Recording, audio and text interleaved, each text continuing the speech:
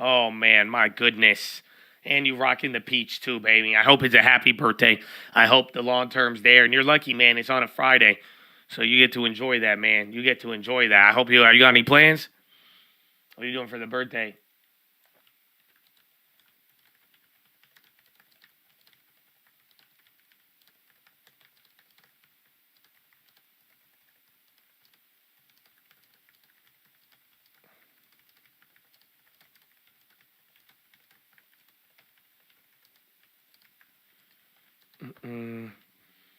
CNBC blamed oil on the Russia export ban. They brought that up. Even Bloomberg, they pretty much brought up both factors. But for me, like I'm saying, just quite frankly, I don't know if this is, we know that this weekend's going to get weird with how everything played out. But we don't are people buying these safe havens because of, news and reasons, or are they just buying it off of whatever, I don't know if the word sanguine, but just this very random ass volatility that arrives and disappears in the bonds. That is my only dilemma with all of it. Yo, Ryan, invite me to your party. Happy birthday, my dog. Keep flexing on M with the peach and tell a hater get a long term and stop talking. I love you. Happy birthday. Happy birthday. It was Ryan's birthday, bro. It's Ryan's birthday. And Palantir dying. So that's kind of weird considering that had a defense boost earlier in the week. JP Morgan killed all the banks did. I think everybody except BlackRock. It's not like BlackRock did too bad, but BlackRock had outflows. But JP Morgan did good. Dude, they made like $22 billion in interest or something. It's actually sickening. And I even, what was the lady? I think, what's her name? Marie Horton on Bloomberg. She brought up that how they might even just be saying it for, they might just be saying it so that they don't get in trouble. So literally they've guided up every single time, but they don't expect it to happen. So over the last year and a half, what they're saying is JP Morgan's making hand over fist on interest. And they said it this morning on Bloomberg. Maybe they're trying to just, they're not trying to make it seem like they're making this money on purpose because they don't want to get regulated, which is wild. But just, the sign of the times, they're making a killing off of interest right now. You know what I'm saying? They're making a killing. And it's so weird that, JP Morgan's up, not all the banks, but it's they are walking away with a big bag doing nothing.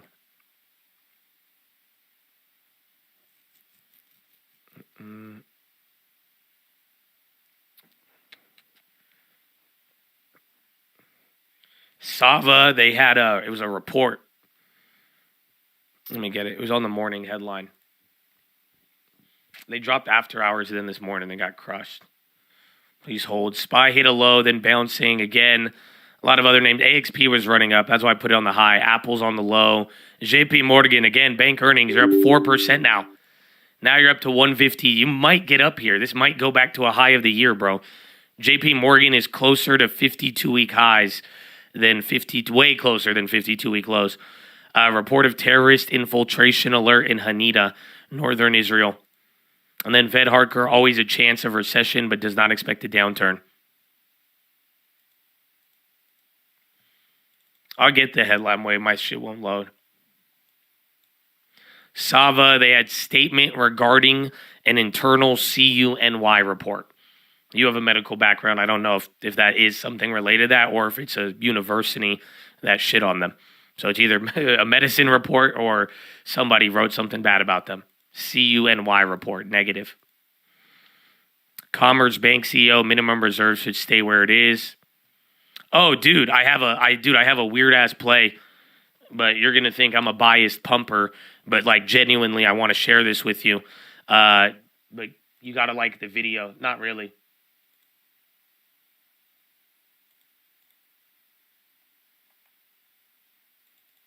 He's oh, I'm more business, Habibi.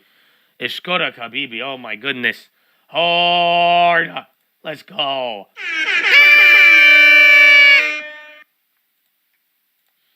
God bless you.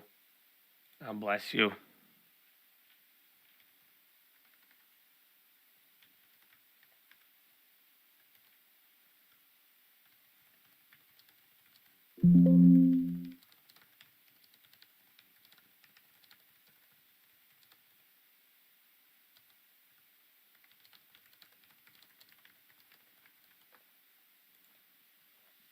You business been holding it down. A punk better recognize he a real one.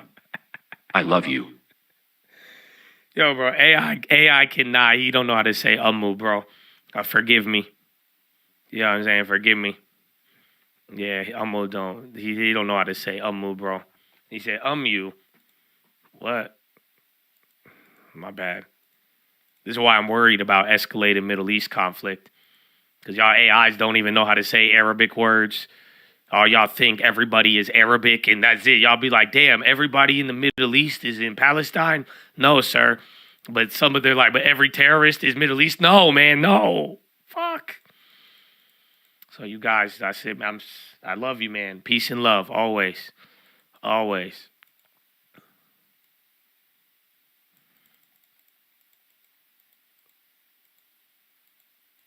You have to spell things wrong. Habibi, I do it. But here's it. Roblox. That's the play. All right, dude, it's crazy. I don't know if you've seen it or not. Why am I talking about Roblox right now? Besides the fact that I own it. That's why I said I'm not going to be a biased pumper. Oh, look at the Twitch, baby. Pre-firms. Braxton. Y'all want a hype train. That's what I'm talking about.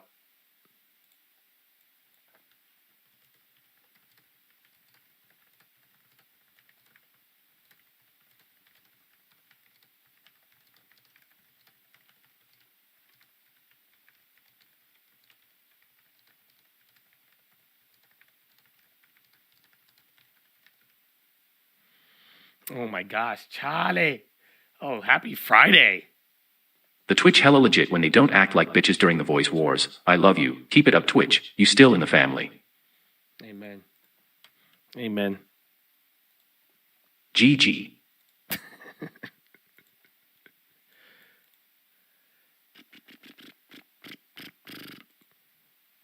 Is it because of Barbie? No. Does anybody know? Let's see if the Twitch knows. They're too busy having a hype train. Let's see. This is it. This is one for Twitch, probably. Low key. Why am I bringing up Roblox right now? Let's see what y'all think. Maybe I'll show you after hours. But why are we bringing up Roblox? What happened with Roblox recently? Something's happening with it right now. Ah, there you look at the Twitch already got it. They already got it, bro. Yeah, dude. Roblox. It's on PlayStation 5 now. And I don't know why, like, it hasn't gone there that long, bro. But no, dude, it's gaining a lot. You're getting, like, all these, like, weird teenagers now.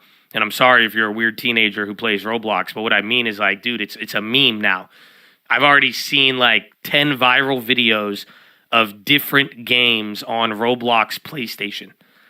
Yeah, I already thought it was there too, but it's like, no, this just came out. This is all new. NVO's on the high right now, but it's just like, it's gaining a lot of traction.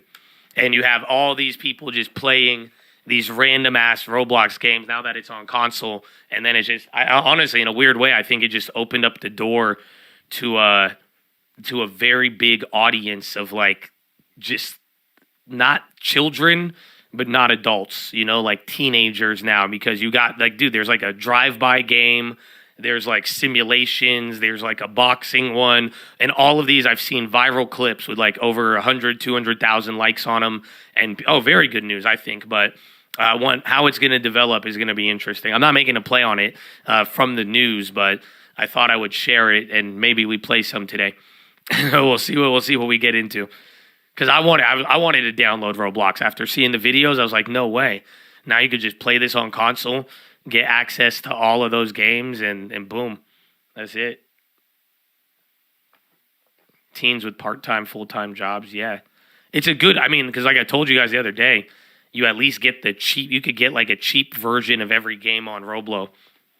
But at the same time now, you put it on a console, yeah. There's the drive-by game. I think it's not Hood Olympics. I think it's called Surviving the Hood. It's so fucked up.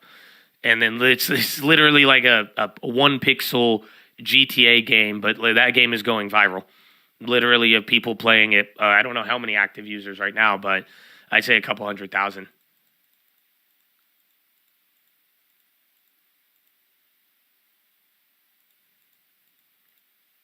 Roblox still for like 5-year-olds. Will never play that personally. It is. I mean, I literally play with like my 5-year-old nephew. But I don't know. Some games you'll try out. I tried out the one shooter, the Call of Duty one, but then my nephew cried because it was too hard. That's why I hate about it. Because like if you play any of the good games with like your niece, nephew, son, or daughter, they got fun games on there, but it's probably too hard for them. Because my nephew got mad. I was like, let's play the COD, and he did not like it. He did not like it. Yeah, consumer sentiment, 15 minutes.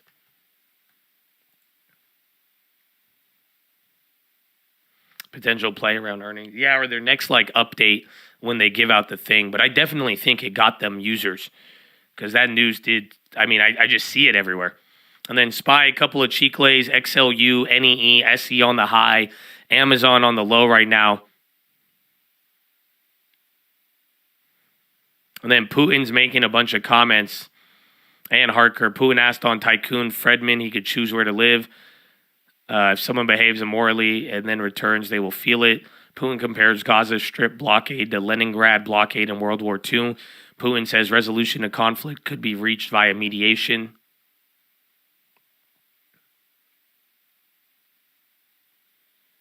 I'm playing with my daughter all the time. It's fun. Oh yeah, I love playing with my niece and nephew. It's a fun game. I'm talking about playing on my own. You know what I'm saying? Like we're gonna see. The Roblox is already priced in. It could be, but I don't think it was priced in because the reaction is surprising. So I think a majority of it is, but I don't think they expected it to get viral traction and turn into a game where you're getting teenagers on it, pretty much. It's called like Hood. What's it called? It's like Surviving the Hood or something. And then there's a boxing game that's going viral too. I haven't even looked at the dollar today. Yeah, it's bigger than expected is what I'm saying. Yeah, dollar did go back to green. That's not good.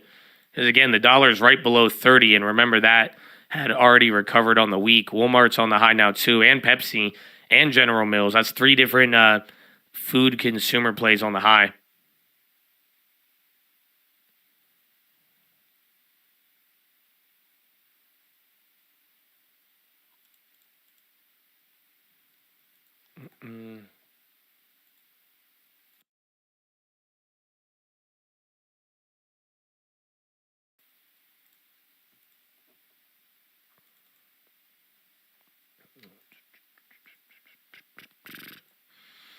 Putin, Russia can help due to good relationship with Israel and traditional relations with Palestine. And then Fed Harker seeing some increase in consumer credit trouble, but not major concern yet. Again, dollar went green. CL, bro, consumer plays are running now. Something is happening there in that sense. So remember all these food plays that got murdered. They're doing their thing. You should play Lay Doors on Roblox. What is it? Is it like a scary game? It's October the 13th.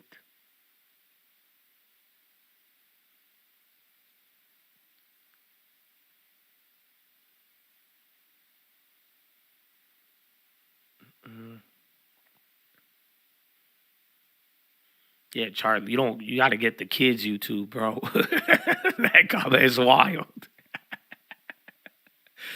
Pepsi on the high. Putin reports of Ukraine's weapons in Palestine. I doubt there were arms supplies from Ukraine, but there was a leak of weapons from Ukraine. Okay, a little subtle implication that those weapons came from Ukraine. He's like, I don't think it was, but we did hear about a leak. In my country, I'm telling you, very simple. I don't think that they got the weapons, but Ukraine known to leak the weapon. What do you want me to say? And they play hand grenade in the plane. What do you want me to do? This is demoral, degenerate.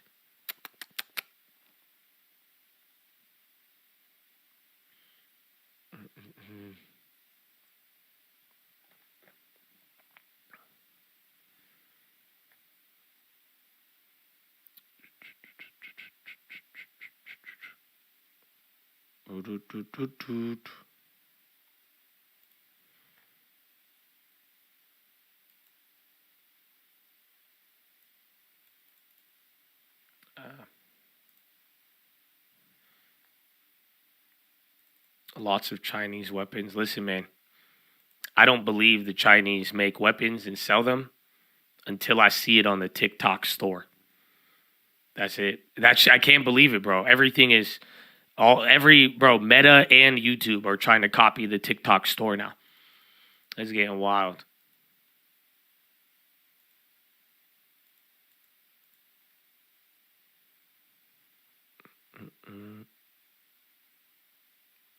Putin, we have information on on weapon sales, including the Middle East.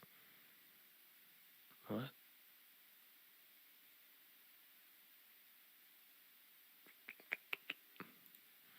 God bless you, JS.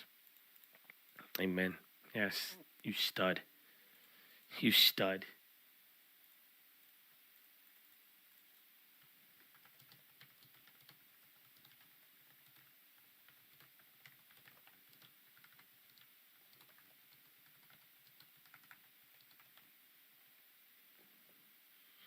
NVO still going. A little bit. For real, my dog, Major Stud. Thank you. I love you. JP Morgan, 152. Bro, this thing, I don't know. Usually it stops out at like 7% if it gets really big. But JP Morgan it's getting into the higher levels. TMO's on the high too. Remember yesterday, Dana here and all of that, they're starting to bounce. JP Morgan, what was it? TMO. German foreign minister Baerbock to travel to Cairo on Friday evening. Can we still see oil back to 70 in my lifetime? Yeah. I mean, let me tell you this. In a weird way, I feel like oil will go negative again before rates go to zero. I don't know. I don't know how much I believe that, but it sounds like it sounds like a broad ballpark, give or take. But that's the way I feel about it. Is that I think you have a better chance of oil dropping in the future, I think, than rates going to like pretty much to zero. The race to the bottom, I think oil could beat the bonds in a very weird way.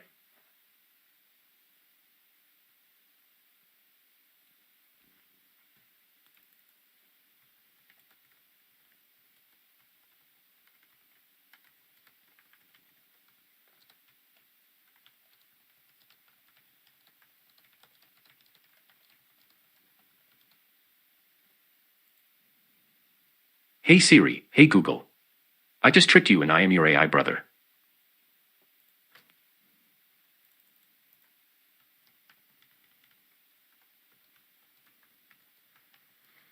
Putin, we will discuss mutual settlements in national currencies with China Xi.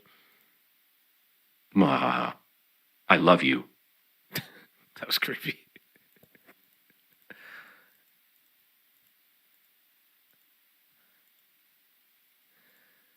Why is everybody calling text-to-speech AI? I don't know. You're right. Because it is text-to-speech, but I guess it's because it's somebody. I don't know what to call him, whoever has this voice. But I feel you. Microsoft on the high, CYTK on the high, Microsoft trying to move. But again, more of those consumer plays, Coca-Cola, Pepsi, what was it, Lowe's on there, the banks, and there's another one. Putin calls nonsense idea that Russia was involved in damage of Baltic gas pipeline.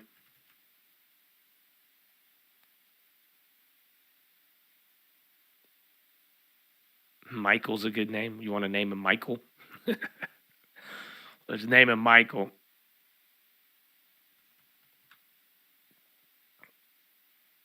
Listen, nonsense. Eli Lilly's holding. They're kind of slipping, though. Again, market's near the high. And then bonds are still up, but you really haven't had much movement. I don't know. You've had the dollar move a little bit more. So this is where we're at on the day. And then dollar did come back down, which is good. SPY, let's see the price. 4373. Bro, you're not that bad, honestly. This is like slightly below where we were at in the morning. What a wild day every day based on the bonds. Your nephew's name is Michael. It's a good name. It's a good name.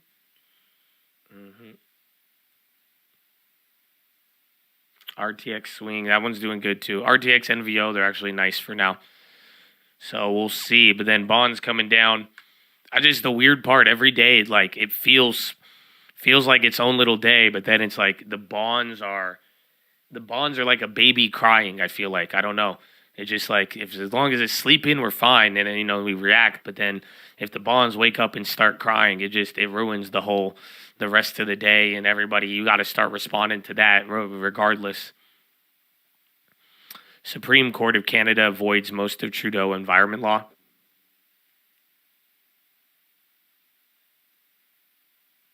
He's Michael Jr., MJ, but he wants to be called Michael, not MJ. No way. He said, that's Michael to you, ma'am. Mm-hmm. That's a good name, Michael.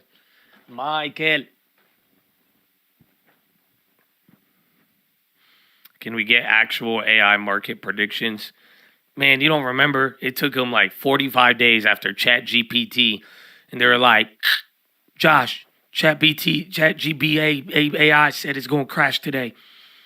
So we've already done it. I don't know if there's been any like ChatGPT prediction that has came true, but people have used the bots to create like what's it called? To create like trading strategies. I've seen a couple of them, and some are good, some aren't. Like I've seen some do good, and then some just like 50-50.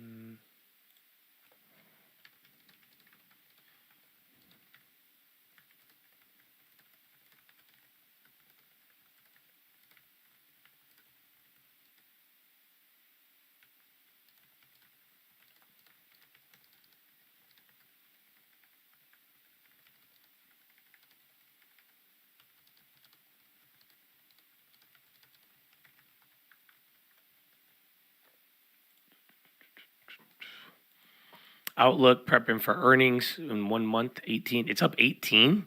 Still has a long way to go, but I don't think their earnings are going to matter. Yeah, I'm here. What's up? No, I was typing away. But Outlook has the update on the manufacturing. That's it. JP Morgan extends gain to 5%, most since April. My goodness. Yeah, new hedge fund mandates for short sales. That's so crazy. I thought they'd never do that.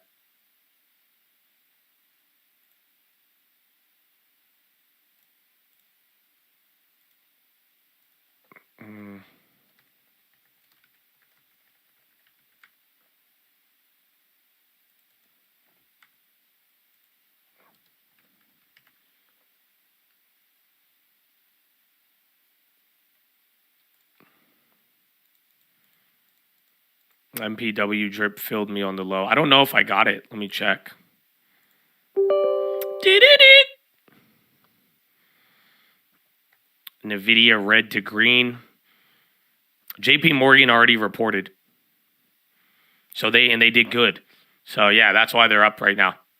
They actually, I think every bank did good today, except you didn't even hear anything too crazy about a regional or like PNC or anything like that. But every bank except BlackRock did good. Again, even Citi did amazing. Wells Fargo found a way to survive a little bit. So very, very crazy.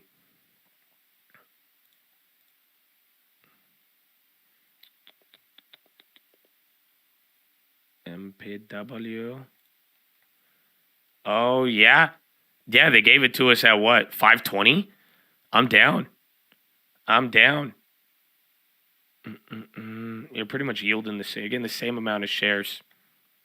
Consumer sentiment 63 versus 67. I forgot about that. That's coming in right now. 10 seconds. 66.7 versus 70.3 current conditions. It seems bad. Like, it seems like the data came in softer, but where's 1 year expectations? 5 year expectations were 3%. Estimate was 2.7. And these are all preliminary for October. Again, consumer sentiment 63 versus 68. 5 year expectations 3 versus 2.7. Consumer expectations 60.7 versus 65.8. Current conditions 66.7 versus 70.7. Whoa, oh my gosh. Bro, 1 year expectation went up to 3.8. Estimate was 3.2. Okay, I don't know. This one's weird. It's not weird. It makes sense. The other things were bad, but this again. I think last time we had a higher print too. But both 5 year and 1 year expectations. This is 1 year expectations right now. It just shot up to 3.8. I mean, that's higher than July where we started dumping and everything. And these are only preliminary too. It may include the gas stuff. It's lower, a lot lower than last year. To keep in mind, but this is the highest in like 4 or 5 months, it seems like. Yes, this is preliminary. You're bouncing off. Everything else was weak, though. So pretty much 1 year, 5 year expectations are up. Current conditions, expectations, all of those are down. So you got good news on being bad or not getting too hot, but then the other side is just inflation expectations. I think that one could be based off oil.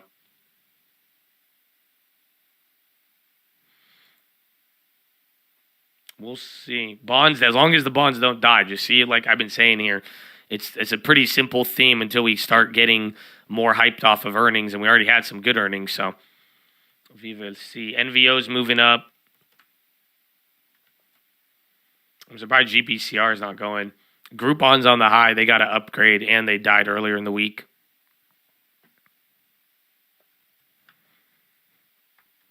Any Chads on the survey yet? I don't know. I don't think so.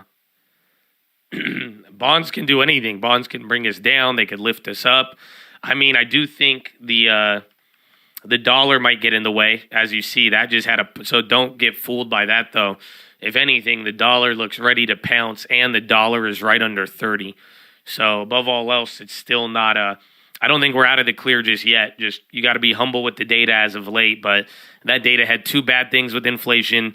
You could argue that the other current conditions going down is good. And then that's about it. KRE has gone negative. Again, all the other banks, like XLF, is up by 1% right now. Outlook, damn, it's up 30. I'm down, bro. I'm down. Oh, wow, it's even higher than the drop. No shit. I didn't even realize that. But again, I'll check their dates if you guys want. But all you need for that play is related to, it's just related to if they get that manufacturing thing. That's it. But I don't know when that data will be.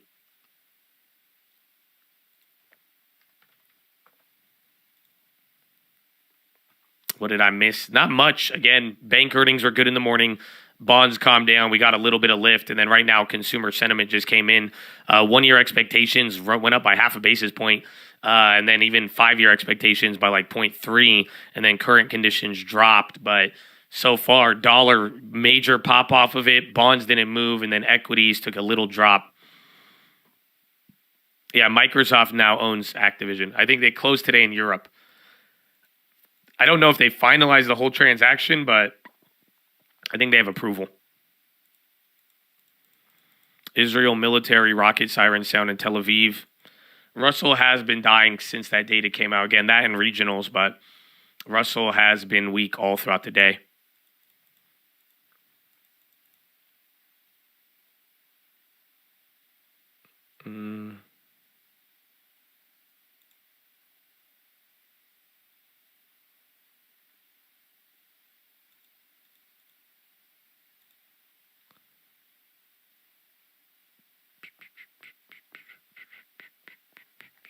What was the date for Outlook?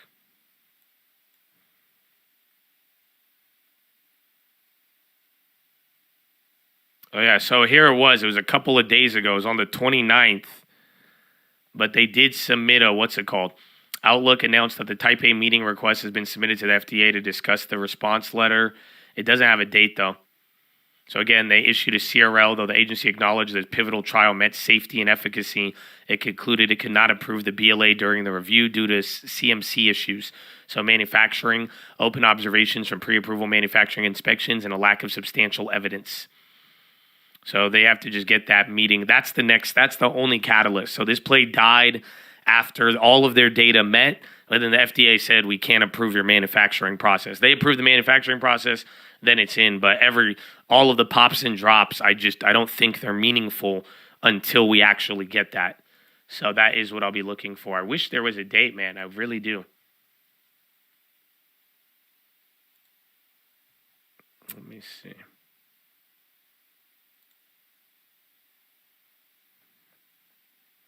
You're saying there's a chance? There is, but it only depends on the head. Like, I pretty much, if it's up 30% in a day, I just don't think it means anything as much as, so just be careful in that sense, but you're still playing the data. Yeah, last update. I don't have anything scheduled, though. Last update was September 29th.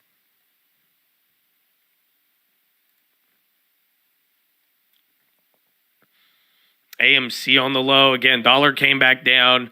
Bonds came up a little bit. That's better than not.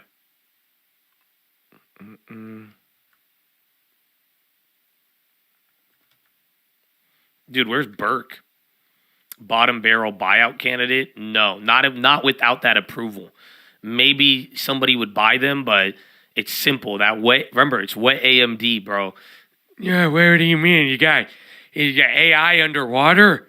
Yeah, it's crazy. But it's a really, really big drug, and you don't really have you don't have anything in that space. So if you get it, it will get bought out, just like MTRX, just like Longeveron, or what was it, Rita. You know what I'm saying? Like, it will get bought out if they get approval, but without approval, it's not worth anything. Israeli shelling hits Lebanese army observation in Daira, South Lebanon. 3 sources. SPY going down. Dollar Tree, VIX on the high. Dollar rocking. INMN. 8% candle. Very illiquid. Looks like a bio. Again, dollar back up. Bonds haven't moved, but SPY is already breaking down. So here's the messed up part about today. Even if we come down, like, you're going to drop another 30 points just to be where you were at yesterday.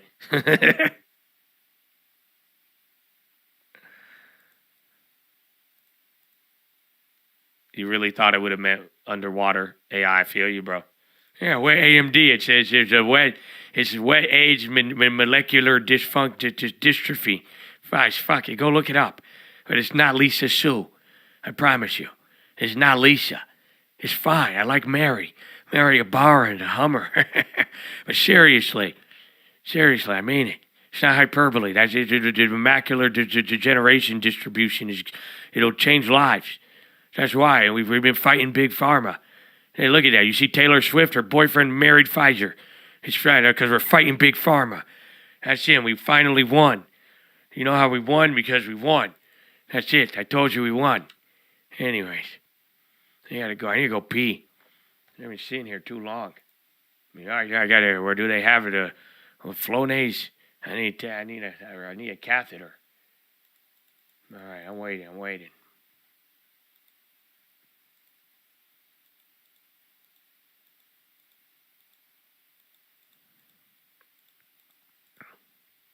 Yeah, Flomax. Yeah, it's good.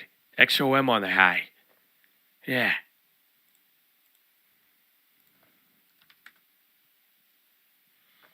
See, bro, oil's killing it. Again, we were just talking about how weird the drop was yesterday, and that we should pay attention. But you're making the move on the upside, and those oil names are going.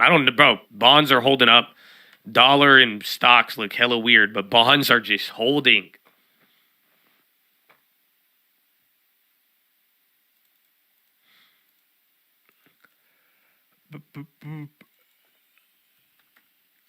NVO, RTX chilled out. LMT wrapped on the high. Friday didn't do anything. Or Tupperware. Thousands of Palestinians flee to South Gaza after Israeli warning. AFP. ABSI, AI pharmaceutical drug creation. I don't know if that's the company, but I've heard of the AI drugs, essentially.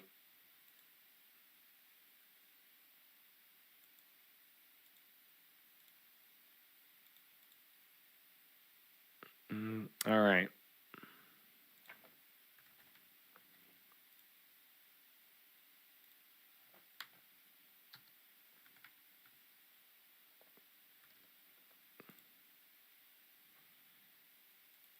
Yeah, Outlook, no. Let's see. Optovio, Bristol, what's the date today? The 13th? LAPB might get a bio approval here today. Are they halted? They might be halted right now. They have biotech between tomorrow to yesterday and the next 4 days. Keytruda and Merck. AFT, ARDX, October 16th. PDUFA for Exova. Ardelyx. I feel like we've seen that one a couple times. So there's actually a lot of biotechs coming into October. And just all of them are for end of the year. So do I need to send this out again?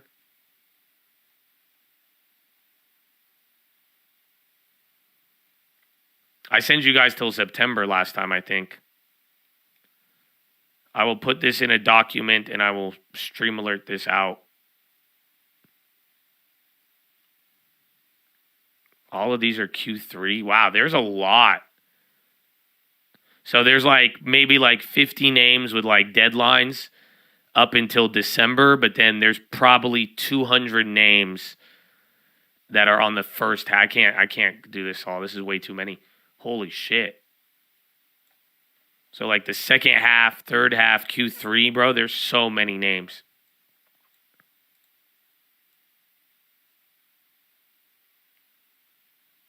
And then EYPT, that's a wet AMD drug at December.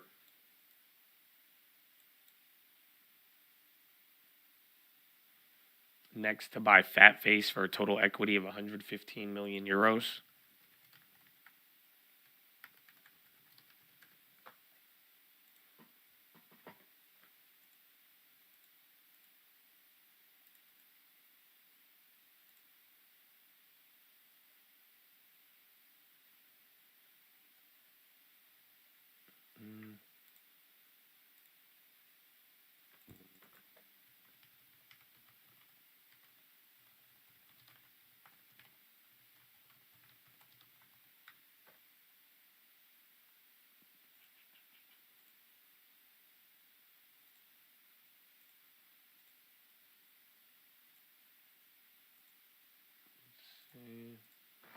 Okay, I need to go to the bathroom. Follow me on Instagram at The Trading Fraternity. I love you. Good morning, good evening, good night.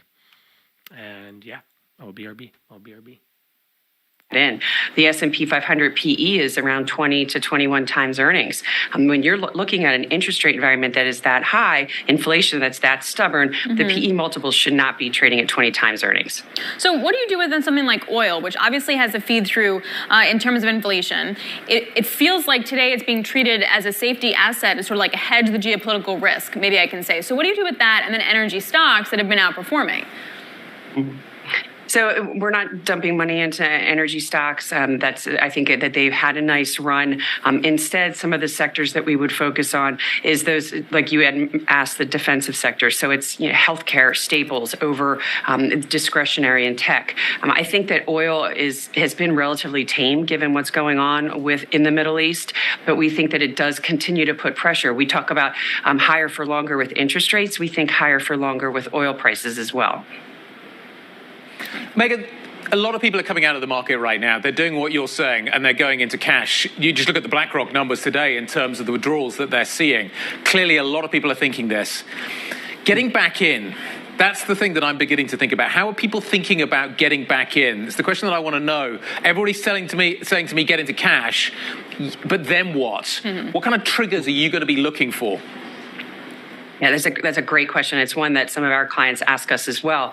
And basically, there's a couple of things. First of all, stocks rarely, if ever, bottom before a recession. And given the fact that we think a recession is still likely, could possibly even start in the fourth quarter of this year. If you look at those consumer confidence numbers, that typically does tend to be a leading indicator for spending.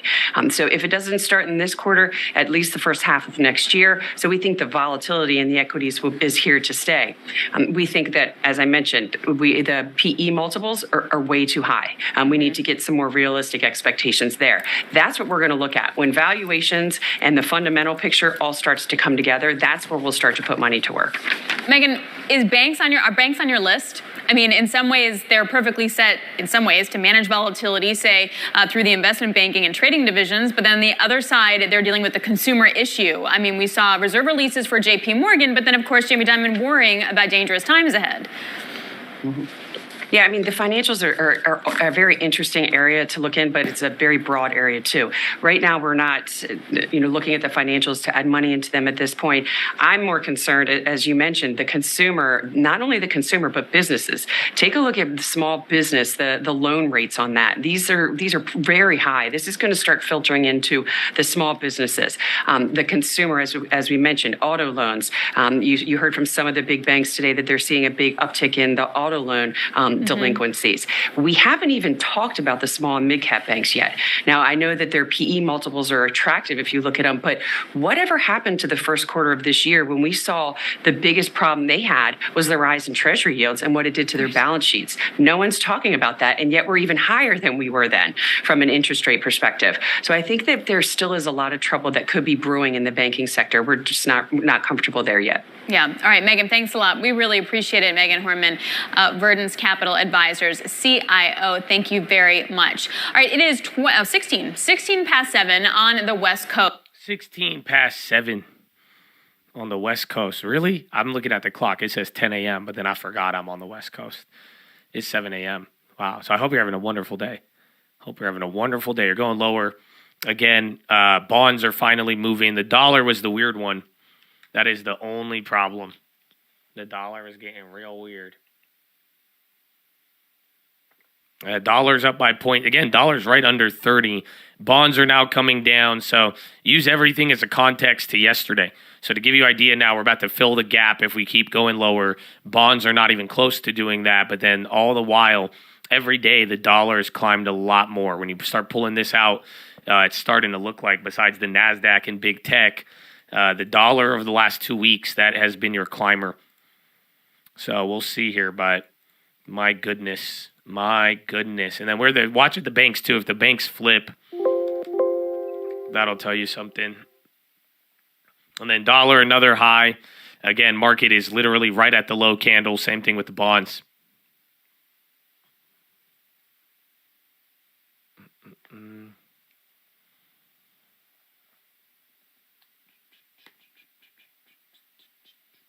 Okay, fuck. Happy Monday. Is it Mother Effin' Friday or Happy Monday through Friday? Either way, I'm down with both. Again, dollar's still going there. Bonds now low. You've given up almost 0.5% on the bonds in 5 minutes there, 10 minutes. So, again, bonds start moving. Everything is, but your dollar, again, he's being annoying. Oh, and there's a SpaceX launch. I'm surprised you guys haven't told me yet. Okay, fuck. What's up, baby? Happy Monday through Friday. Mother Friday. You know what I'm saying? MDT on the high. Where's Ian? That's up 1.1. Card is going up now to... where's UNH? They had earnings. UNH already gave up some of it. JP Morgan down from the 152. The whole notion is higher for longer, more sticky. Inflation. Yeah, and I just think... the Fed, we always forget, but the Fed's job is to raise until something breaks. And I even think they're surprised that nothing's breaking, but then they don't want certain things to break. You can't break the banks. It's very weird, man. But either way, just get ready for, look broad, look long-term, in the sense of you got to survive. That's literally all you have to do. Because nobody is going to know. Markets are going to adjust. And As long as you survive, you're in there. Make sure you own something too for the background. You'll be good to go. But it's still just it feels a lot like the end of last year. Obviously, we're not in death and destruction mode, but now even how people are viewing the next year and everything, before we know it, it's there.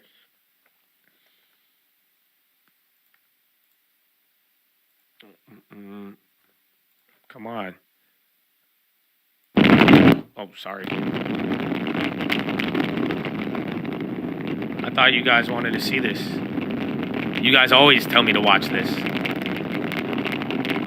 It's very calming. Oh, shit. See, this is the one I want with fire. Yeah, you see what I'm saying? Y'all keep having me watch these boring-ass rocket launches. That's what I'm talking about. I need some adrenaline, some explosion, you know? Like, look at that. That's flying. That looks like it's a rocket. That is exactly what I had in mind. Thank God we watched this. Now I don't think you guys are that weird for yeah, this one finally got fire. You know? That's a lot of fire. Hey, yo, now would probably be a good time to tell you guys, protect the environment. Don't forget about ESG and recycle. You know what I'm saying? I thought I should mention that. You know, I just see a lot of things combust. And, you know, we do these rocket tests, but, like, you know, your straws are fucking a lot of people up. So I just want to make sure you know while we're watching this cool progression of technology, we're just spitting out massive amounts of carbon dioxide and pollution and smoke. I just want to remind you that the environment is important. Go get an EV. Coming up at T plus 2 minutes, 25 seconds, we'll see the side booster engine cut off. About 30 seconds from now. It's spitting out. Yeah, it's a water vapor fire. That's what happens. No, we saw it. We finally saw the smoke. I don't know why they have the best cameras, though. Because the last time y'all showed me a rocket ship, they did not have that GoPro attached to it. You're watching from your front yard? No way. You in Florida? The Florida Space Coast? That was cool. See, no more fire. You don't see the fire. I'm glad we got to watch the launch. Tesla on the low. Booster engine cut off. And SPY. You hear the booster engine cut off, and you see SPY lower. Market wants to go lower. Bond three candles off the bottom. MVAC engine chill has started. How did the camera not fly off? Bro, the camera not even vibrating. When I hold my camera to shoot a video, it's more unstable than this thing on the fire missile. This is crazy. Zones 1 and 2 at Cape Canaveral Space Force Station, just a little bit away from where they took off just 3 minutes ago.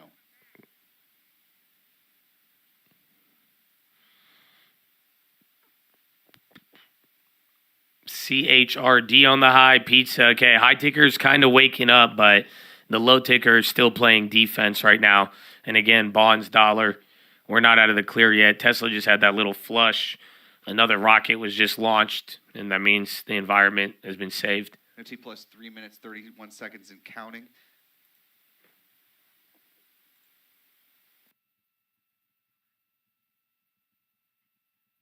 The boost back burn should be ending in a little less than 10 seconds from now.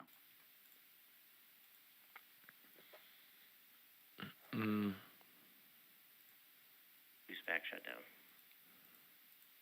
You hear that call out there? Main engine cut off. Main engine cut off.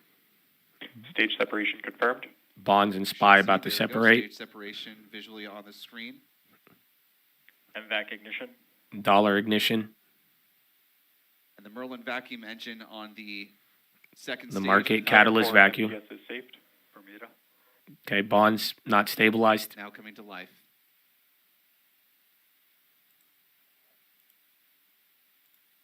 Right, separation confirmed. Fairing separation confirmed. Take a look now at an empty pad here and see fairing separation confirmed as the Psyche spacecraft now exposed to the vacuum of space for the very first time. Vehicle. That's incorrect. It's steam. Rocket fuel is designed to convert into steam when burned. It's a hydrogen and oxygen mix. That stuff is designed and developed 3 buildings down. I guess What's the environmental impact is my Again, in question. the next few minutes, as the boosters make their way back down toward Cape Canaveral Space Force Station, you should be hearing a double sonic boom as they re-enter.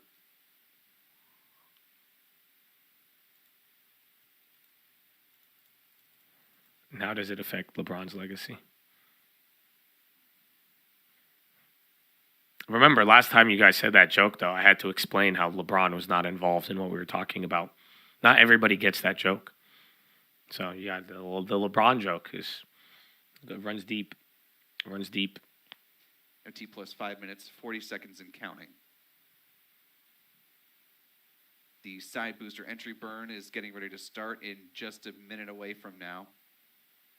T plus 6 minutes, 47 Dude, that's seconds. crazy. It looks so fake, but it's like, is that our world? I don't see not like one star. There's nothing else out there, bro. Continuing to, I track thought the I'd see like a skies star over or something. Florida. Waiting to bring you good visual of those boosters as they make their way back down toward land. Now T plus 6 minutes, 14 seconds and counting. About 30 seconds away from the side booster entry burn beginning. We should get a visual on that soon. It's like space, dude. Yeah, dude. I'm like, oh, dude, I look like a little blueberry, dude. We're covered in like whipped cream, dude. But it's like, dude, the quality is so good, dude. I'm like, how'd they do that, dude? I don't get it, dude. Total, like, dude, Fibonacci sequence, dude. Take a look at the Merlin vacuum engine continuing to power the Falcon Heavy upper stage. Near the call out for the entry burn beginning. Keeping an eye out for those boosters scanning the skies here over Florida. Boosters entry burn shutdown. And the entry burn shutdown has concluded. NVO slipping. Will begin at T plus 8 minutes. Eli already slipped too. Interesting. So healthcare down, and then all of the value plays went up. Some of the thick clouds over Florida. As everyone is scanning the skies for Stage 2 is on a nominal trajectory. next 30 That seconds. looks real. The boosters will begin their landing burn. Hold on, I want to see the MO.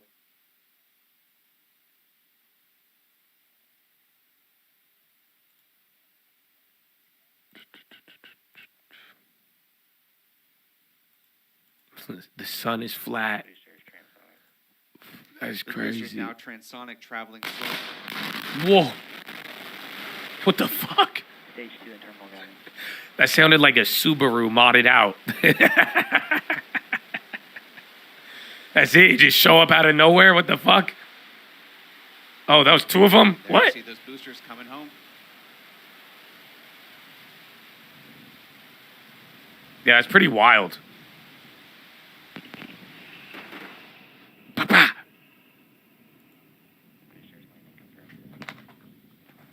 And we heard a good call out, and we can see that on your screen.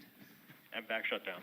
And boy, we can feel it here. At Yeah, that's the, pretty cool. Press site. Those boosters. Stage 2 NVO flushing now. Back City, so you're giving up some of the earlier gains here in the morning. The second rumble, a little bit of a delay here at the press site. Those boosters. Nominal park orbit insertion. That's cool though. The little boost, now they very just much come back and they as you land. can see here on your screen. So automated.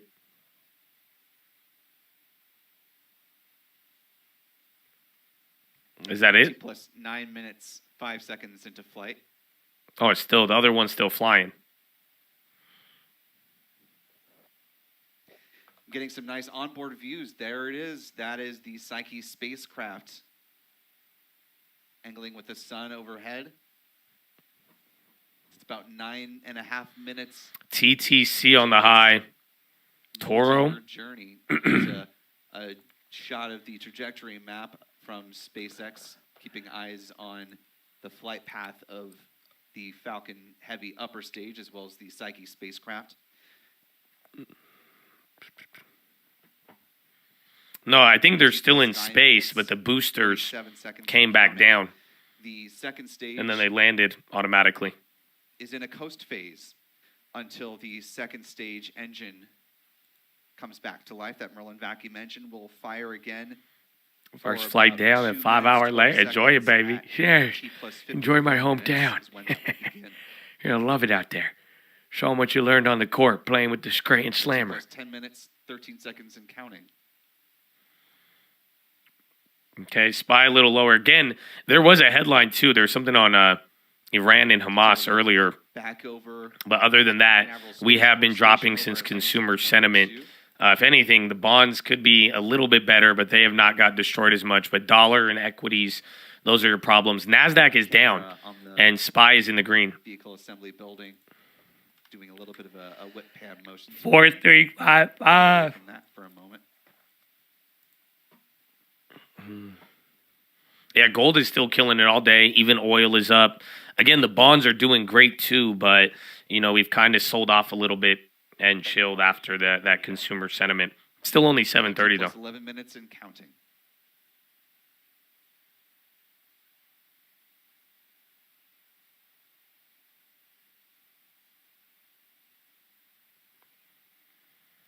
Four, 3, 5, 6.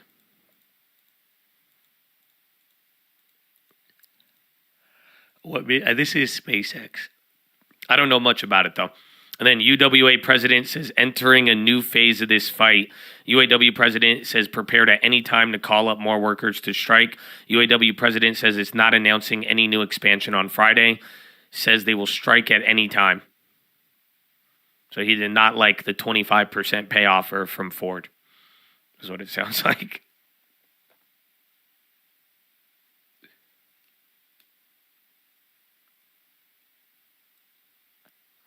And then from our NASA chat, I love it.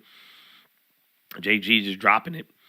Just in case anyone doesn't know, NASA is heavily partnered with SpaceX and Lockheed and all other aerospace and aviation companies. They are not competitors. NASA even uses them to get around red tape a lot, saying, hey, SpaceX, we have an idea. Want us to help you make it. Very cool. Thank you for the insight. I love it. I love it, man. We got NASA chats. So that was cool. I like that rocket launch today, though. Where's my... I got to see the fire this time. Usually I tune in by the time it's just like floating. And I'm like, I don't know, man. We just saw the boosters lead. That was pretty cool. Car makers spared from UAW strikes as talks progress. The prime card boxing, is that Logan Paul? Otherwise, I don't know who's fighting.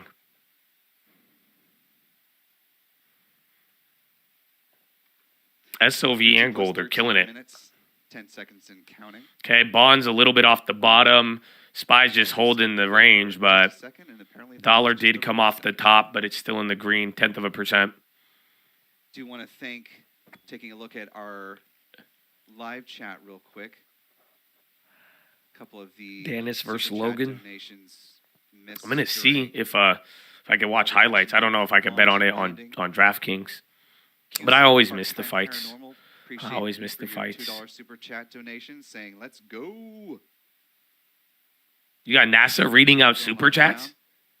Thank you to SG for your $10 super chat donation. SG, one of our regulars, joining us again for live launch coverage. That's cool. Really appreciate you being with us, SG, as well as one of our channel members, Josh King. Josh $10 King. super chat donation. Really appreciate the support there, Josh. As well as Versailles making a $70 super chat donation. Really appreciate the support, Versailles. Yeah, how do we get him to do TikTok dances? A little Roses. maybe some love Thanks from for the California. roses. Smells good. Thanks for the Golden donuts. State, my home Space state. fuel. Space fuel. Space fuel. Space fuel. Boosters have landed. With super chat Boosters donations have during our landed. coverage as well Boosters have as, landed. Oh, What? Versailles, I missed your earlier one. $3 super chat donation saying, "Go Falcon Heavy, Psyche 16, we love you." Couple of cute emojis there with a falcon, and yes, we did get a successful launch as well as the landing of the two side Yum, moon boosters. pies, Again, thank those you. will be Yum, moon turned around pies. and Thank you. refurbished and fly again before too much longer on the USSF. Josh has seen the mission worst of for TikTok the US confirmed. Space Force. Honestly, man, I think I've seen And the it will make worst their of final everything. flight Maybe not the next worst. If there's October, some stuff I'm missing out on, but I've seen a lot of. NASA's Europa I've seen a Clipper lot with these eyes, mission man. to the And I'm very impressionable. of Jupiter. I don't look like Jupiter, sir, but I feel you. Thank you as well to TYJ Logistics LLC for your $20 super chat donation saying great coverage. Really appreciate you helping support that coverage, as well as all of our channel members and everyone else who has been a great part of supporting what we do here for many years at Spaceflight. Now, we can't do it without all of you. And now NASA is doing something that it has never done before, which is going off to explore a metal-rich asteroid for the first time, 16 Psyche. It will be arriving to that asteroid in the late summer of 2029. What's forward? FWRD? Yo, FWRD, Forward Air Corp, up $2. You don't see it there. It's going crazy. FWRD. Oh, and we got Peach Nation at the same time. Holy crap. Oh, let me see if I can get a headline on this. Oh, but the Peach? Are you kidding me? Oh, my goodness. Oh, my goodness. I'm not finding anything yet. It's 1 second. The first time that NASA is testing optical communications beyond the moon. Proof of concept for technology that can help support Bond's coming down communications too. for, Hold say, on. Mars missions down the road in the Price future. target raised a couple days ago. I'm not seeing anything. I'm not seeing anything. But yes, ladies and gentlemen, boys and girls, in the midst of a pop, in the midst of finding news, in the midst of a rocket launch, and the Bond's going crazy. Yo, JG, are you here? Bro, it's your boys. But we have Peach Nation. Bradley Frizzle and the Peach has arrived. God bless you, Bradley Frizzle. Where are my consistent people at? Get your ass up. Let's go. Or no.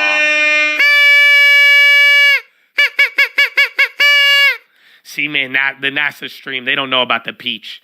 Like, if you donated a Peach there, they wouldn't understand, man. You know what I'm saying? Oh, my goodness. My chat, shout out to consistent chat, right, man? All the consistent chats, they could, you know what I'm saying? They could all come together under one symbol of the P. You know what I'm saying? That's it. It's like prestiging in Call of Duty. It's crazier. It's just, if you know, you know.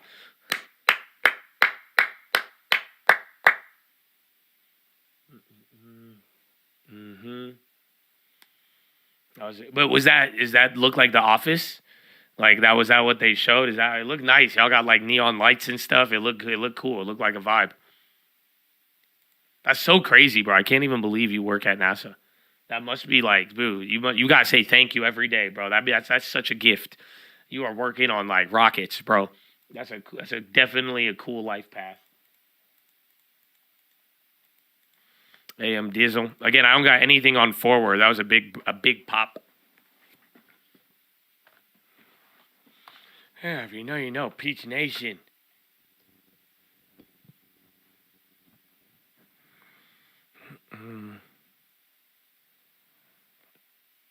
Oh.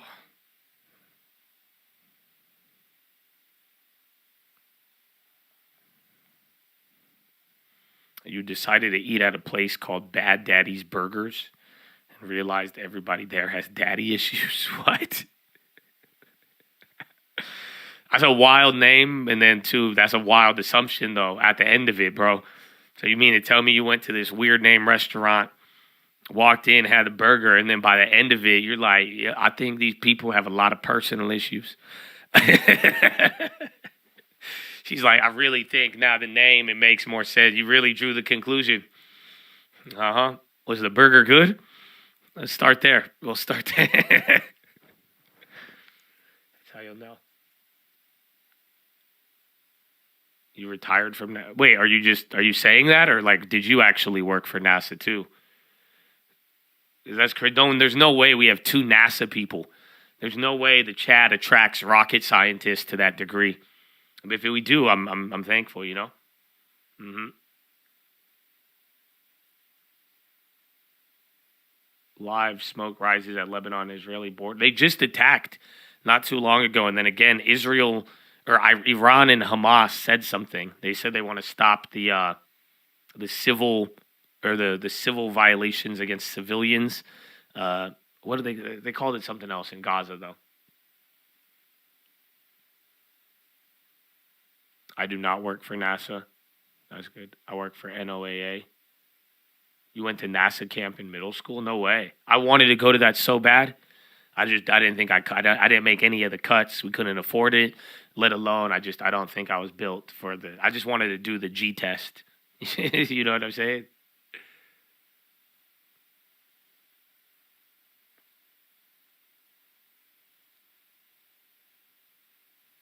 Your coworker works for NASA. Yeah, that's crazy. I guess we got some people in there. That's a crazy job, bro. That's a crazy job. It's like crazy in a good way, like exciting. You get to be a part of stuff that's really cool. Like it's a different vibe. I feel like you're working on rocket ships in space. NASA alum and then you could like wear the NASA merch, and it just means something different. You know what I'm saying? You know how many people I've seen wearing NASA shirts? Like I feel like if JG wear a NASA shirt, it hits different. Mm-hmm.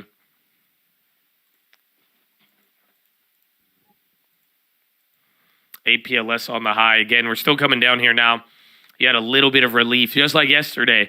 You get a little bit of relief. Bonds come down. I mean, watch. Equities could go lower, but just like yesterday, watch if the bonds go like a little lower and then we start to base out. But movement of the bonds will probably get more movement of the market. Again, dollars are up. This is all from 40 minutes ago now?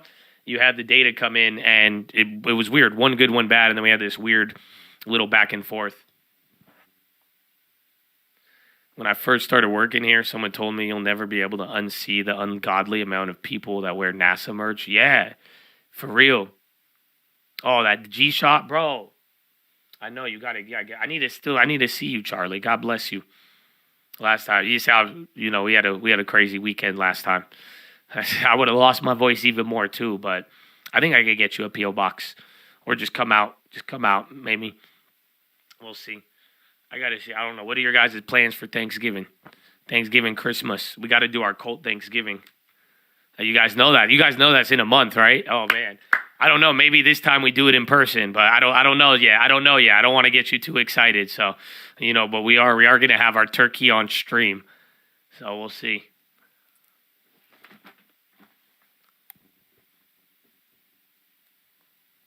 You need to try and set something up if there's a media day or something. Hell yeah, bro. Let me know. Or if you guys are open on weekends, do y'all do space on weekends? I could always come on a weekend. If it's intraday, hopefully there'd be like an event and we get some live coverage. That'd be dope. But other than that, usually weekends. You already had Thanksgiving in Canada? Well, that doesn't sound American. China's top diplomat Wang in meeting with EU counterpart. Both sides should expand trade and investment, opposed to decoupling.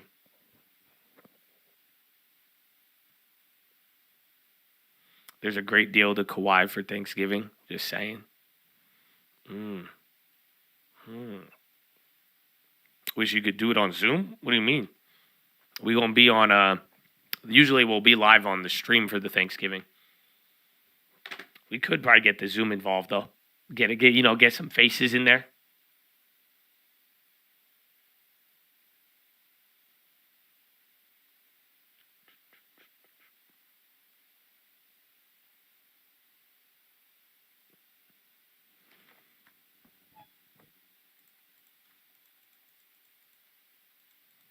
Overtime on Thanksgiving, easy money. Remember, was it last year?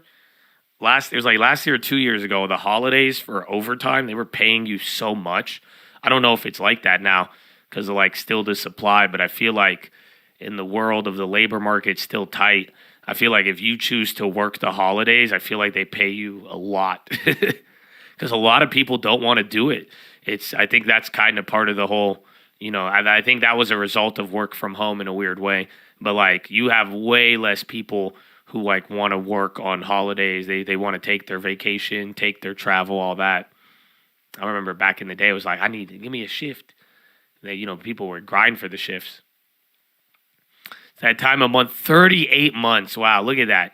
A guy named Post-Nut Clarity has been here for 38 months as a member. He hasn't even got banned. I've timed him out a couple of times, but he made it.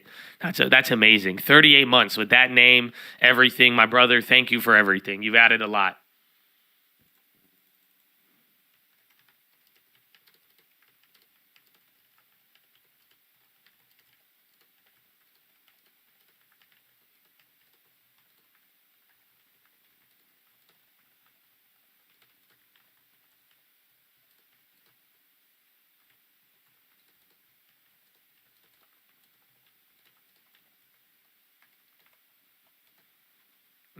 Oh, wow. 42, Chuck. That's it, bro. I got to get you new badges in a couple weeks. That's it. Uh-huh. Josh, what is post-nut clarity? Either way, thank you, my brother. The Chad welcomes your contribution and appreciates it. Tell a hater get a long term. I love you. Amen. Amen.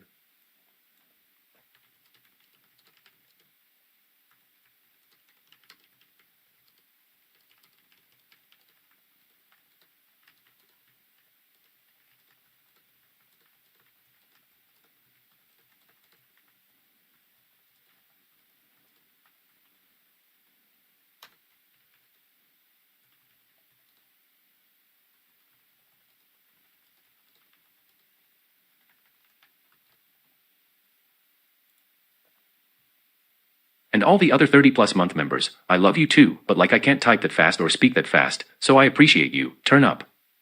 I love you. GG. I can't. It's funny. There's other things I won't laugh at, but it's so awkward. I just chuckle.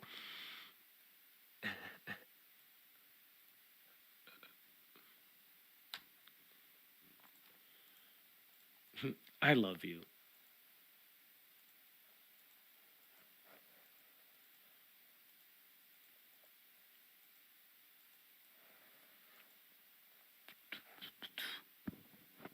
That's about Why can't I type?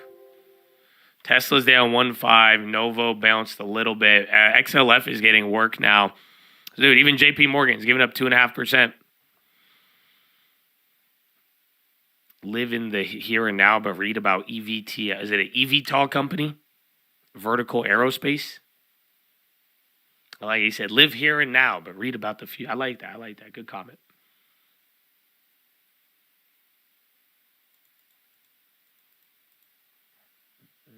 Since you think we're reliving the 70s, what do you think of the TIPS bonds? In what context? I don't really think much. That's, the whole 70s issue does not boil down to anything of that nature. So the part that I've been trying to help you understand for a couple years now is that it has to do with money supply. Everything else is a response to the problem now after that. So I don't know. I don't really think about it.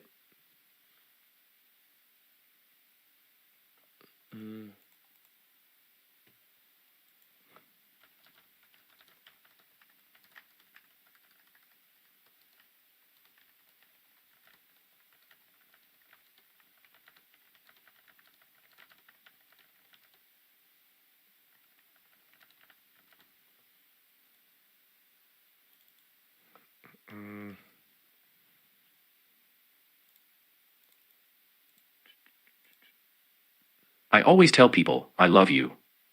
GG. In real life. And also get a long-term little man.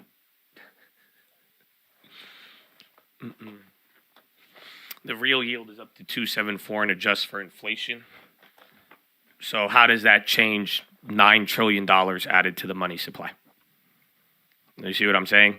That's where I don't think we will ever be on the same page until 10 years from now, and it plays out and then you see it. Because other than that, there's all of the factors you bring up are correct, but also they're just so far removed from the main problem that I'm saying, where it's like the 70s. Again, why real estate went up, why the prices reacted. Again, even now, it's so much like the 70s. Again, the wars, the Ukraine, the Vietnam, now we have this. But again, right ahead of election. That's the craziest part. You guys don't realize there's one very wild thing with what's going on right now. You're having this little war. You're having all of this conflict. It is so divisive. You see everybody on both sides. This is happening 2 months before election year. That's crazy. So again, even adding to, but again, that was like the 70s. And that's like the reason why I bring that up, because in the 70s, they were justifying why they were adding so much money to the monetary system. So again, it led from what they did after that in Bretton Woods, and then from the Nixon era following into the 1980s, that was over a decade. And all different things, wages moved around, everything had their moment in there. But above all else, it was just the amount of money and then what was justifying it. Why did people at the time spend that much? Like, we know the consequences. That's like, even now, that's why I get kind of perplexed when people don't want to accept it. But then I'm also like, I get it. But it's just like, why? Like, we know what's going to happen if you put in money into the system. And we already have a study on it. So it's like, why did they do that? And back then, it was a lot of social programs. It was elections. And then they started going through the same stuff. But like I'm saying, you want to prove the 70s wrong, you need to explain why $6 trillion will not affect price stability. That's what you need to answer. Otherwise, it's the 70s. Everything else, the yields, employment, all of it is a result. You know, we're not, I'm saying, what is the cause? Don't tell me what happens afterwards and things moving, but it's like, you need to be able to prove that $6 trillion does not fuel price instability. That's it. If you could do that, I'm down to say this is nothing like the 70s. I will throw that theory away. But until then, it's very hard to prove that. We're going down even more. I mean, like I was telling you from here, even if we drop 30 points, we will be at yesterday's level, unfortunately. Saudi Arabia puts Israel deal on ice amid war, engages with Iran, sources say. And then SEC votes 3-2 to require companies involved in lending out shares to report data to Financial Regulatory Authority.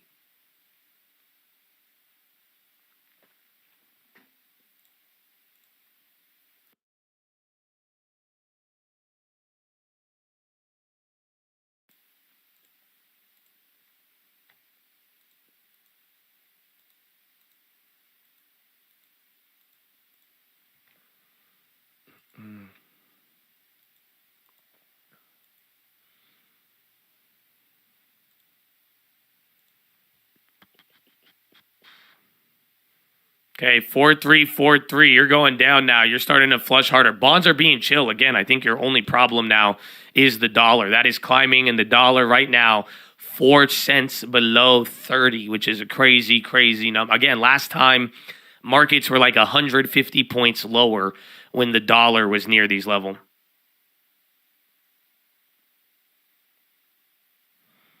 You don't think it's the 70s, but is looking at tips as a hedge in case you're wrong and wages go up. I don't know. I think you're young. So that's what I'm saying. I don't think you should buy that. If anything, whether or not you want to accept the 70s or not, you know what I'm saying? And I'm not trying to force it on you. You don't have to. Again, I didn't know you were trying to find a play. I thought you wanted some friendly debate. But if you want to play for it, I would look towards what happened in the 80s then. But again, I do base my logic off the 70s.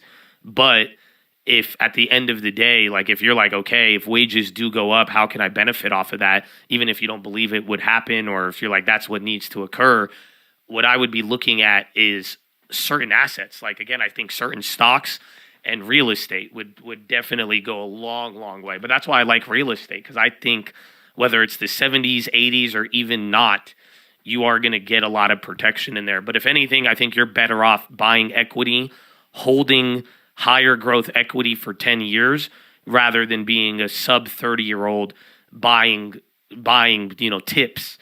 You know what I'm saying? That's just it. Like, realistically, if you want to figure out how to make it alive and you're young, I wouldn't be looking at what's going to happen in 2 years. 2 years, 4 years shouldn't matter to you. I know it's hard to say, especially if you're young or depending on how long your career has been already. But like what I'm telling you is like, I wouldn't try to find the inflation play, tips, bonds. I wouldn't go for that until it's like a trade right in front of you. But like legitimately, like look at how the market's developed and like, okay, we're going to go through turmoil. We're already in it. We're 48 months into it already. And, you know, you're going to have your ups and downs. There's going to be maybe what if there is stagflation? What if it turns into the seven? All these things. But what happens after? And that's why, like, if you're young and you're like, okay, I want to set aside money. I do plan on holding it for a long time. You got to be thinking a little bit ahead now where it's like, yes, you got to kind of accept, the potential pain. But like I'm saying, keep your view for 5 years after this problem goes away, because that's where you're going to make really big money rather than going with the play that protects you in the middle of the volatility. Does that make sense? I hope you guys feel me on that, because that's what I wouldn't buy the tips. I don't think they'll be nice. Again, you could get yield right now. I think any working capital that's not being used, savings, put that into the tips, put that into the bonds, get your yield, put it into a money market. But if you're like, okay, well, maybe the 70s, maybe not, I don't know, but you're like trying to think of a way to hedge potential stagflation, inflation, whatever, I wouldn't try to hedge.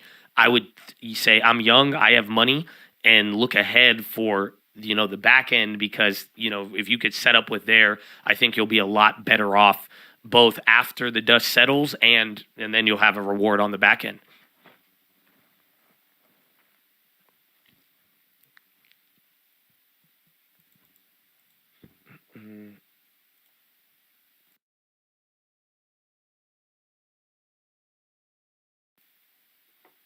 And then too, if you don't think, if you also think shit is just going to die, then don't buy anything. And then just hold your cash and get yield on your cash. But at the same time, I hope this thought comes knocking on the door once again, where it's just like, don't forget about that, because we could debate about the 70s all day.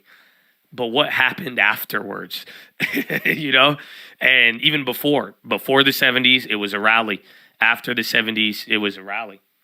You have a ton of cash. Well, make sure you generate yield on it. That's what I would be doing. But I don't know if you like it. I'd go balls out and find a house. That's just even a cheap one, an expensive one to live in, one by you, one in Indiana, wherever it is. But I've been saying that will be the inflation hedge for a long time. And even with or without inflation, it has its own utility and value. Again, I'm not telling you to FOMO, and honestly, you're kind of getting a buyer's market returning a little bit again. People are slowing down with the interest rates, but that is something. Otherwise, hold your cash and be patient. You know what I'm saying? Where it's like, for real, if you don't want to look long ahead and you do feel there's a big, big danger, hold that cash, get a yield. Again, I like how the houses hold their value, but at the same time, you're going to play the musical chairs game of holding cash and not. But thankfully, bond yields are high, and that's the beauty right now. If you're long term, I like long term. If you're speculating, I'd rather the bonds have proven to be the winner. I'm learning that firsthand.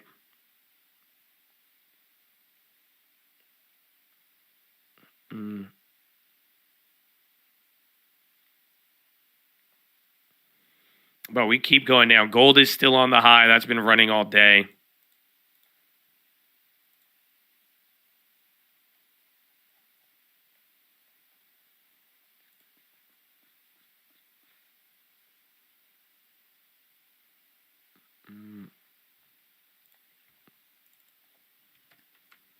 What time is it?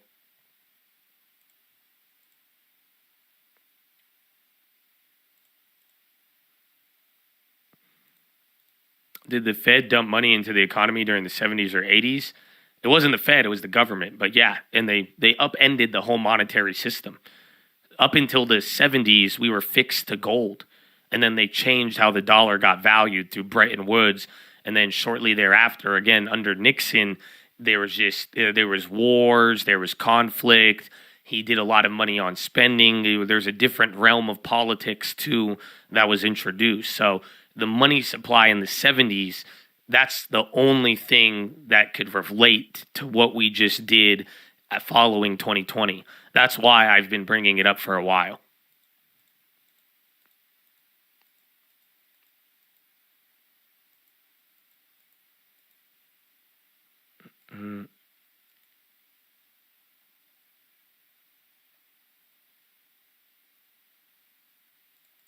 Weren't Janet Yellen and Joe Biden in office during that time? They worked in government, I'm pretty sure. Maybe late 70s or 80s. But I know, actually, like Nancy Pelosi was in government since Gerald Ford. So she met Gerald Ford. She worked under Gerald Ford as like a secretary or some shit. Like some like lower level political position. But most of them all go back to that, to a decent amount, if they're still alive or if they were young enough to be in politics still or old enough at that time.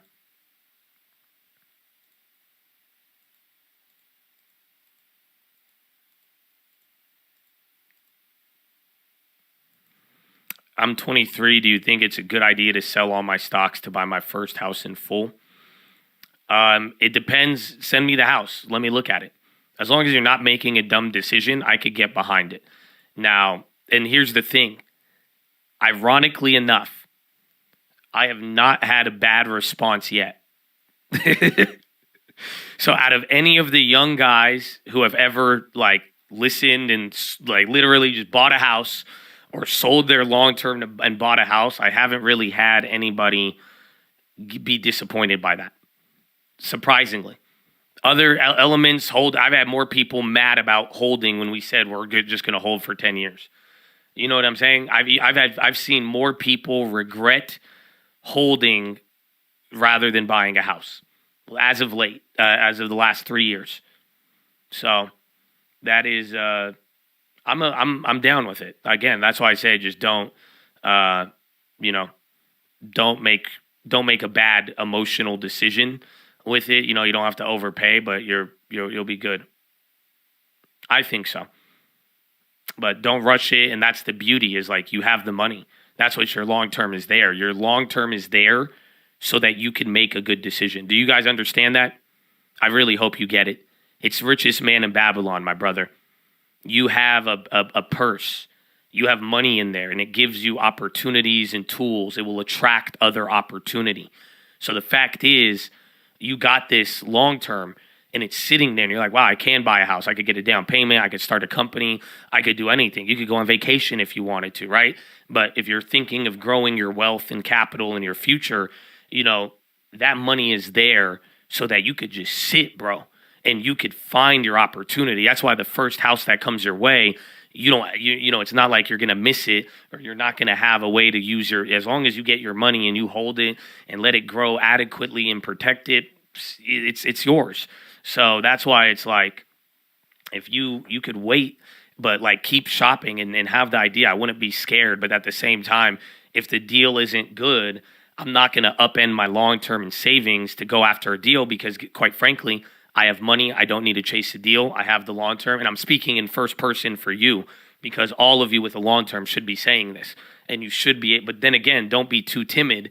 But at the same time, just make sure that, you know, make it a good investment. And, you know, don't fall for simple emotional failures that will lead you into a bad one. And you'll be great. You sold mine and bought a house. Amen. It sucks. It always sucks when you do it. But then again, just little by little, year after year, you'll see stocks go up and down. But then, I mean, again, your house value it doesn't move as fast, especially if you're not buying it at the highest ever price.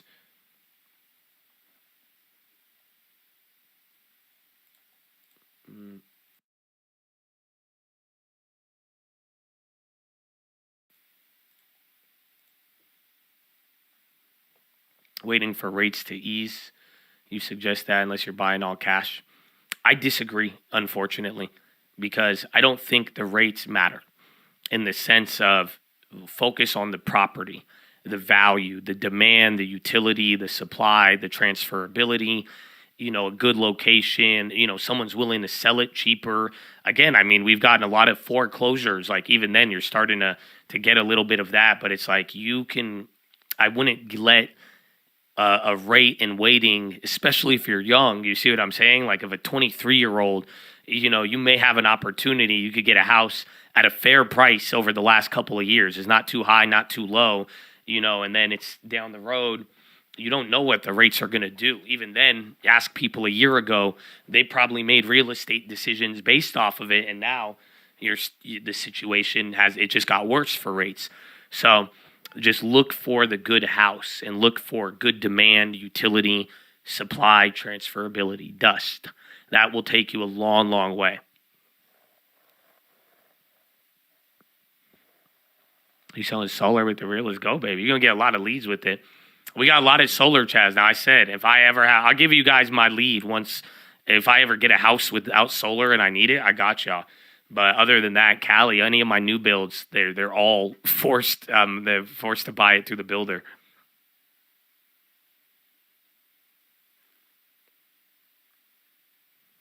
So exit strategy, not necessarily. The exit strategy with real estate, I mean, it's either going to be in living in it or turn it as a rental. But what I'm really saying here is that the value of the home, stop trying to time your opportunity. I'm teaching you how to get opportunity to slap you in the face. Have money saved up. You know what I'm saying? Don't be in a position where you have to operate off of need. You know what I'm saying? And have that savings there so you never get forced into making a bad move, right? And then look for a good value on the home. You might find that, and believe me, keep your eyes open and look. Because any of the houses I find, when I find, I'm like, wow, that's it. And I'm like, that's value. And the minute I buy it, it is secured. You make your money off of the buy. That is what I've told you guys for years. I built my whole life on it. You make your money at the buy. That's why I'm saying your exit strategy, my exit strategy isn't, if the market does this, if this happens, I could get off there. It's no, I'm making my money right when I buy it because I'm buying something worth more money. I know the value. If I'm seeing that, that's what is going to take you a long, long way.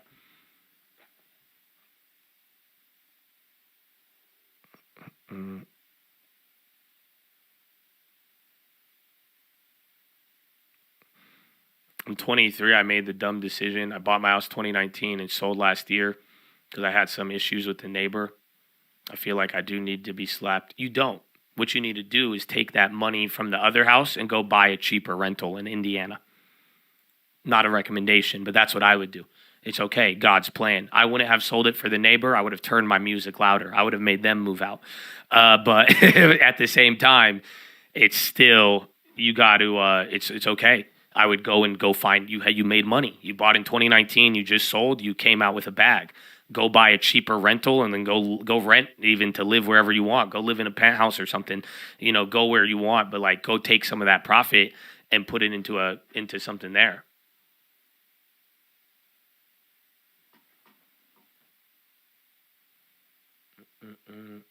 You'll put it like this. My house was $300K in 2006.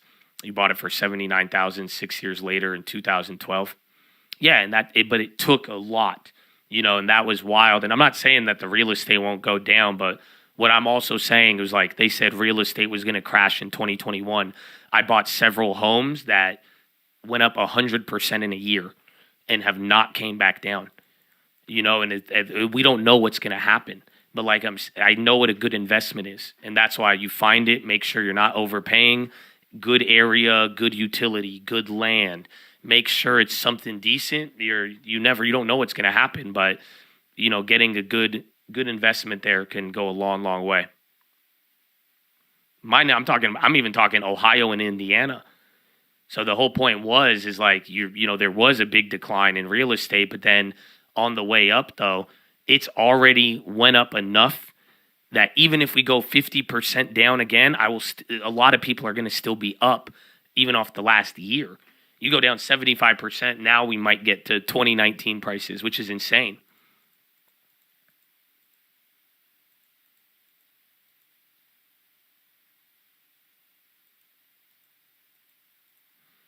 You sent me the house. Let's take a look, baby.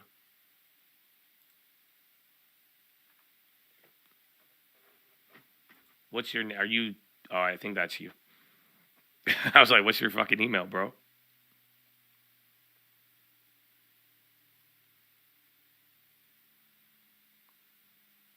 And then I got your email, EE. I'm going to see if we could do anything with that.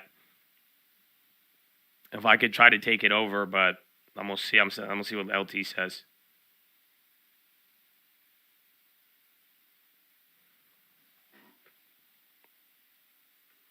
How do you balance cash flow versus appreciation? I like equity because I'm not like, I'll sell houses. Like, even though I own a very large portfolio, I sell houses. I mean, I've told you every year you've heard me buy houses.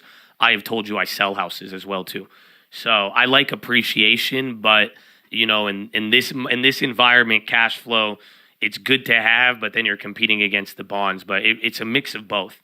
You know, you want good equity and good ability to cash flow. So in a weird way, how I look at it is not really what it's cash flowing currently, but the ability. Now, granted, I don't buy houses that, you know, when they're like, oh, 10% cap rate, but it's all like speculative. I don't believe in that. I don't like future stuff. But that's why demand, utility, supply, transferability, you know what I'm saying?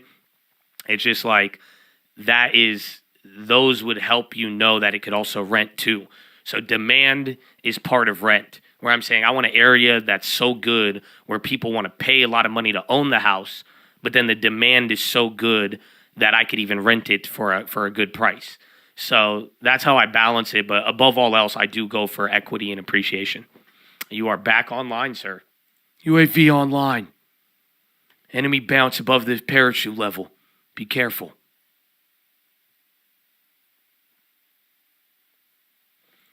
And then this house is nice, but it's small. This house is beautiful, actually. See, so this is where they're getting you. Big land, you could even build on it, and it's on a main road. No, you're not buying this one. So that's it. I'll tell you one right now. All of you, learn this right now. And you might be like, Josh, my house is on a main road. It's okay, I'm sorry. But you are not allowed to buy these houses. I'll show you a picture of it right now.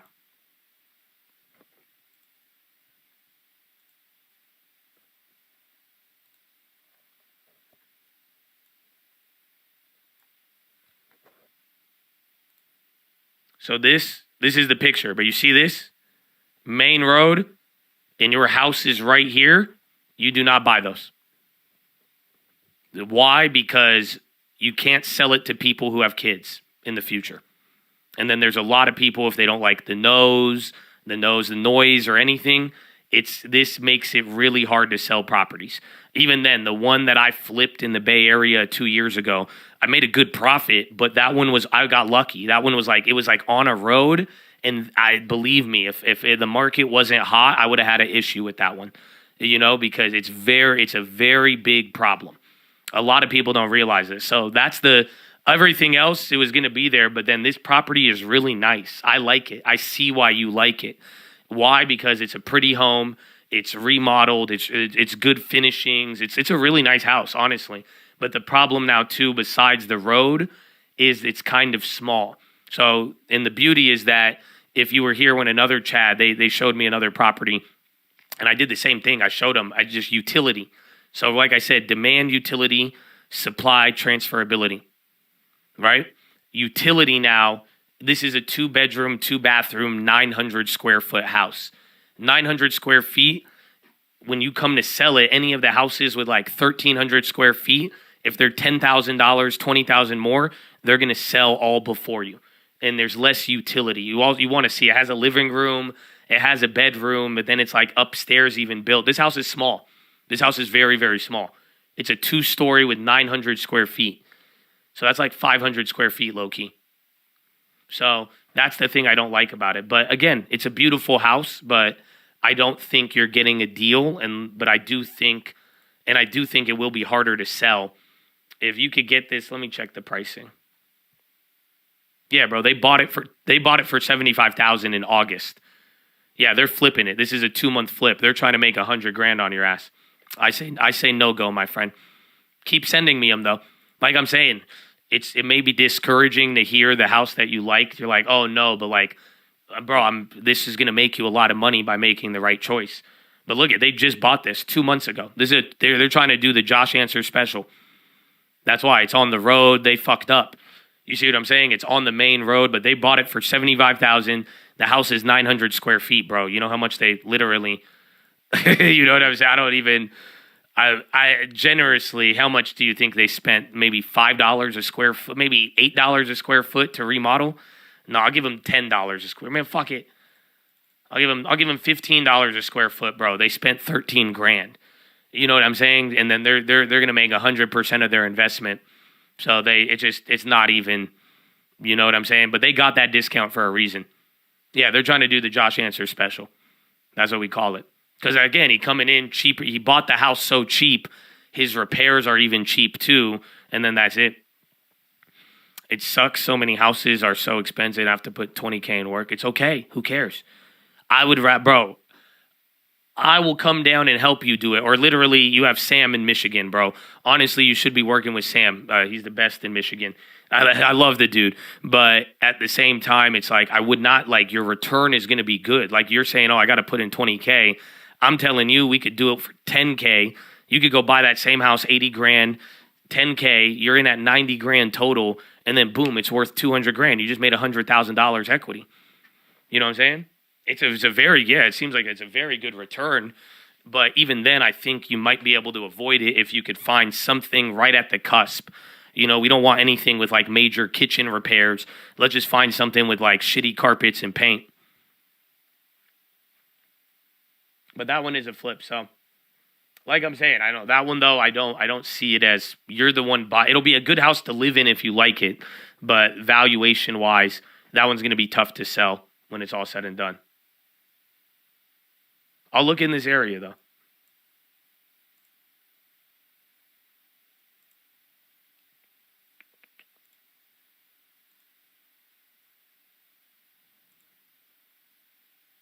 I think there's mobile home. It is the cheapest one. That's why they're flipping it, bro. Then there's like modular homes around there. I'm trying to find in that neighborhood. They are expensive comparative to that one.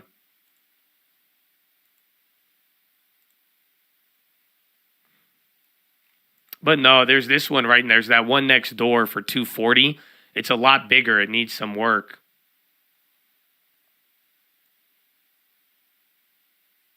What the fuck? They raised the price to $900,000? This is really weird.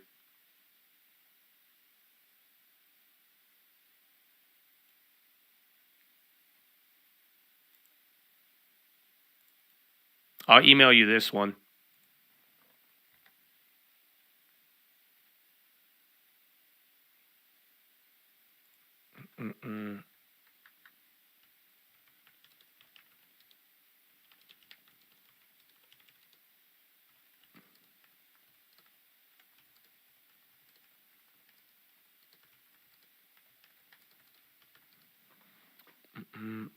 About building a house or multifamily. I just, again, as rates and everything goes crazy, and then the cost of materials and then my experience level. I've partnered with builders, again, some of my good friends, but individually, sole project, no. Again, I like buying houses. Like, I like knowing there's a structure. I like, I could value it very, very good. Just so much easier, whereas like everything else is, you can make a lot of money, but there is also a lot of uncertainty and costs.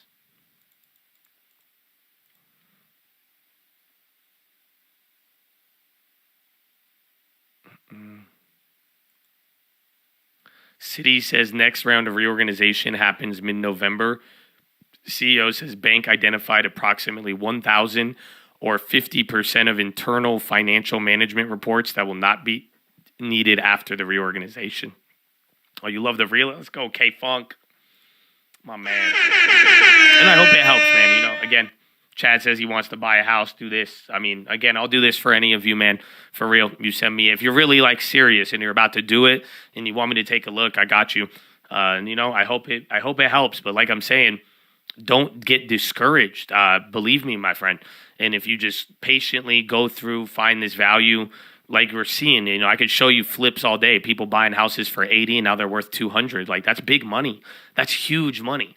So, and I want to make sure you guys if you could walk away living in a place, walking away with equity, it's just going to lift your financial situation. So if you do it right, like I'm saying, there's would I buy that house? No. But if you find something better value in that, then you'll be good.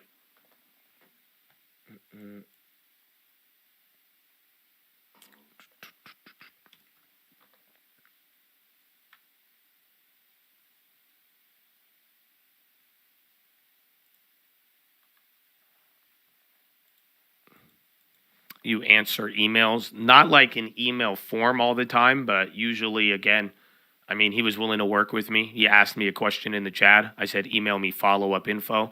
If I could talk to you, and that's pretty much how we just communicated. I could do that like all day, baby, all day.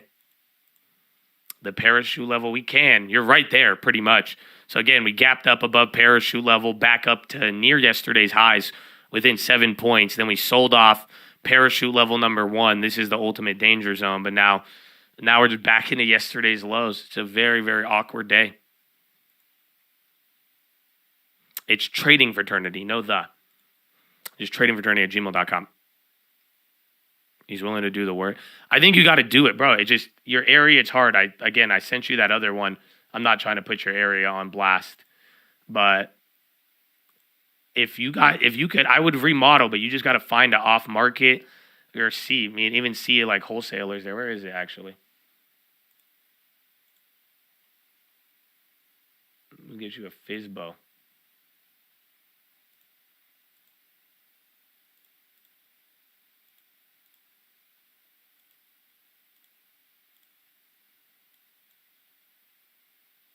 You just got to find the air. You got to find some leads out there, but I don't know, maybe even door knocking, bro. Do you have like a girlfriend? Do you got a wife? You have a puppy? You have kids? Like, go knock on the neighbors of that house you wanted and be like, hey, we're trying to buy a house here. If you guys are willing to sell, we a nice, we want to live here and be your neighbors, bro. Look at my puppy. You're going to let this puppy not have a home? I don't know if are you allowed to do that anymore? I think they made it illegal in California to write letters when you submit an offer.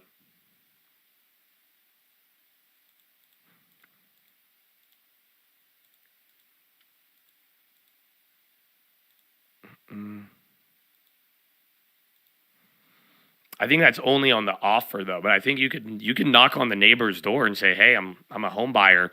I was going to buy your neighbor's house, but it's just overpriced. I'd like to offer you, like, if you're willing, I'd love to make you a good deal. I'm looking to move here." But it works. I mean, I've kind of done something similar, but it wasn't as like formal as that. It was actually the neighbor came to the open house, and then we were like, "Yeah, man, you want to sell?" and it works.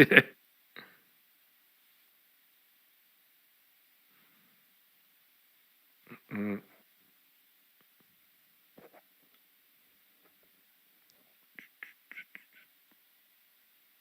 You can't write the letters anymore. Bryant Flores, baby. Bryant, what a name.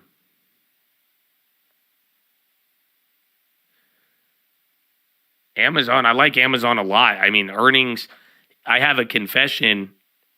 Me or my girlfriend did not buy anything on the other one. That house is nice. I'm saying offer them lower. So you should, I don't know, who's your agent? I would work with Sam in Colt Real Estate. He'll hook you up too, but like, get that price history on that house I sent you is so wacky, they might be willing to take lower. Like if you say, "Hey, I'll give you $200,000. Well, you got, I'm ready." I look at your neighbor down the street, like he's trying to do this, but that one's a way better house. It's uglier, but you throw $20,000 into that house, you'll sell it for $400,000. Like it has way more utility. It's almost double the size. Backyard, front yard, driveway, no street. That is going to run way, way more.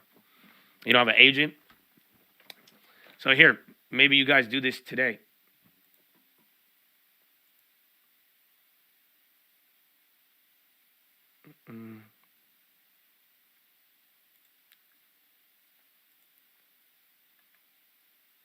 Let me see.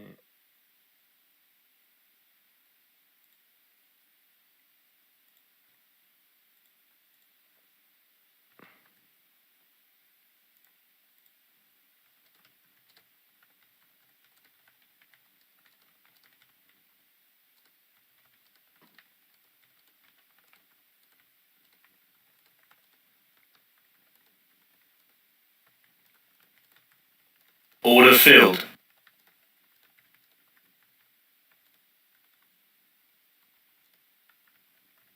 All right, I put what's it called? I put Sam on the email with you. Honestly, let's see if Sam's available. just have Sam put in an offer right now for you and just see if Sam could call him or say, hey, we have an offer and 60, 70,000 below. And if they're down, I mean, just let's see what happens. But that's what I would be doing right now on that. That one's the only one in that area just off a quick look. And then there's no FISBOs or anything else around there. You have a credit guy that could fix credit. We do, I think, but I have a couple of videos on it. It's not hard to fix credit. It just takes time. So it just all depends on the situation. And then Sam, if you hear him, I don't know if Sam's here right now. Sam, help your boy Colt. I don't even know his first name on there. I called him Colt, Colt. But that's the thing. That's what I'm saying. Hopefully, it's a co-agent would be down to just throw in the offer, see what's up, and then not bind you to anything. But you know what I'm saying? But just see, because that house, if they are willing to take less, I think that one is very interesting.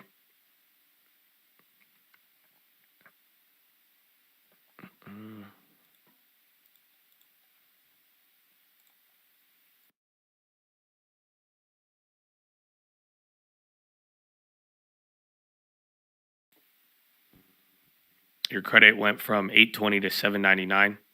Did you pay off debt? If you pay off debt, close accounts, that happens. Dollar General on the high.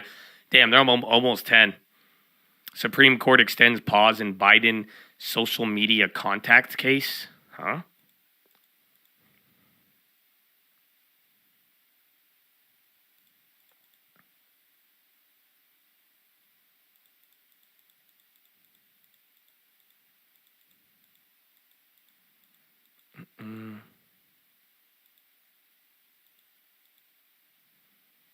Paid down 8. Your credit score will go down if you pay off debt. Believe it or not, you spent so much on Amazon. It's because you're having a kid. Actually, that makes a lot of sense, bro. And that's it. You're not gonna want diapers. You're gonna Amazon it. That's it. I remember LT when he had his kid. He Order used filled. a lot of Amazon. I just don't Amazon like I used to. Like I never really went crazy on Amazon, but like that's it, bro. Like, I just been buying, like, stupid, like, posture correctors. I got over that years ago. That's the only thing I would buy. Don't want to pay. Yeah, no, that's smart, bro. 100%. And then put that money into bonds. Dutch government advises against unnecessary travel to Lebanon. U.S. Supreme Court temporarily blocks restrictions on Biden's social media contacts.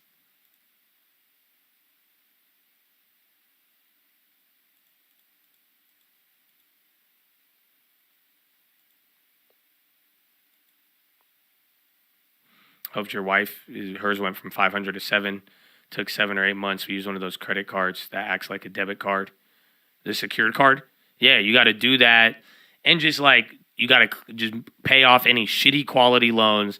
Get a good payment on there. And then once you balance it out for a couple of months, you'll be good. You could even dispute stuff if you have negative things to really help. But like, if you could, it's like a 6-month effort.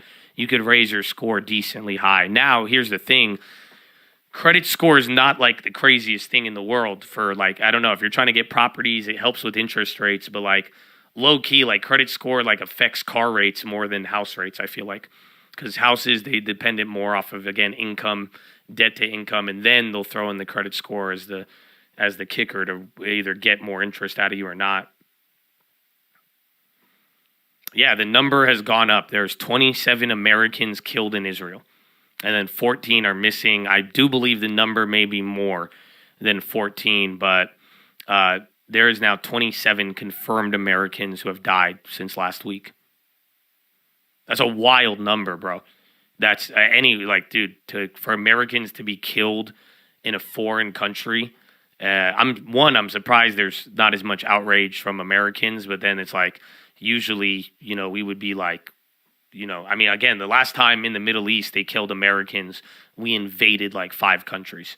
So it's very, very, it's kind of surreal that it's that is that number right now, which is so sad.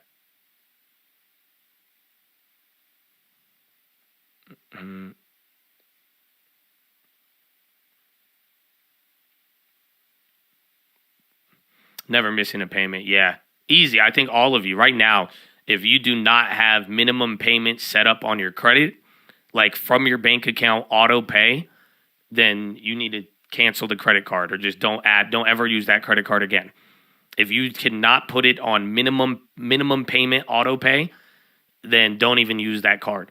Otherwise, you got to get it on auto pay and pay the minimum, because then that way don't miss a payment. What I'm trying to say is that don't ever miss a payment. If that is something that can help your credit out a lot, and you don't even have to be that, like, just set up auto pay and put the priority. If you have a credit card bill, get the auto pay on there. And that why pay the minimum? I'm saying pay more if you can, but at the very least, every credit card you own, you should have them on literally auto pay for the minimum, so that you never miss a payment no matter what. Like, I don't know how people go in if you every day or every month you have to go in, that's wild.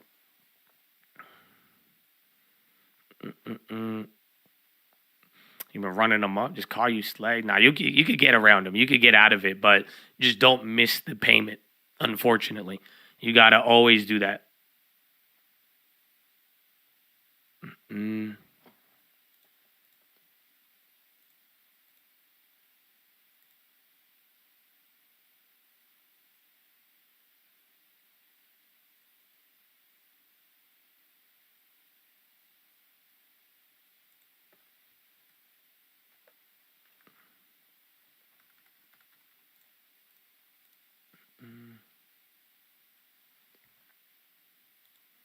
Call me Slade. I was like, yeah. I was like, you said slave? I was like, I think you'll get around it, man. You good. You good, man. I only pay with cash, BB.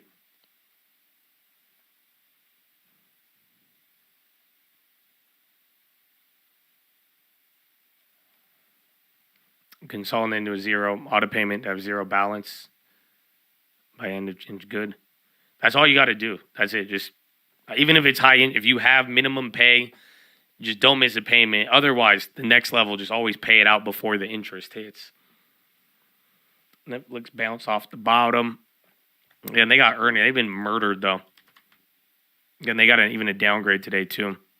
Oh, and then if your chats aren't showing up, someone sent me an email. We're on members only right now in YouTube. We have been for the last couple of days. So that may be why they're not showing up. Otherwise, you may have been banned if you were making a side-eye joke during the voice wars. Again, I got kind of fed up, if you couldn't tell. What the fuck was that?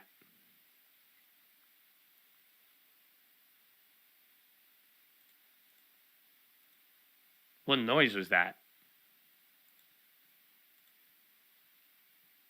I don't do. What was that? No, I'm looking, dude. What the hell was that? Dude. I don't have anything opened up.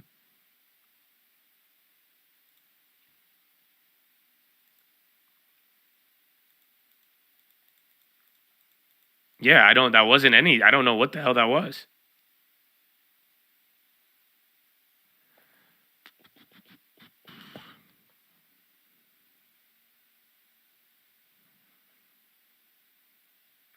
Maybe LinkedIn. I don't know, man.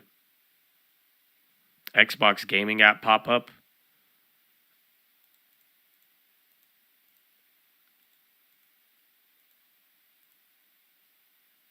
Something disconnected or something lost.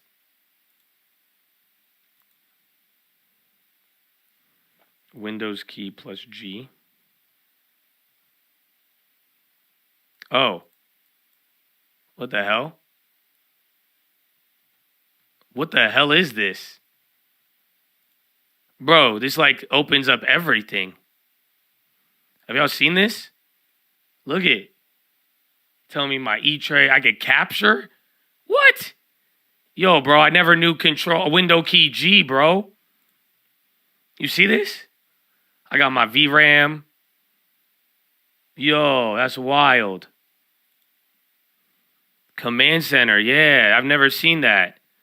Oh, I just learned something new, bro. That's really cool. Window key shift. Man, I'm scared now. I'm going to do something. Oh, that's for the, ooh, I see you. I see you. That's how I could do that. Wait, oh my gosh. Oh, look at you guys. Look at you guys. My goodness.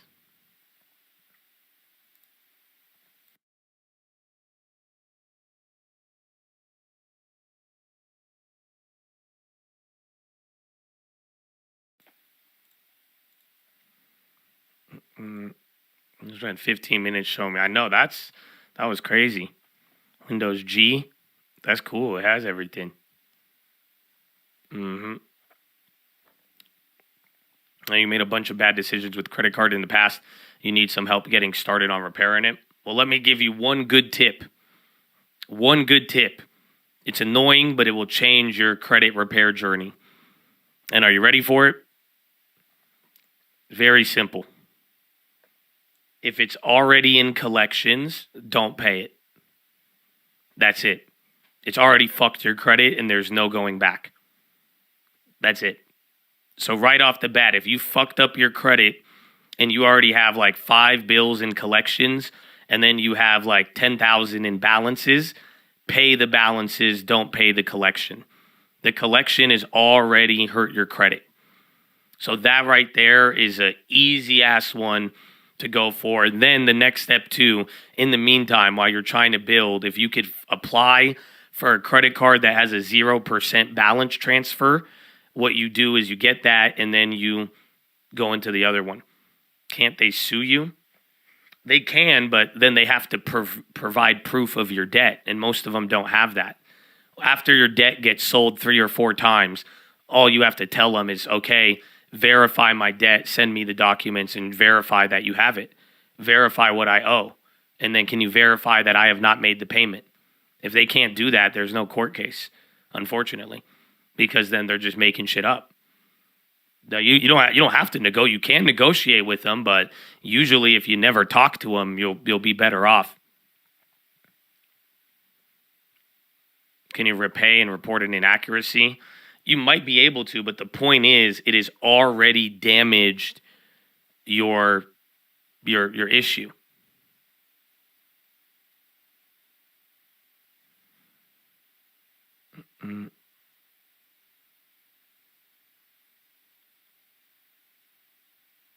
You can negotiate for pay for deletion. They sue you after 4 years. Again, they can. But it's like legitimately, like I'm saying, they have to verify it.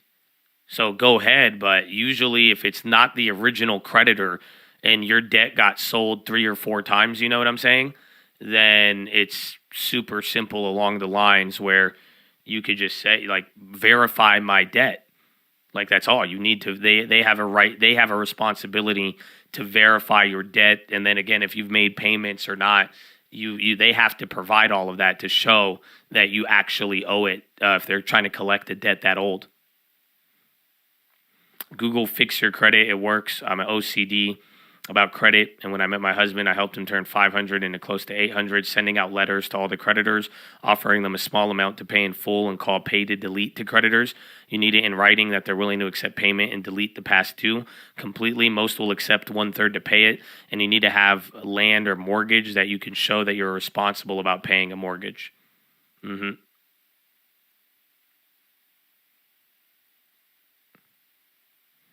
Yeah, never start paying on debt that has already been written off by the creditor. It starts the whole statute of limitations again, and it could go back on your credit report. Amen. So that's what I'm saying, though. Easy, because again, we helped a lot of people with credit stuff a couple years ago, and then a lot of people were like, yo, I got collections. I said, don't worry about it. Trust me, just don't. You have nothing to, it's already hurt you. So I'm not saying there's no consequence, but the point is, you've already suffered the consequence. They can garden if somehow your collection turns into a lawsuit and they prove it, evidence it, and you somehow lose and make every mistake wrong, then yes, they could garnish your wages if it is by a court order. You should get another credit card as soon as possible if you can to build your credit. If you could add credit lines, but you have to be responsible. So like Dave Ramsey right now is punching the air. He's like, what the fuck you mean get another credit card? Because it's good for your credit and leverage, but most people are not responsible with handling credit. So if you do end up getting another card, don't use it. Keep the balance so it could help your credit and available credit lines, but just don't use it. That's what I would say. But if you could get more credit cards, get them. Get as many as you can, but try not to wind up in a massive amount of debt. That's the only paradox.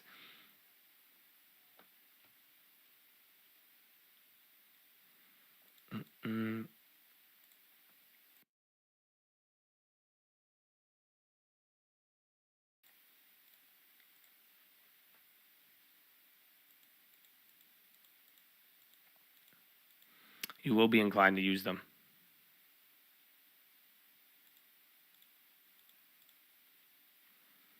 Yeah, Dave is crying right now.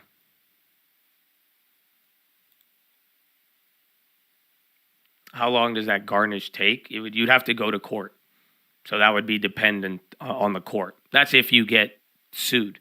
And again, if you are getting sued, all you have to say is, where is the evidence? They have to provide you with a certain amount of disclosure of what you owed, and they have to be able to verify it. But again, the fact of the matter is most people don't have that if they are a collections company. So if you don't know what happens, once your debt goes to collections, the company said, we're never getting the money from you. So they sell it to another guy, and they sell it to this company who buys the debt for pennies on the dollar. So you owe $1,000, they pay the company $10, $100. And they're like, give us the debt. And they take on the debt. And then they go and they call you and say, you owe us $1,000. They paid $100 for your debt. And now they're going to try whatever they can to get all of it from you. So hopefully you see what's going on. And then usually after a year, 6 months, if they can't recover it, what do? They sell it to another company. And the next company, they'll package it up, sell it for $5, $10 again, sell it to the next guy. And then the next company tries to get on it. And then but again, by the second, third, four, five, how many years are we talking, that your payment was? And then by the time, if you did ever get to court, I wouldn't talk to the people, but if you ever did get to court, the question is, do you have the evidence? Okay, show it.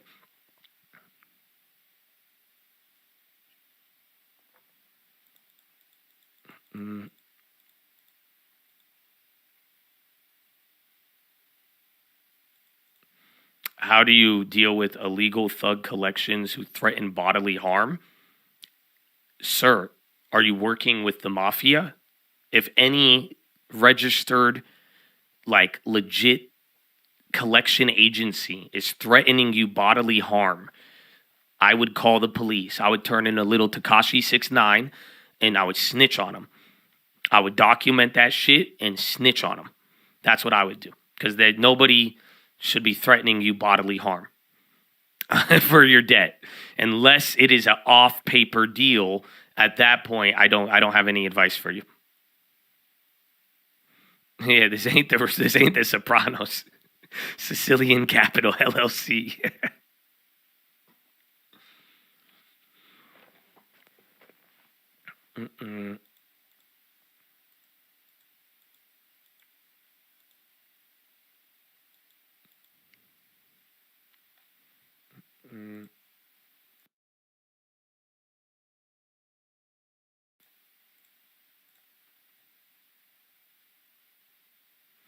Downtown Cleveland, I don't know if it's harder to be approved for a condo than a house. Yeah, are you doing FHA? But condos have you're buying into the building, and it has a HOA, so there's more requirement. And then if you are using FHA or whatever, depending on how the building, how old it is or not, the lender might have to qualify the building itself. That's something that they're looking at. No, we'll see. Yeah, can't do FHA. Yeah, they need condos. You have to get the building approved.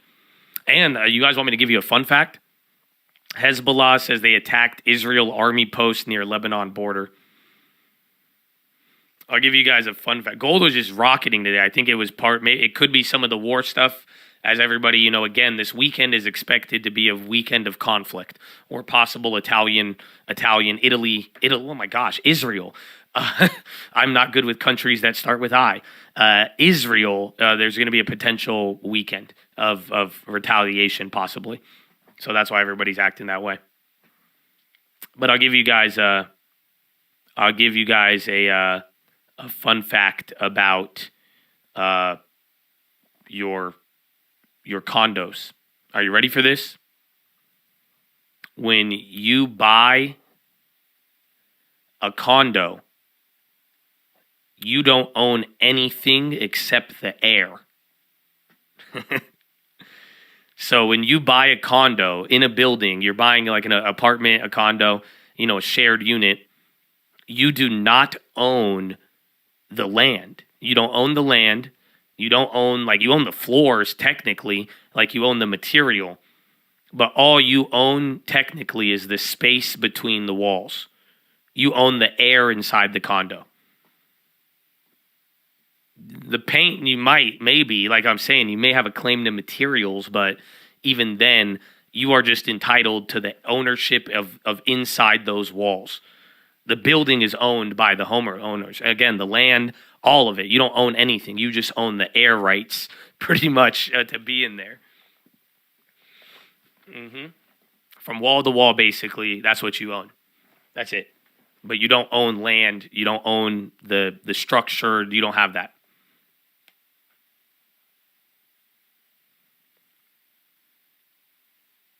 You own the stud-ins, but you share property rights with everyone else. So down to the studs is yours. You can't sublet. That's why it's up to the HOA. That's why a HOA could control what you do.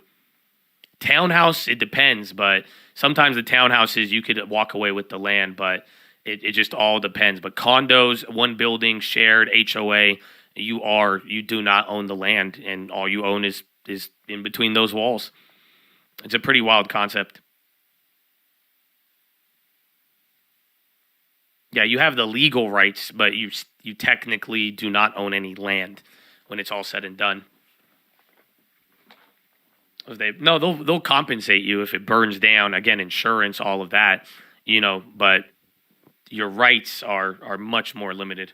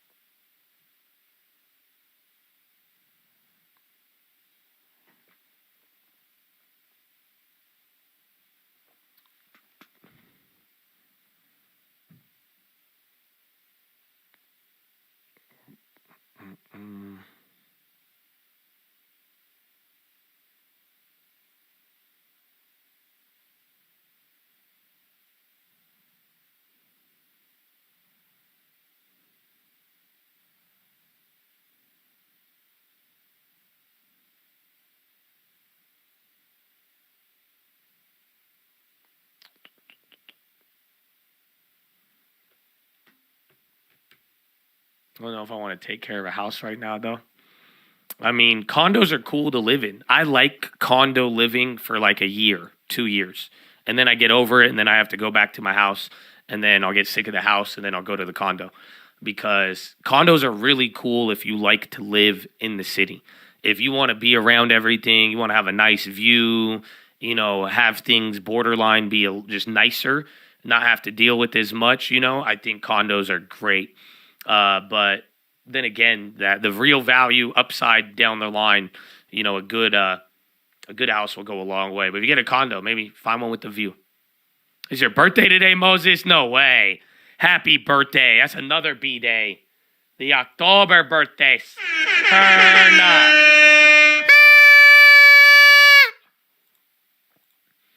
That's what I'm talking about. That's what I'm talking about.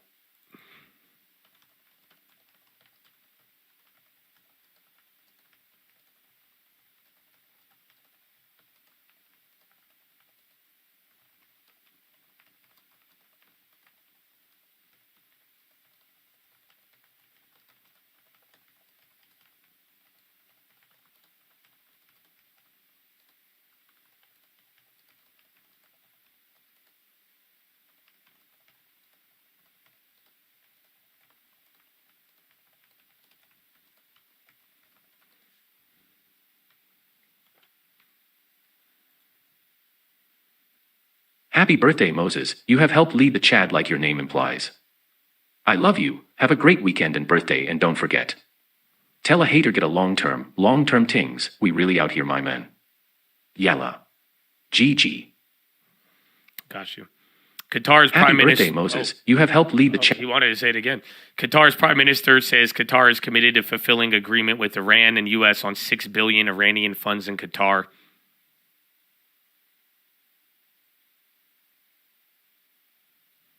And then Ukraine Zelensky says they destroyed 300,000 tons of grain.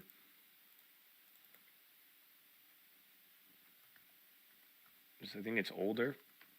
Shit, wheat's already up. Moses means from the water. Yeah, but I meant like Moses leading the people. No, you didn't.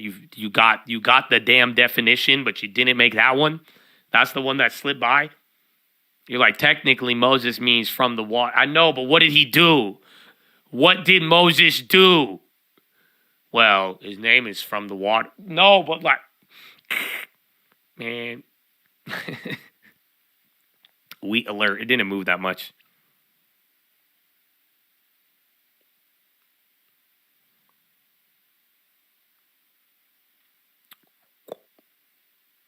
Make sure the HOA is not trying to blackball Airbnbs.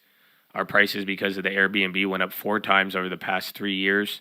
If they start to outlaw, it'll kill our sales. I live on the lake. Yeah, well, every HOA doesn't like Airbnb. You have to think about it because they don't get to make as much money off of you. So, but usually RevMed, RVMD, didn't we watch this the other day, yesterday? That thing's going up again. Yo, VIX, Order you're filled. going lower. Microsoft into the low and a few others. 4330. What time is it? It's almost 9. Order filled. Reuters cameraman Issam Abdullah was just killed by shelling. He was killed not far from where I am in southern. No way. That's crazy. Order filled. And then they're talking about the fund. You're going down. I don't know. That maybe we're reacting to that, but literally a Reuters reporter was just killed in Lebanon. That's crazy. That means, I don't know. Remember, like one of those feeds I was showing you is Reuters. So that means maybe one of those feeds around there. I don't know. Let me check. That's sad.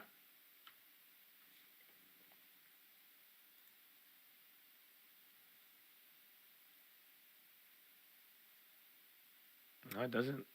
It's late over there. Yeah, and I mean, this is the parachute level. We got one more level now. You're getting into yesterday's lows, 1 point away. So just watch out. If we're out, then there it goes.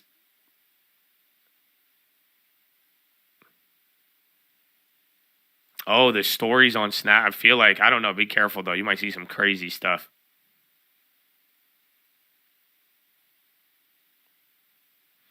So again, 2 or 3 more points here. If we flush, we're into yesterday's low. But I mean, ironically enough, the bonds have not died, but the dollar is up. If anything, a lot more movement in equities. NASDAQ is down 1.1 now. Yeah, silver, gold, oil, all safe havens are up.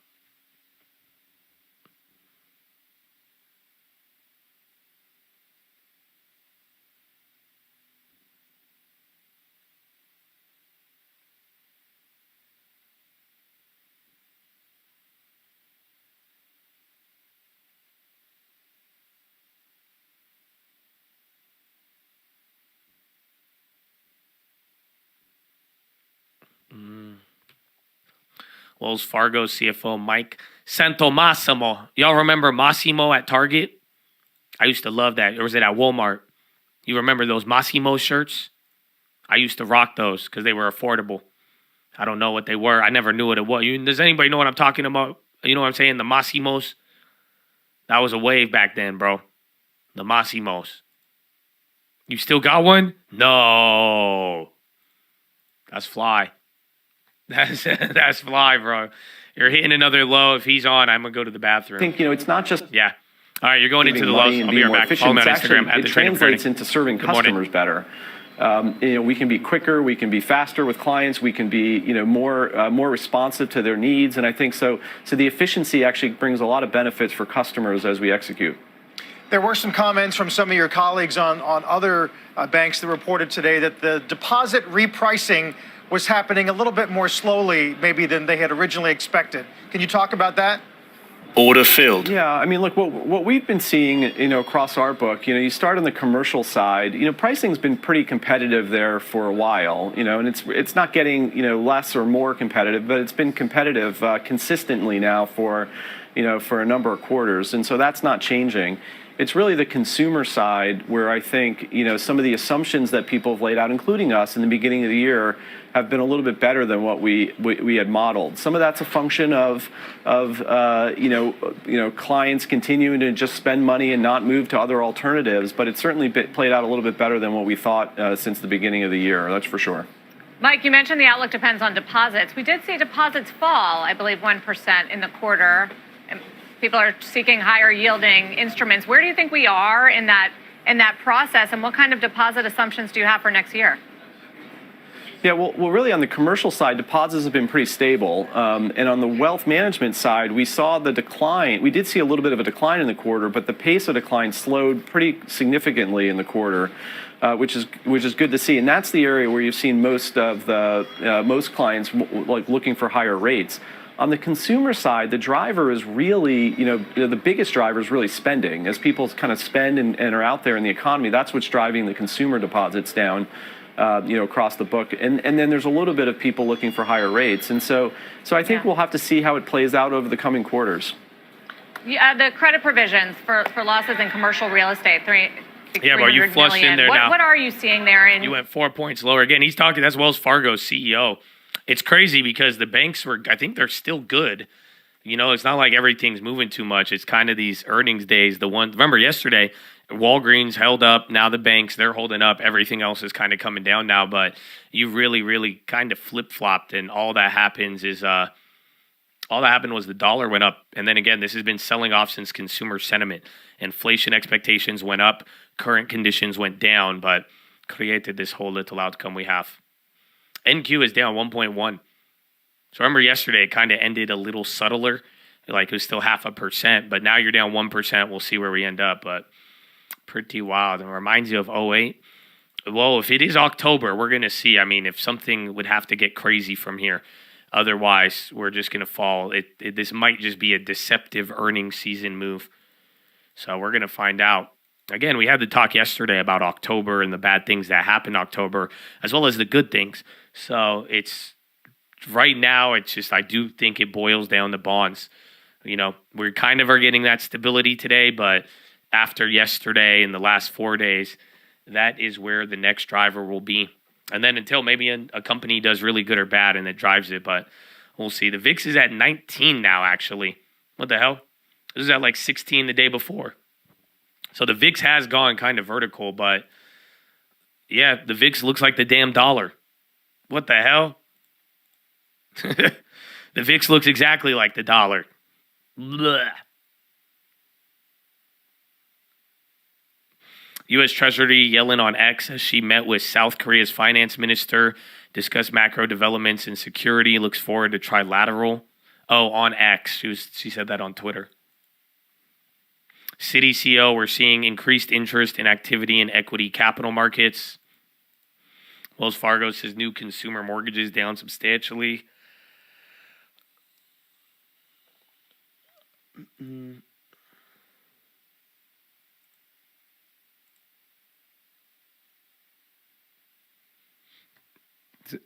You check this isn't your email.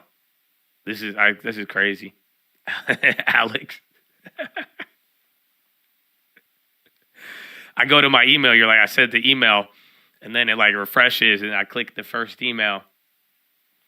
And this is what comes up in my inbox. That's Carolyn Ellison. I think that's that's Sam's girlfriend. That's crazy, bro. I don't think the Biden was edited in there. Why are you sending me this, man? That's hilarious.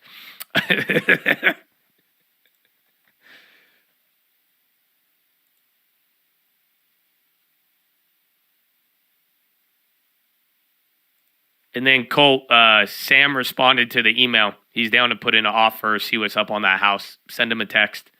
He put his number in there, I think. I think you guys should try. See if you could get that house 60 grand cheaper. I would do it if they say yes. No, that was from Alexander, not Tim Whitman. Alex and Tim, they're my meme guys. Those are my meme guys right there. That was SBF's girlfriend. Or, yeah, ex-girlfriend. I feel like SBF is the type to still go out with her. I don't know. Something about Sam. I feel like Sam, even after the trial, he's like, I love her. I love her more than I love cucumbers and being a vegan. I'm like, what? I'm like, I don't know, man. Zero doubt. Zero, right? Yeah, I feel like it's all even for the story, too. He's like, it's the comeback story. Yeah. You know he's going to, you know he is.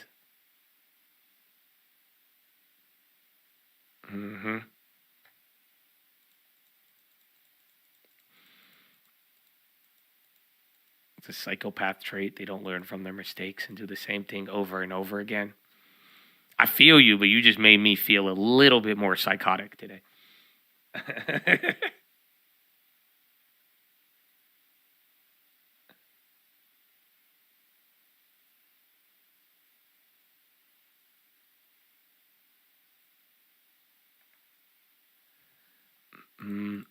They getting married at Margaritaville. I mean, Margaritaville, I heard it's a good place to get married at. Oh, I didn't even tell you.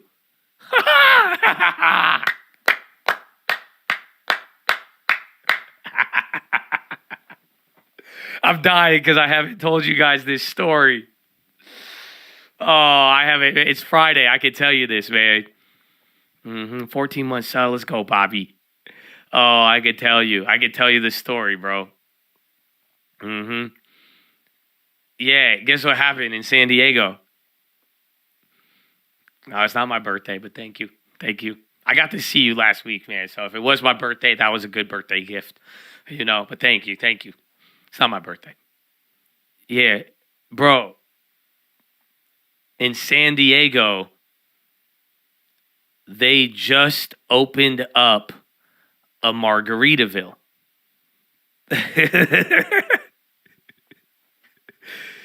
So, like, literally, in downtown San Diego, they opened up a brand new Margaritaville, a hotel and resort. And I'm like, what? So what do you think I did? Bro, I told me and my girlfriend right when we found it, we went. I stayed at Margaritaville. I said, it's time now. I got a hotel in my local city. I said, I'm going to spend one night here. I said, you want to go? Let's go get dinner. Oh, yeah, I stayed. Oh, my gosh. And it was exactly what I expected. That's it. It wasn't a bad hotel, right? It wasn't like it was actually kind of a vibe. It was brand new. They were just remodeling it. There was a lot of issues there. You could stay there? Yeah. They just opened it. It's honestly, they did the Josh Answer special. They bought this building and then they just like painted my hotel room, I had paint everywhere. I literally look out my window. There's like ladders that they hid, but I'm like, what the fuck? Order filled. But then I'm like, no, bro. It's like this was my first thought though. It's a nice place. It wasn't bad. I could see why Sam thought it was nice, but like totally, like if somebody was like, I'm a billionaire, and they invited me to Margaritaville, I would have been like, no. This is it. It's a nice place, but it's not adding up. You're not a billionaire, sir. There's no way. There's no way, bro. And it felt like you were in Hawaii, though. It wasn't as bad as I thought, but that wasn't the billionaire hotel. That's it. It was fun though. I was gonna make a video of it, but I had to enjoy the moment while I was there. I was really into it. My girlfriend did not like it at all, but we had a good time. We made you should go. It's like your hotel is way nicer. Like that's what I'm saying. Like if Sam Bankman was like, yo, meet me at the Edition, meet me at the One, meet me somewhere like, I'd be like, okay, but he's like, meet me at Margaritaville, and then you walk in and there's a giant fucking flip-flop statue. Like, I'm like, no, bro, come on. No.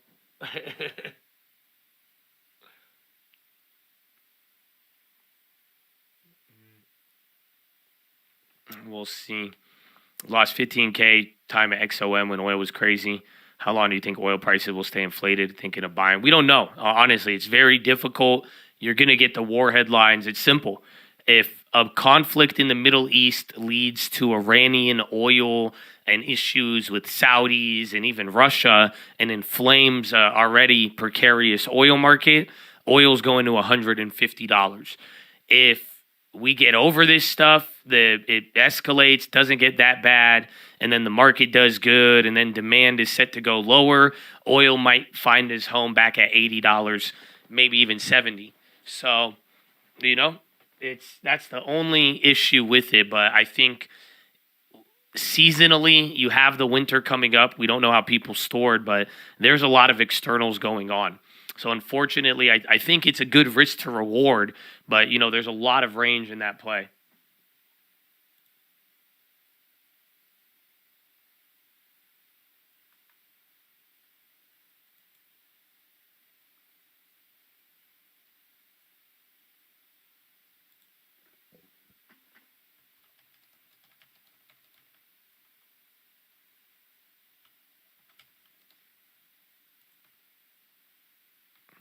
All right, yo. Is Colt still in here? Sam already emailed me back. He said the agent said they would have a deal at $225 with 60-day free occupancy. I don't know if you're down with that. I say we try to say $200 cash. If you need the cash, I'll get you a hard money loan or I'll give it to you. But I think, bro, I'm telling you, that one might hit. What does she have? She has it listed at like 270, I think. And now she's already down 220 with an agent contacting her.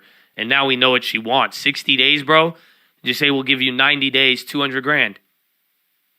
Oh, no, she's at 250. Yeah, say I think 200 grand. I don't know. I don't want to negotiate your deal for you, though. But we got you in the door, baby. We got you in the door. Are you? I'll email Sam back. I'll tell him.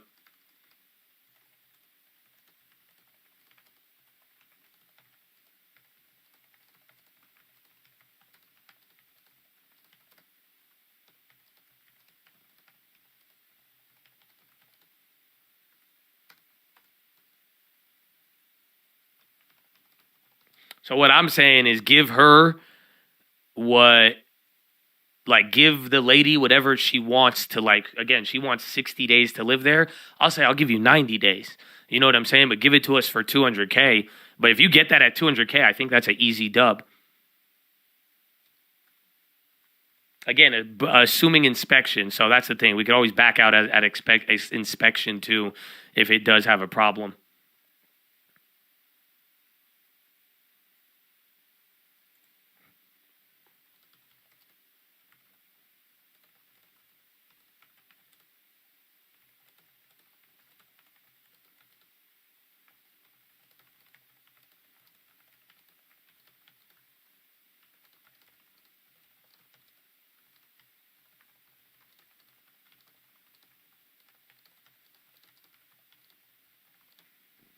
Okay.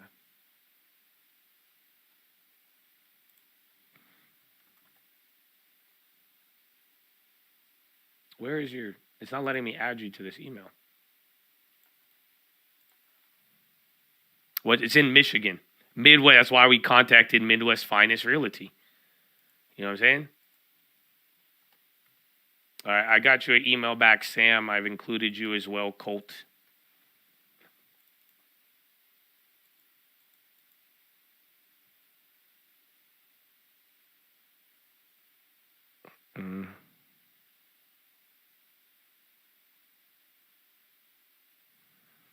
Look, I'm an honest, well-versed man. Bless you. Thank you, my friend.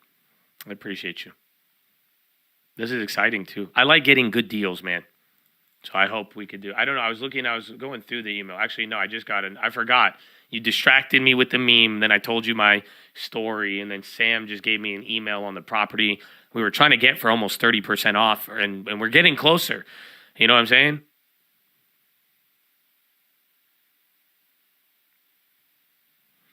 So we'll see. I got K Funk's email.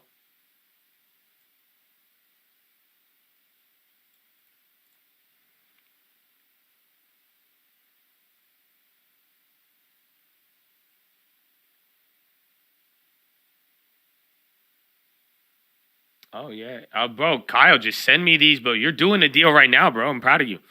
Good work, yeah. I'll take a look at it. Oh, you're getting that one at 300? That's not bad. I don't know the area as much, but that seems like a more fairer price than not, but like it's not showing me the price history.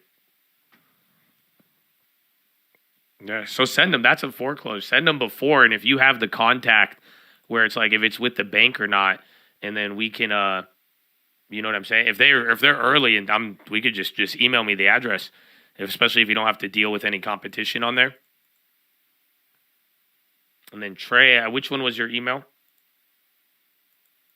And then someone said you have 2 abandoned houses with pink slips. No one seems to be there. Yeah, get me the address. You might, honestly, the idea with those would be to find the owner, or in a weird way, if the owner no longer exists and there's no next of kin, you legitimately might be able to just take the property. As weird as that sounds, but there will be cost associated. And do not enter a property with a red tape or pink slip on it. You will. That's a crime. My dad's the agent. Oh, really? Yeah. I mean, I'm a good buyer. I just need it cheap. You could ask anybody who's ever worked with me. Like, if I tell you the price, bro, and you get me a good one, I'll buy it. So if they have ones that they need to really sell and are willing to give up more equity as the bank, I could close those all day. Those are the ones I like. Otherwise, I'm a very patient, cheap man when it comes to it.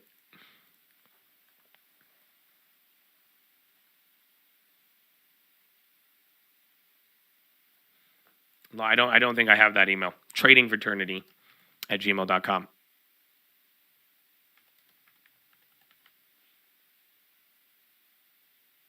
Yeah, I don't have one of those. There's no red tape, just pink slips. Yeah, take pictures, send them over, write the address. You could wait till I could do it, but go get those addresses, try to find out who owns the property, the name, see what's up with it. Go even check the tax liabilities, but those could be opportunities. We're either going to get in contact with the owner, or if there is no owner, you might be able to do something.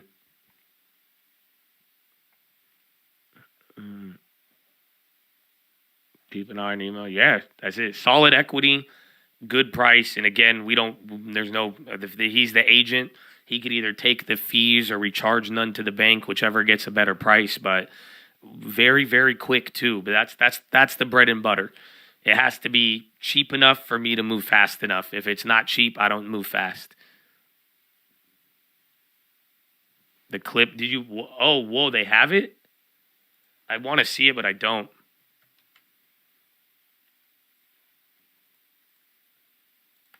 That's what I was saying, though. If a Reuters person died, we were watching one of those feeds.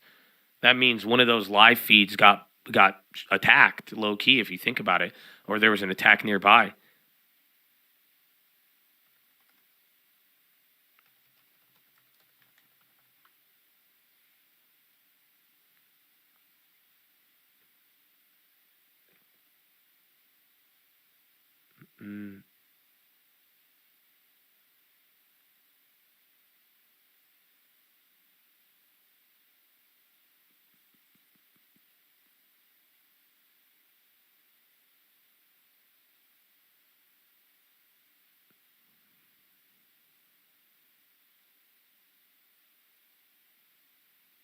Yeah, it hit one of the areas of the camera.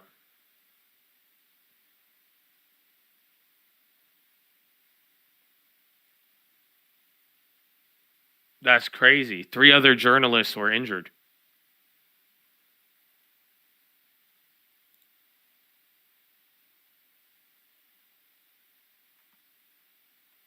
Jeez. Bonds coming up, equities going down. I'll take it, man. Honestly, Microsoft flushing though, Wells Fargo and Best weird. Bonds going up, dollar is coming down. Yeah, be careful. Even if you look that shit up though, be very careful. You will see graphic shit. Again, there's multiple reporters injured, and there's very graphic content on that. The camera video isn't that bad. but if and finding it, you're gonna see some other shit. But there's literally that was about 30 minutes ago. There was an attack near it was literally on film on the Reuters camera, and then it just blurs out, and it was like behind them, I think.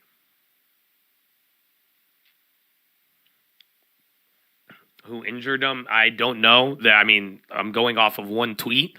There's a tweet that says it was Israel. They're saying Reuters team was shelled by Israeli occupation army while reporting live from southern Lebanon. But I cannot confirm who it was. I mean, that's welcome to war. But this is still, that's crazy.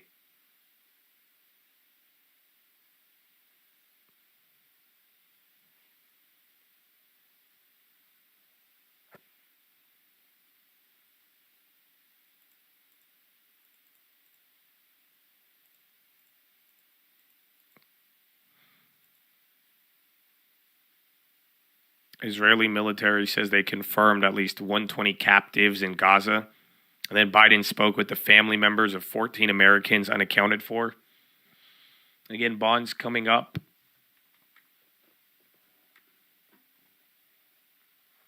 Dude, it's only 9:16. It's still very early.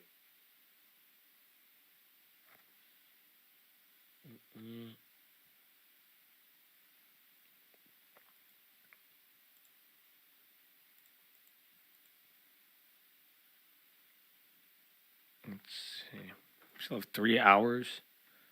Already down one. Okay. I'm closing that Apple short from last week. I took a $500 loss.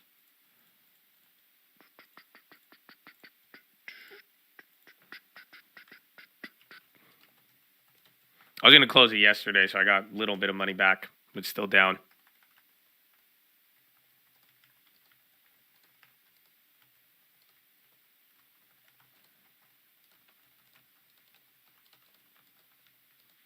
Should have held it through the week. Well, I held it for a week. I wanted it to be a shorter trade. I was down like $200-300, and then worst, it was like even 900, and then it came back down to the middle. But realistically, I was down like 400 or 500 the moment I took the play at the end of that day. So I just held it there to do nothing.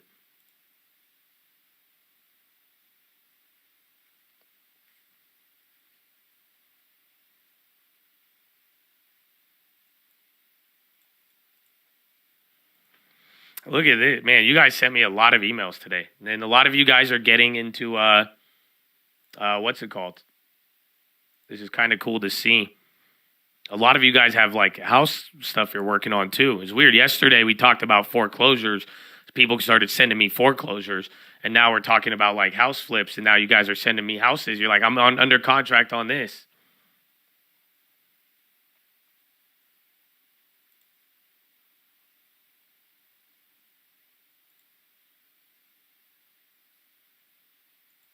And then, Brian, what are you paying for that one house? It looks good, but they bought it really cheap last year.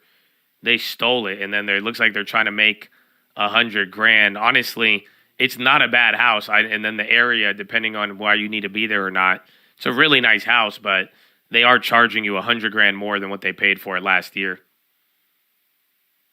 It's not on a main road. This is, again, the area itself. I don't know if you're how familiar you are with it, but it just has its own little vibe.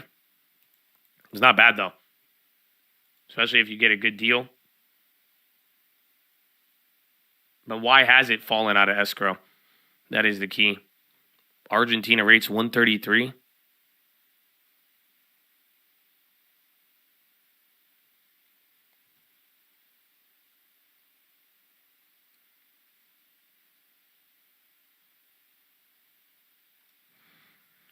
Yeah, 120 captives is a lot. All of it, man. I don't think it's moving in slow motion, but there's so many things happening. But like, this is why I don't know if you guys recognize my reaction and a lot of people's. Dude, this shit is like out of hand already.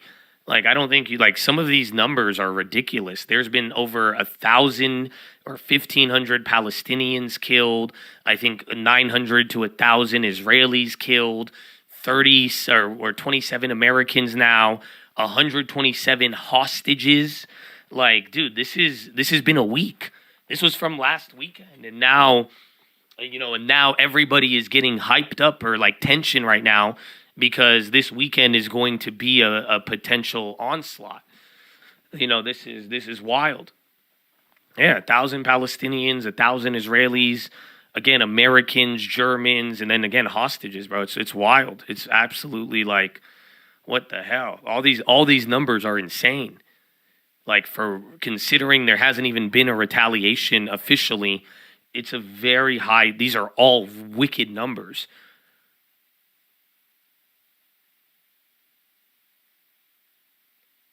You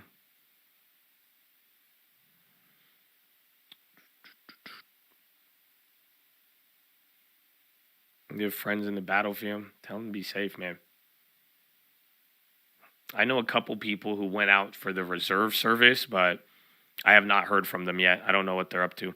I don't know. Like, I don't even know, like, if you join the reserves, do they, like, I don't know how involved you get right off the bat. And then they have obviously the people, the citizens there in the nation who are already serving. But, dude, it's wild. And then again, on every side, there's people from all over going to the battlefield, which is wild. Almost 500,000 displaced from their homes too. Then that's why I'm saying these numbers are nuts, because we have not had the full-blown retaliation yet. So if this is what the numbers look like now, I mean, this is why I tell all of you, advocate for peace and not war. Again, you're going to see stuff on both sides. It's going to feel a certain way, but I hope everybody as a world community, we're able to say no to violence, because, like, dude, telling both sides, it's like we're yelling world star at both sides, it's not, it's getting, these numbers are going to get crazier.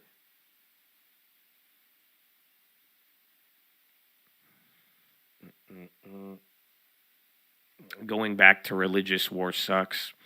No, I think that's very, very, like, that's very misguided. You know what I'm saying?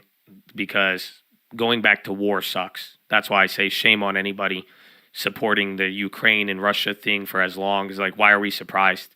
We just supported war. What do you think happened in Ukraine and Ukraine and Russia? Like, dude, it's been slaughtering. It's the same exact thing. Literally, they look different. That's all. Sadly, that's why my Middle Eastern people get killed. Both sides, bro, people getting literally bombed and slaughtered. And everybody says, oh, it's a religion war. It's like, no. You don't say that when blonde hair, blue eyes Ukrainians are fighting, or Russians. Like, it's violence. If you support violence, you support one violence, you support all violence. You know what I'm saying? That you support one war, it's the same. A religious war is the same as a territory war.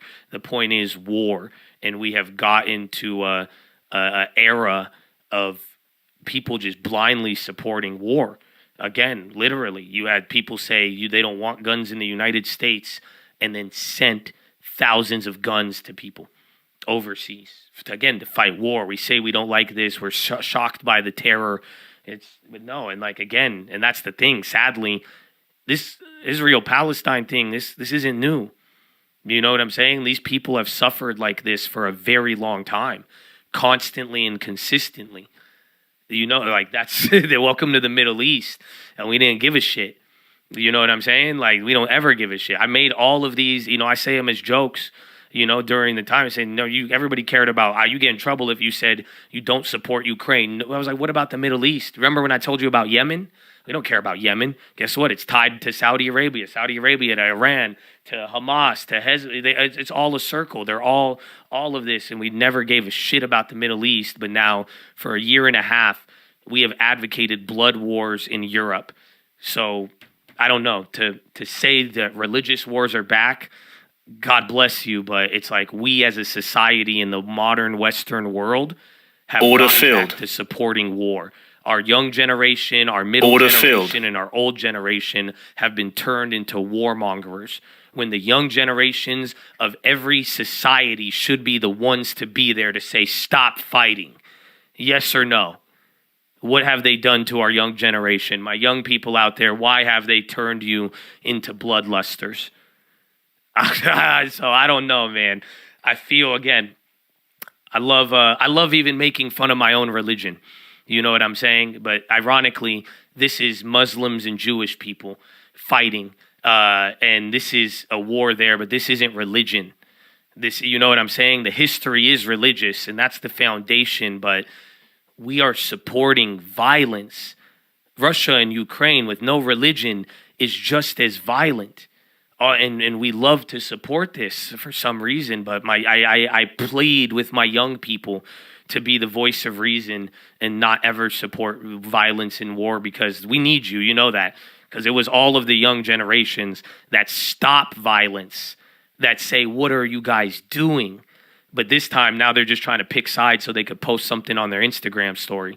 You know what I'm saying? And for real, like, yo, encourage people in your community to not support violence, but posting an Instagram. You know what I'm saying? Like, it's so, what did Kendrick Lamar say? Prayers on my timeline. Like, you know what I'm saying? It's just like, ugh. You know, overnight activist and all of this, where it's like, for real, bro, just in your homes, with your neighbors, with people, stop giving into the demand of blood. Regardless, I don't know why we look at killing so like it's Call of Duty. Maybe we played too much Call of Duty, but yeah, I don't know. But that will be my reaction every time everyone says the religion stuff, because I would love for this to be a stupid holy war, but that's not it. That's it. This is the reason why it's so difficult right now. And look around society, and that's it. What did you think was going to happen after supporting Ukraine and Russia and telling them, telling people to kill? When you say fight back, you're saying kill, and I get it. You're not supposed to stand down and take anything lying down, but like, I hope you get what I'm saying. Public support on a world scale. We are down with giving people guns and missiles and telling them to kill each other. Why? Why? Why do you support that? Why? Seriously. And you could tell me what one side did with the other, but it's just like, there's nothing else we could do. There's not one other option. And that's crazy, because I wish there was an answer, bro. And I wish religion could fix it. And I wish you could fix it without religion. But the fact is, the humans are demanding blood. This is literally the Colosseum. And we are. I feel like we are so far deranged now that we watch all this shit going on and we still want war, regardless of who the other person is. It's insane to me.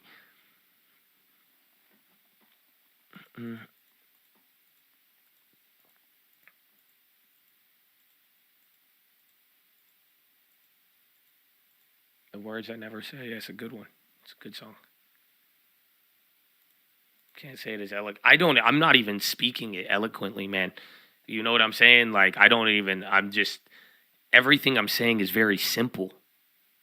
Give man gun, man kills.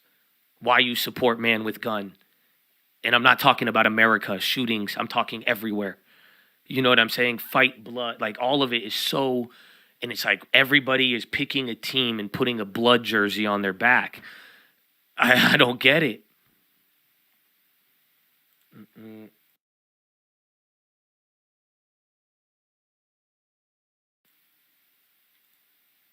I agree. You don't give man gun, man still kills. 100%. We're going to kill each other regardless, but that's why I'm saying you now have public support to kill. That's what's always the hardest to get. They got it in the snap of a fingers from everybody on both sides. That's it. The tensions are high. It's too high. And everybody, that's it. It's okay now. Everyone's just saying, yeah, well, shit, let's support it then. But that's why that's where I draw the line. Just because men are evil in general are going to kill each other anyways, though, we need to stop supporting it. And I know people want to feel good by saying we're supporting this people. Because, again, I feel for the people fighting for democracy and their homes and all of that, you know? But it's like, dude, we need to start promoting other things. Let's advocate something else. You know what I'm saying? Let's advocate something else, please. Because why are we doing that when we clearly don't like the violence and we see it? It's why.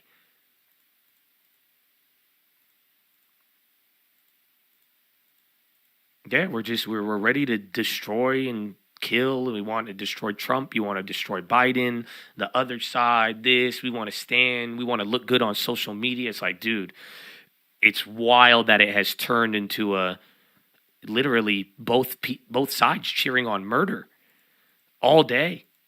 Just a lot of bloodshed.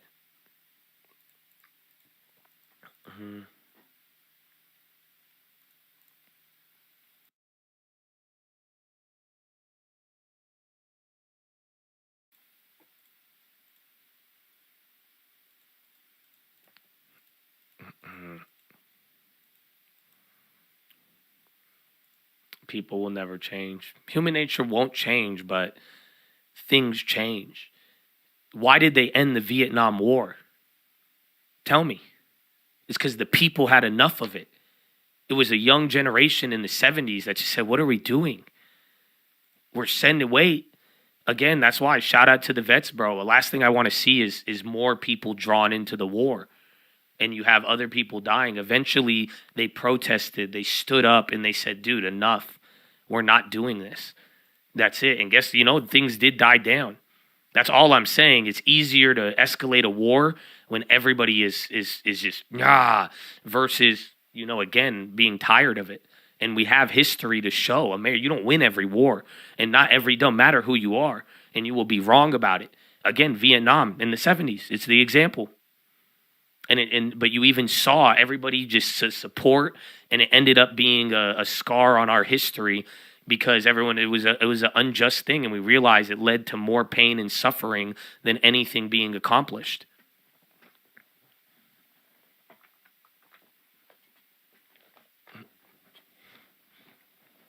I know, right? You need a cease. We forgot what those words are. Ceasefire. That's even an agreement, but even then, it's still, it's wild, dude. So like all I'm saying, man, I'm speaking to culture here, not to any side, and I encourage all of you, look for love to be the answer. I know it sounds so naive and stupid, and people are going to die anyways, but at the end of the day, we as a culture, a society, bro, especially as Americans, and like you've gone through it all. It's just like you cannot be like any violence is violence. And, so especially if you get sick of gun violence in America, great. You don't want to support any wars elsewhere. And all these other dude, it's crazy to think about.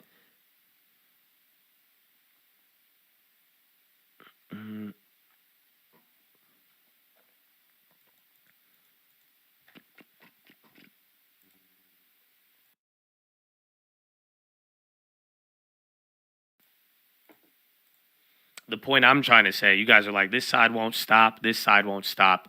I'm just telling you, no side stops if they are being emboldened. That's all. And there's enough empowerment from both sides to kill that's all I'm saying is why are we emboldening this? And that's it. You're hyping people up.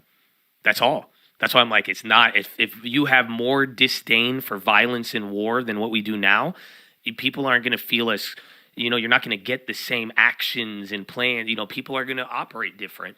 Doesn't mean they won't stop their violence. But, again, that's where the history comes into play. All of these organizations that are terrorist organizations, they've already existed for a long time. Besides this last week, when was the other time you talked about Hamas? Did they just stop doing what they were doing? No. It's just like, it was a moment that all culminated, and then even the reaction, everybody just went quick. They picked up guns and jerseys and said, there you go. Pick your side.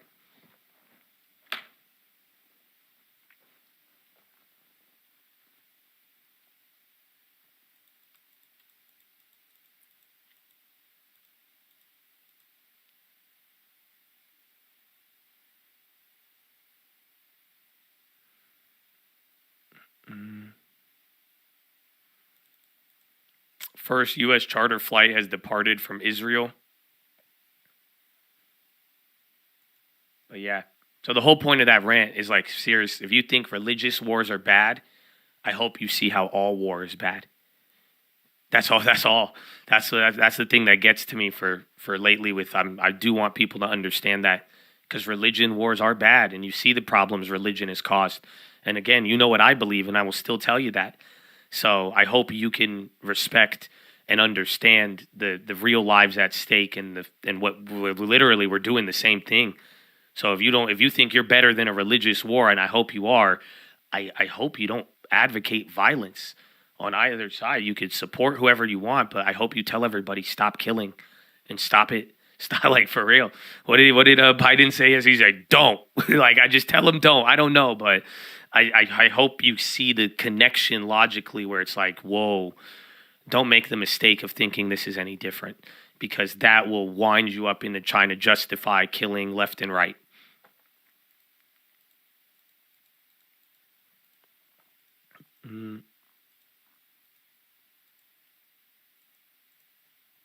I have to join. Well, God bless you, man.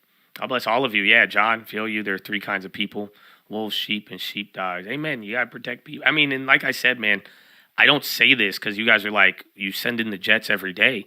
America is built off of violence, bro. We sell the fucking best killing machines in the world, and I've called that out before.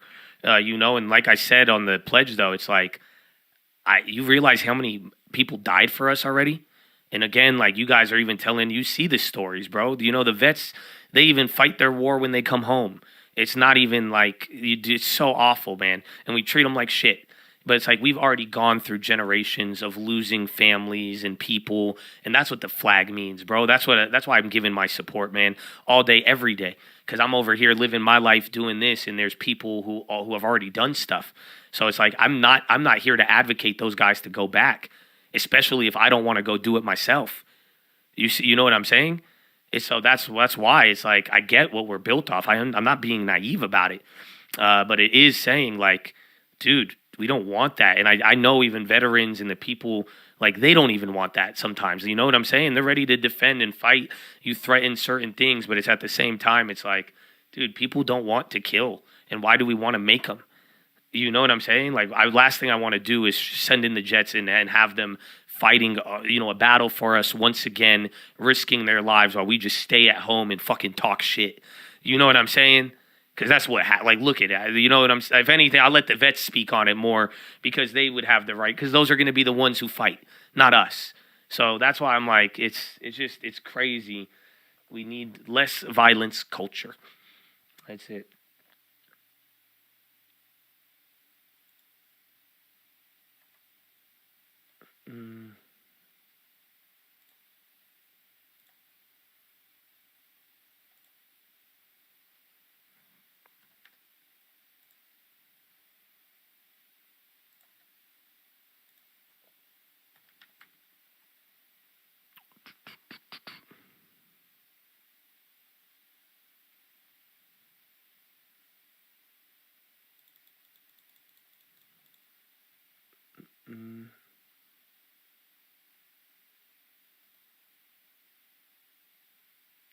Let me see. I think I don't know if Kirby went off.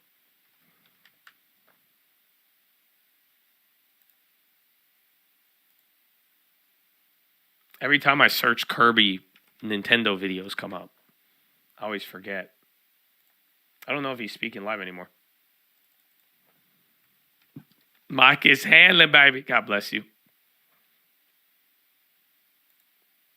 I mean, Habibi. Biden makes announcement on hydrogen hubs. Press secretary. There's an Air Force One gaggle. I don't see Kirby.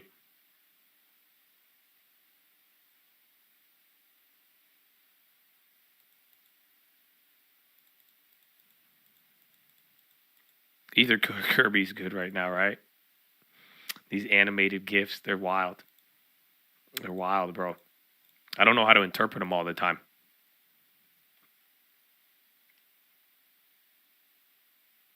The peace dividend got cut, so the powers that be went in search of yield. That's deep, bro.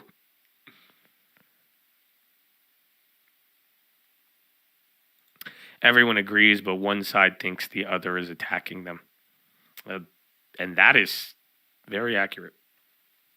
Amen. So what are you going to do about it? Do you support the violence or not? We need hardline, no violence support.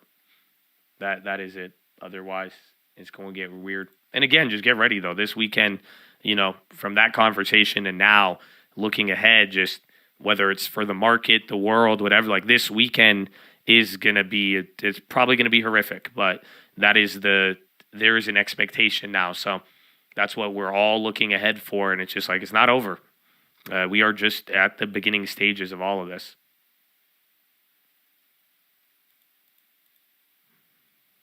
Activision Kodak says will focus on philanthropy. EU warns Alphabet CEO to be very vigilant to comply with EU tech rules after spread of disinfo following Hamas attacks in Israel. I supported Egyptian boy. Hey, you gotta be careful, bro. You say that in a couple weeks. I don't know what that's gonna even mean. Egypt's right next to it all, bro. We're right next to it all. But amen. Mishkora Kabibi.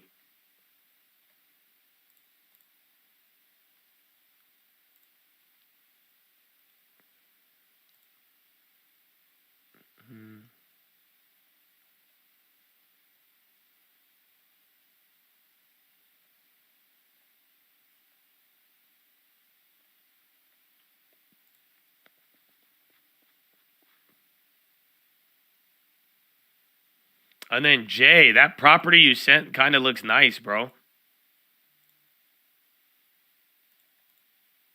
You're looking to buy a house with your friend. End up really liking it. I think it's it looks like a cheaper house. I'd want to know why it's cheaper. And then why are you going to buy it with your friend? How is that going to work? So, honestly, the house looks like a good deal, assuming it's not like on a main road. Yeah, bro. You're behind like a little weird creek. But like anything in that price point is like condos around there. And you have decent size. Not bad. See if you could get it lower. I mean, they're obviously, Austin has a inflated market, but it's been on the market there for a little bit. I like that house. I'd want to know why it seems cheaper, though.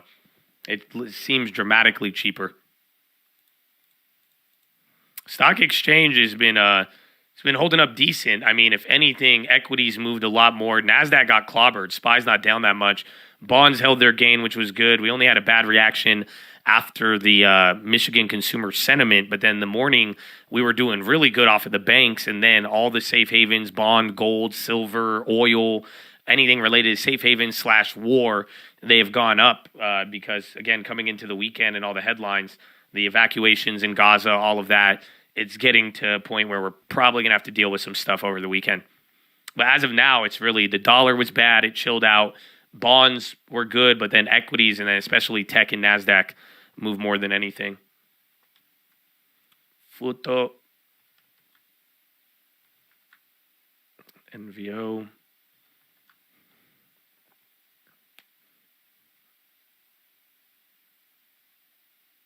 At the end of the day, the love you get is equal to the love you give. Are you all in for life? Wow. You trying to hit us with a philo, Michael? Amen, bro. Or no. God bless you. My man, Michael. Mike, you got experience, Michael. You live this life, bro. Tell him, bro. Tell him. So glad we stuck JPM in the long term, one of the strongest banks. I am too. It could have been, I would have even been happy if it went down, because it's like, I do like the name, but it's crazy that it's up and we have a good size on it. And it's like, you know what? I wonder what JP Morgan's going to look like when they cut rates.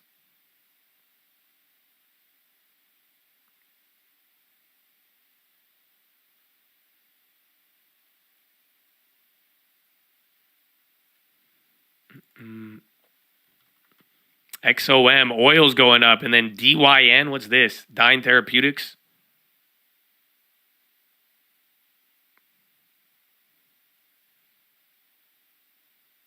Cristiano Ronaldo facing 99 lashes for adultery. Bro, what news wire are you getting this one from?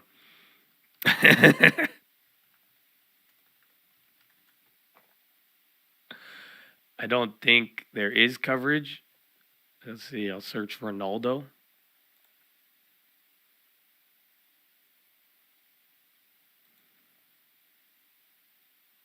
That was World Star. I don't know, man. I don't see it. I'm gonna go to official news wires first, but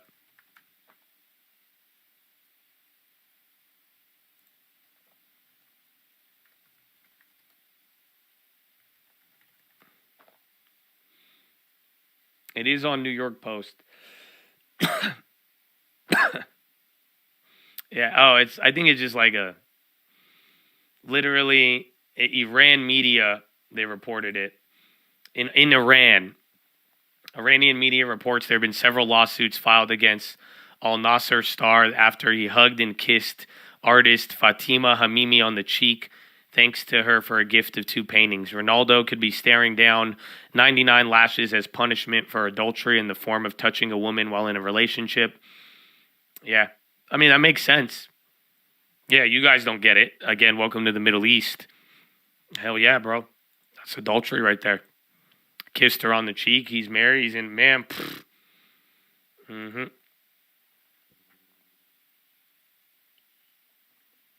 Is there a reason you're blocked from the YouTube live? We're on members only mode. So if you're a member, you should be good. Otherwise, if you were making just low quality jokes over this week, you probably got banned. Again, I was in a mood while my voice was not working. But I was trying really hard to get you guys stuff, and some of y'all were just not the business that day, so I had to take it out on you, which I feel like was fair, but then again, we get into that whole violence debate again. So other than that, though, it's members only on YouTube. I think even on Twitch now, too, but you guys should be good. I don't even think that many people got banned. I hope you didn't, but at the same time, hopefully it's a learning experience.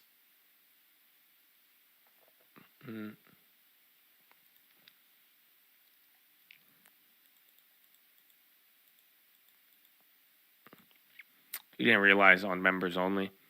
I did forget for a little bit. And it's just, I mean, it's nice though. It's just a lot. I mean, we've had a lot of weird conversations still, but I don't know, just way easier to not get into a awful conversation. Like, I feel like it's still been a lot more peaceful, which I like. All good days start, baby. Tell him, man, all good days start. And drive.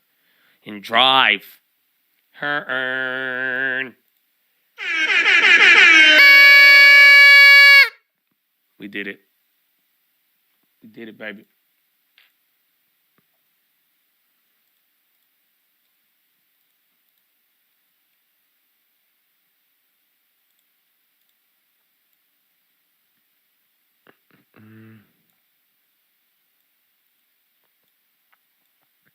Josh making money on these memberships, low key. Well, thank you. And yeah, I mean, if that's the alternative to doing things for free and getting bullied and harassed, then yeah, I'm glad I could make money on the back end then. 100%. That's why I was really bothered. You have no idea, bro. I woke up like an extra hour earlier to get flamed by like half of the Chad. Well, for what? You know what I'm saying? I was just trying to get y'all info, put it on an AI. I had a physical limitation. You know what I'm saying? Like, that's how I was like, so honestly, to think that that's how, and then you put it on, I do it every time with the voice thing, but it's like, and then we put it on members and, the people who, support. It's like, and you look at it, you don't see anything like that, and I get it. It's not even about like, I don't really care how nice you are to me or not, but it was just so distracting. And you see it, people are focusing and they're in the game with it. So I feel, but yeah, that's my attitude and logic. Every time this happens, it runs on the same highway, where I'm just like, but that time was different because usually I don't wake up extra early to type up stuff and put it together because I didn't have to. And I was very, very let down by the reaction I got. And it wasn't everybody because, again, you see it, you put it in members only, and you'll be very, very good. Mm-hmm.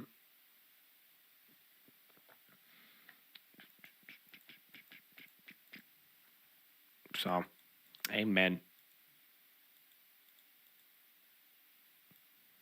Yeah, it's a reminder to stay focused.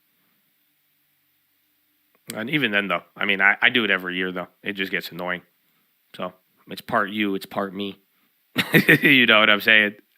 It's not even, and that's what I'm saying. Give it a couple days, we'll be good. But I do like members only. At the end of the day, we've talked about a lot of deep stuff so far, and I think we've had good conversations without, I don't have to, I could ignore it, but it just saves the comment that is there just to argue rather than like get an answer. And that's what I've realized a lot lately too. A lot of people, they just want to argue. Some people don't even care.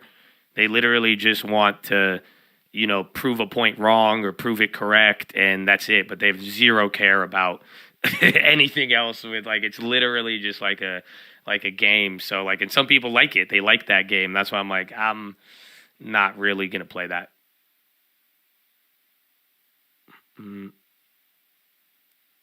Like me for validation. I don't even think it's validation. I think it's just even like boredom though too. Like I think they take entertainment in it, just like playing the devil's advocate for no goddamn reason. Like, you know what I'm saying? Like, it's just as long as you do it.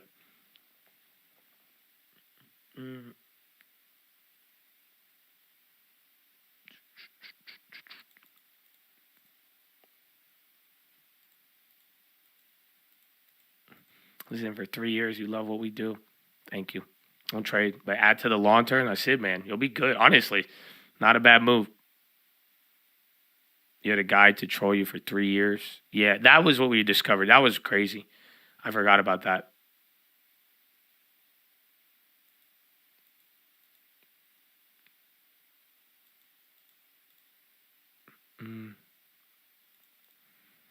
You disagree. I don't agree with all the anti-Jew rhetoric, which is justifying Hamas attacks and inspiring them to happen where they feel they have support. I feel like we're at risk of terrorism in America. I agree with that, and even for both sides. I mean, again, it's this whole thing is so confusing.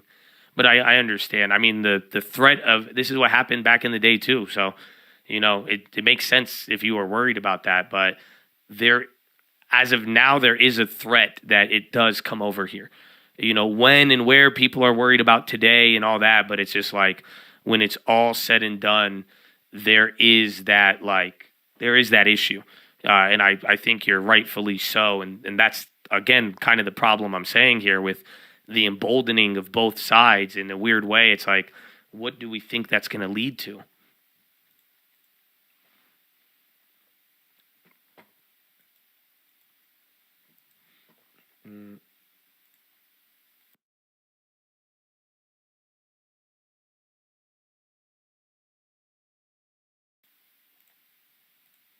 I mean, yeah, I think members only. I don't know how the chat would look if it wasn't members only, but you guys do know you are sharing this chat with a lot of Jewish people and a lot of Palestinians and even Middle Easterns. So literally yesterday we had people saying their family is in Palestine right now. You have people in here who are Jewish heritage and have people who have gone over to fight for Israel's army already, So it's just like, I do hope I'm giving a platform to everybody. And like I said, if you guys are respectful, even in your disagreement, you know what I'm saying? It's like, let's have a real conversation, If you only just want to argue, it's like, nah, but I definitely, that's why I'm saying, like, you guys got to realize, I got to meet all of y'all right before this happened. And I got to look all of you, at least the cult real estate. I don't want to say all of you, but that was a very diverse group of people. You know what I'm saying? I got to see, and even then, I tell you guys, I'm here every day for a reason, and I do support all y'all. And that's why it's like, dude, in this chat room, we have people on both sides. In this chat room, you have people directly affected by what is going on, who are from these countries, have the heritage, everything. So I do hope, I'm here for y'all. I would love to, you guys can have great conversations, and that's all. Just be respectful, and I hope, violence is something we all abhor.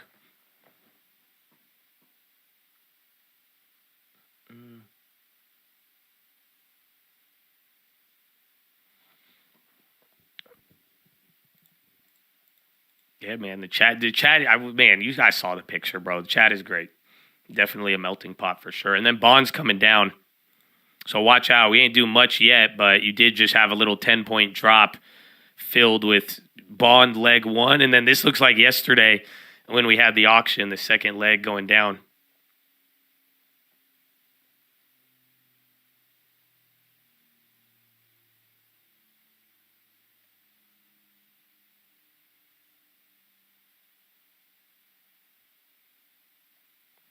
Do I want to go deer hunting?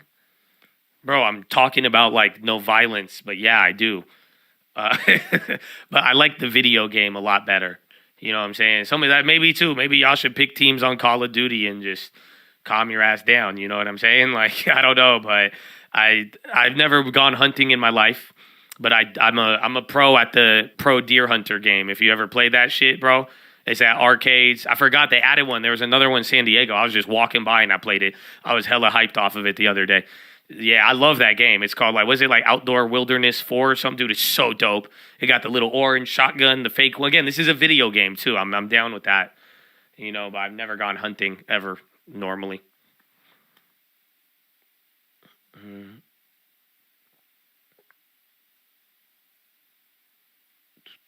Big Buck, that's the one. Big Buck. Yep, that's it. Big Buck. Time Crisis. I showed my girl Time Crisis a couple months ago. I took her to an art. She loved it. She ain't never played Time Crisis ever. Imagine I got to show her Time Crisis for the first time, bro.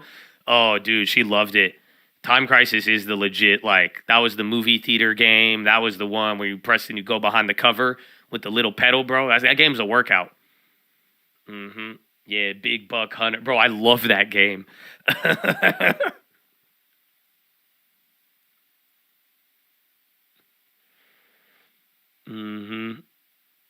Yeah, it's a good game, bro.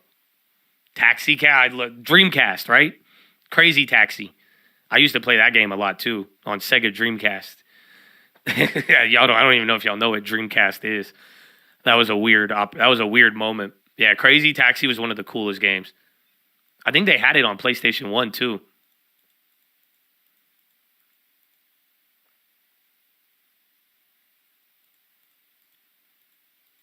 Paperboy, OG. I had you had the high score on Buck Hunter? No. That's respect.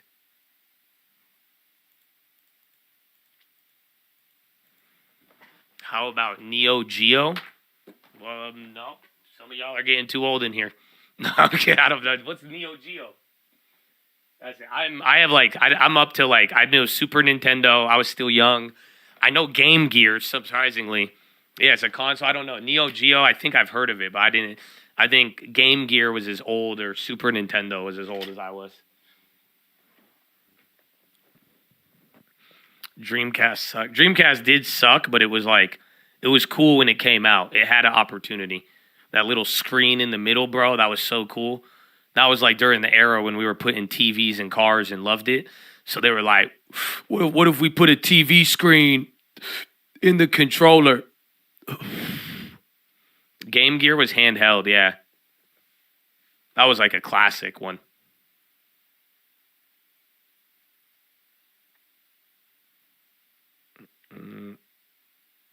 I love those.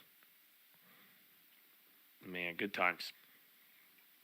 But yeah, this was all I don't know if I could hunt in California, but I'm down to play a Big Buck Hunter with you. That's a good one.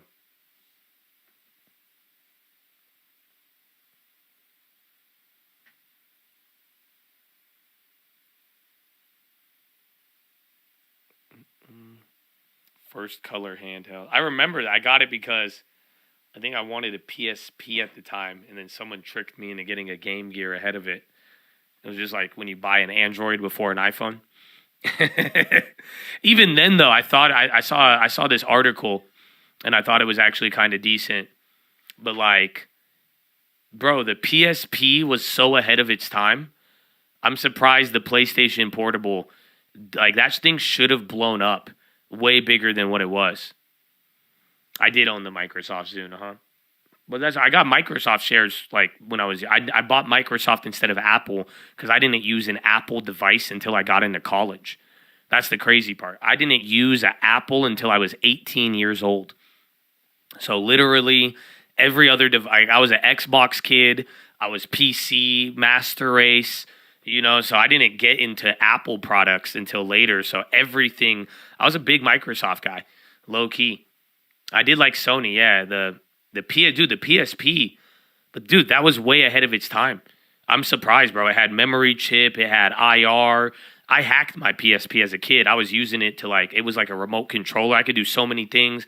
I was able to access Wi-Fi networks on my PSP and get the password back in the day. Dude, the PSP was the craziest thing ever. And I'm surprised that it I felt like it had so much, dude, they were so ahead of it, bro. They were so ahead of it. Mm-hmm.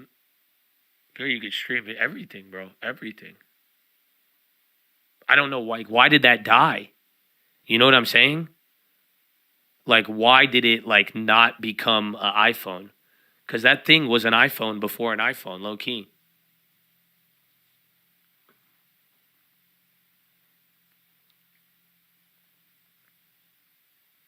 They're coming some ripoffs. So many. It was the best. It was the best, and it was like the first that was like, it was like next gen handheld.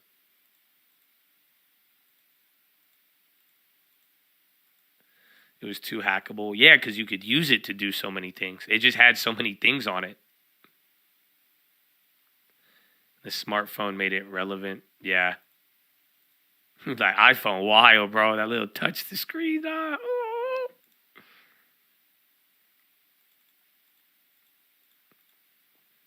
I'm still mad Apple hasn't used our fingerprints yet.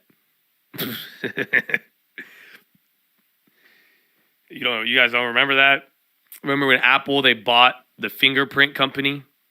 So then that way, that's how you unlocked your phone. And that was like groundbreaking technology, the fingerprint scanner. And then at the time, the tinfoil, they're like, they're taking your fingerprints so they could use them. They're going to use them against you. It's been like 10 years, bro. Did they use our fingerprints yet?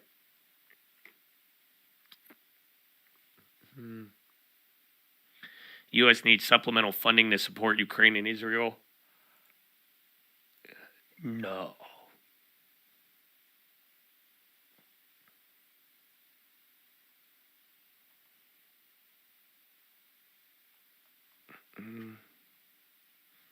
What position do you play in basketball, not 2K?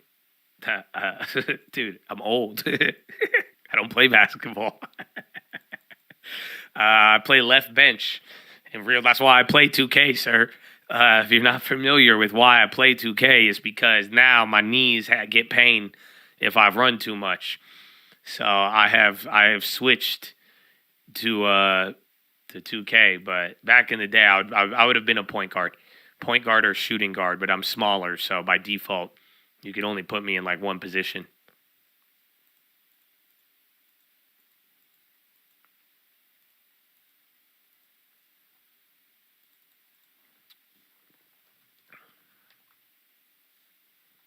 Yeah, I play left bench. It's hard. Oh, no, I can still run. I'm not as old as I sound, but like, I played one game of LA Fitness ball like last year, and then I was sore for 2 days. And then I went 1 for 2. I airballed my first shot, and then I switched the next 3. It wasn't bad. I got like 2 steals. I know my whole stat line. It was a very big day for me. Mm-hmm. Dude, we're not going to have an auction today. In a couple weeks, we will. But every auction this week, even yesterday, was just all bad. USO on the high. Too much ankle risk. Yeah, bro. I feel that or like colliding your knee into somebody else's knee. That's the worst.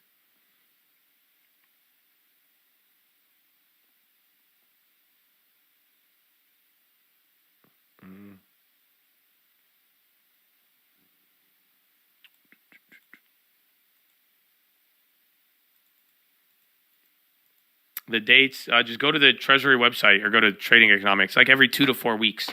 So if you go on like the trading, like go to TD Ameritrade and go to the bond auctions, you'll see all of them.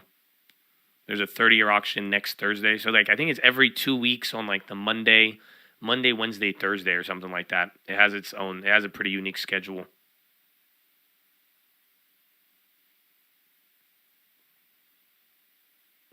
How much did I average in high school? Not a lot. I wasn't that good. Like I was decent. If I really took it seriously, I probably could have had opportunities. But I'm a realistic guy. I realized I was 5'6", and I said I'm fucking smart as shit. I'll have a better odds with a book than a basketball. So I gave up my career by senior year, and then my coach, I got into trouble there towards my last year. So I just said, the books love me. The basketball, is hit or miss. Mm-hmm. Short kings, yeah, man.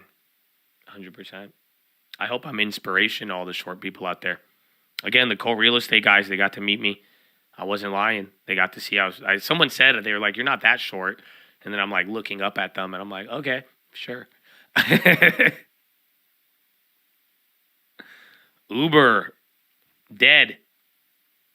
It's already down 6. Yikes. I'll check. No.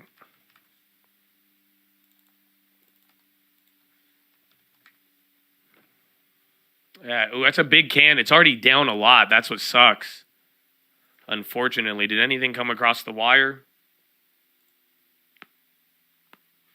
Chain went crazy. Uber and Vales, no. Package return, that's old.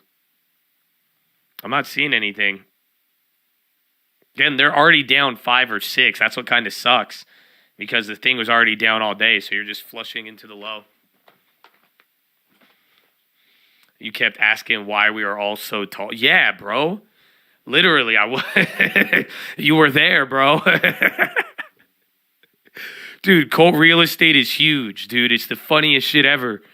I don't know. You guys are like, yeah, I look up to this guy who's way shorter than me. What the fuck? No. It's like, dude, everybody there, like, we could easily, like, it looked like a my player team, bro. Everybody was just gigantic. It was hilarious, man. It was hilarious.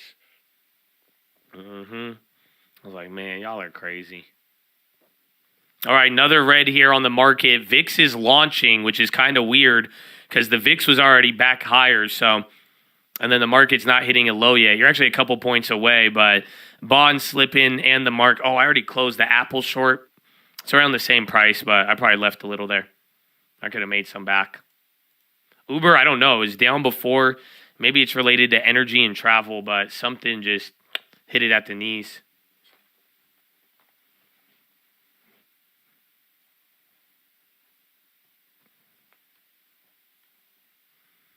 In Miami, you felt normal at 5.6? Wait, you mean to tell me Miami is the campgrounds for the short kings? So most seasonality? Maybe. I think I still believe in the October seasonality. Again, even after the CPI yesterday, it's the bond volatility. That is the only opponent that I think can beat October seasonality. That's it. I really think that's how it is.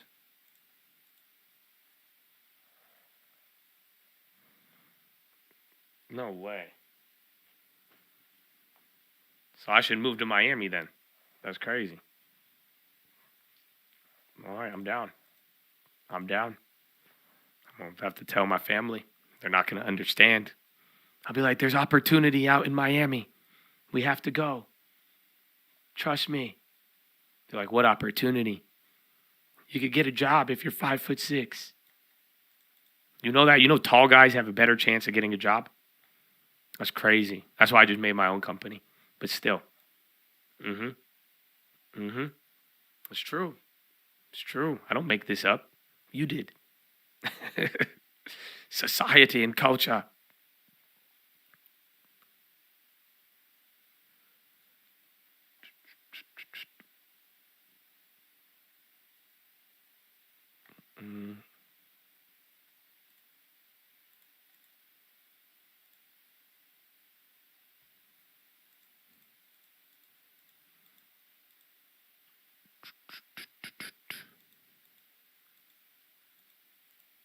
Wouldn't it be a bad move to Miami?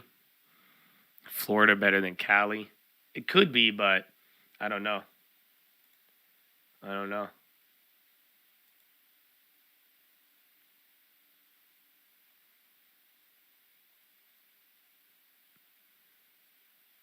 Yeah, wow. Charlie just sent me an article. A salesperson's ideal height. So maybe that makes sense why the cold real estate, you guys kill it then, huh? A lot of you tall. So 6 foot ideal is for the sales. So right now, I'm in the 1% of, if I'm a salesman, you know, I did pretty good in sales. I do good in real estate. You know what I'm saying? I think I'm a pretty good salesman if I wanted to be. You know, I'm in that 1% right there.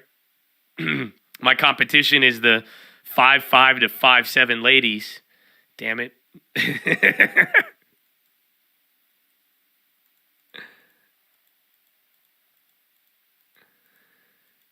I'm right at 6, man. That's crazy. You do most of your stuff by phone. Not when I was younger. Even before streaming, like I would be out in person a lot more. Some of you would be there with, again, like Tyler. I think that's what we talked about in the call real estate. Like Tyler used to go with me. I'm telling you, Tyler, like me and Royke, we got some stories, man. But like we would just be out in person. We'd be going out knocking on doors. I would knock on so many doors. You have no idea. I love door knocking. I like talking to people, and then I loved the opportunity, especially after you get your first deal. Ground invasion of Gaza imminent, Israel officials say.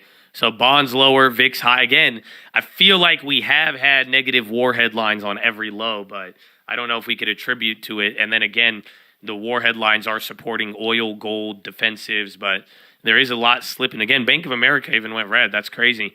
So watch out. If any of the other banks go red here, that's going to be a pretty shitty earnings. Citi. Baker Hughes rig count 501 versus 497 previous. And then rig count actual Baker Hughes. Wait, I see 622 versus 690. I just got two different numbers. There's oil rig count and then total rig count.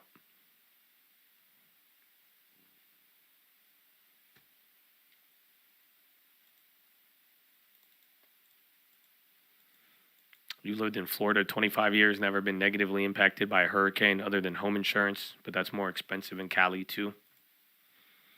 Yeah, but then it's the same thing. Like me and Cali, like if you look at Cali on paper, this place blows. But like I've had a pretty decent life in California. But then again, I've got in early. Some of my fixed costs have not gone up the same way, but I'm not against Cali too much. I think if you had kids and you have to like raise your kids in California, it's a little bit more challenging, but as an adult, I haven't really had an issue.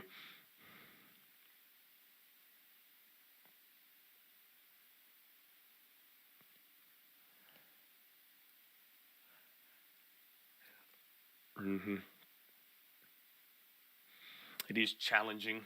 Yeah, because like it's just weird. I see it, and even my friends who have kids here, and like it's just like they're like, do I put my kid at this school or do I put him here? And then they want him to do this is like and then buy $90,000 worth of glue sticks. What?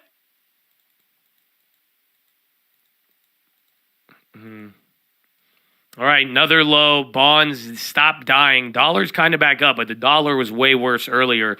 This is equity land, bro. Another day. We opened up very good. You were up almost, I'd say, like 0.6 on the NASDAQ or on the SPY. Then you sold that. It's all the same range of yesterday. And remember, this is the final parachute level right now. We bounced right off of it yesterday. You went below it today, bounced up, and now you are here again. So you have filled out this gap, though. I think, no, this is the final. No, you already filled that. So again, it's just 4,200. The door can be open on the way down there if we keep going down. Just put a down payment on glue sticks for me. Yeah, bro, lock in your rate now. You get them when your child's just born. By the time they hit preschool, you'll be paying, 15% interest instead of 97 on the glue sticks, which is good. It's good. It's good.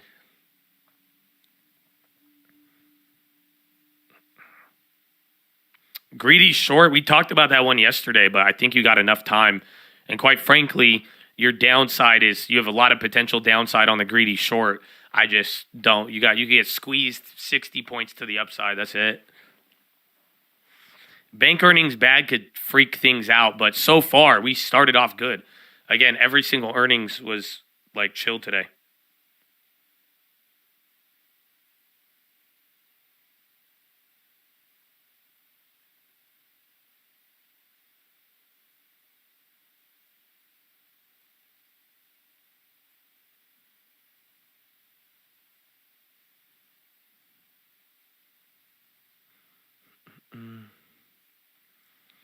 Your wife and I are homeschooling. That's good. I don't know. See, I don't have kids. I don't know what I would do. Escape Texas, July and August, and then go back.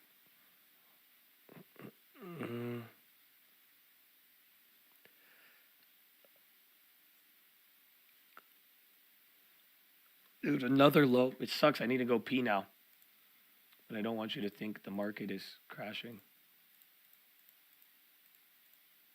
Man, why do I have so many Zillow and Redfin tabs? You guys keep sending me houses today.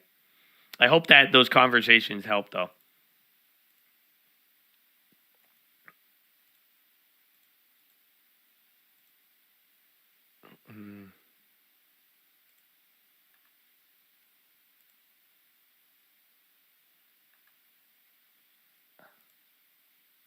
Oh, and then Trey, I got your email. So let's see. You went out and got real estate in North Carolina.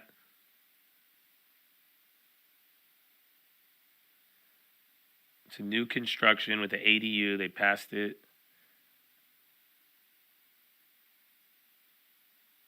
And a lower selling price. Bro, that property, new builds are going to have more value, but I like it. Honestly, and if you get another unit on there, I don't know the area as well, but, you know, comp it out, but in a weird way. The new builds have a premium, but then sometimes you get them cheaper. Just look at where other people are selling them, though. So buying new builds is like an IPO. You just remember, they control how they sell it. So, like, you got to,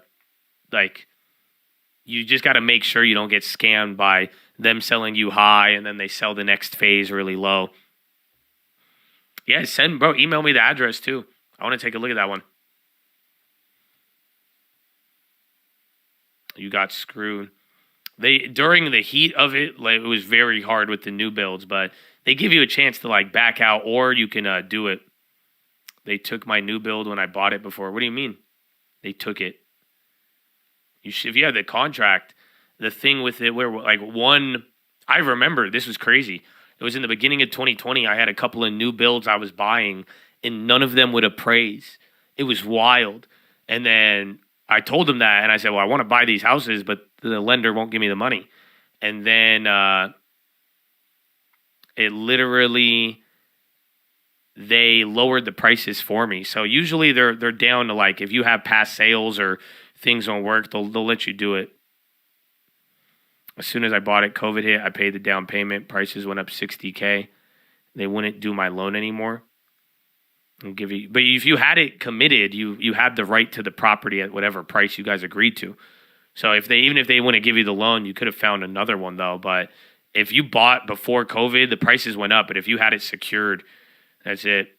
They didn't want to get the incentive. What if you use the outside loan? That sucks. They're just being pricks.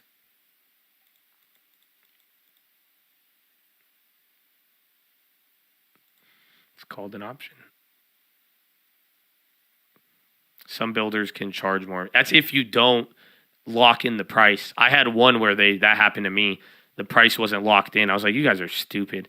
But usually every other one, it's like you agree on a price, that's it. You're locked and loaded.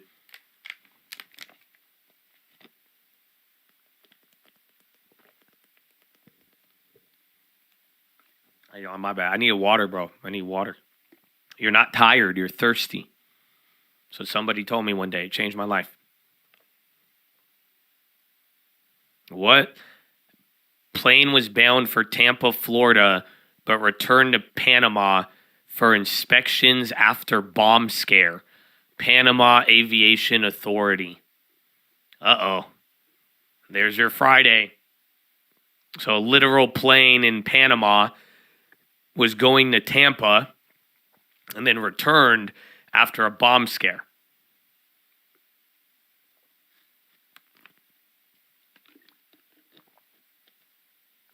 I'm going to buy another one. Email me when you do, man. I can always give you my advice.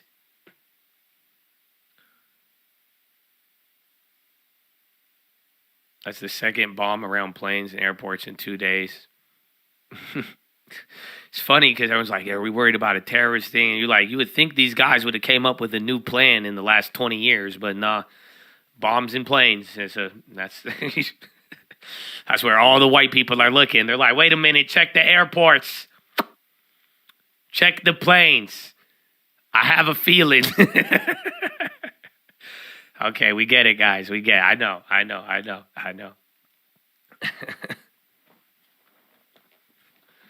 They're like, that's the only thing they're going to do. No, nothing else. Just planes and bombs. That's all.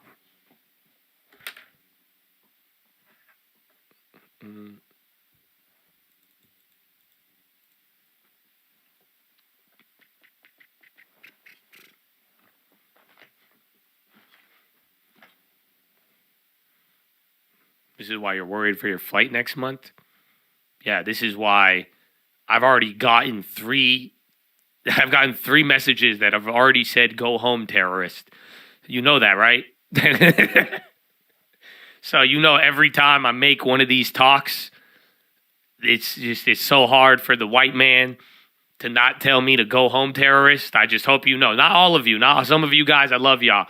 But yeah, it's already. So that's what I'm more worried about in the next month is that like, again, it already happened 2 days ago. They were like, well, everyone in Palestine, Pakistan, they don't even know. They're going to start thinking Pakistan is Palestine. Watch. But then they're going to think we are all in Hamas, unfortunately. I look white. That's the good part, I guess, in this situation. But other than that, that's it. The minute I say I'm not accepted anywhere now. It's unfortunate.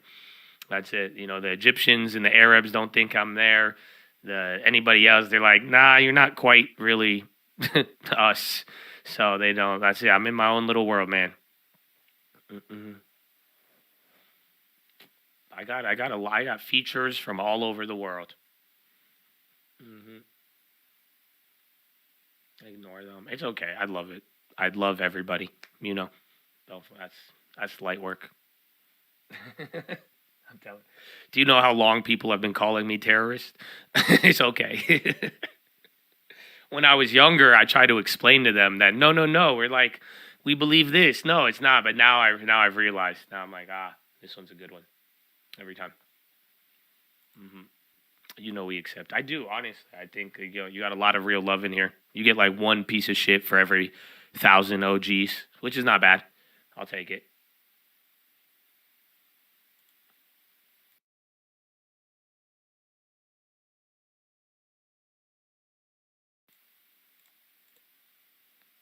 You feel me? I'm the whitest black person in my family. I'm the whitest Arab for sure. They even my cousins just they're so disappointed that I don't speak Arabic like them. I'm like, what do you mean? I could Habibi. And I'm like, damn it. I feel, man. I feel. Good trade. Always have some weeds in the guy. I'll take it, man. And I told you, bro, I got to meet Chad, bro. That vibe, you have no idea. I can't wait. One day, you guys, soon. For all of you, it will be soon. But now I want to replicate what we just had last week because, I really hope it works out like that. I really hope when we do have a meetup, it plays out like I hope it plays out like the co-real estate thing because, that was great, bro. That was just, it was so unique.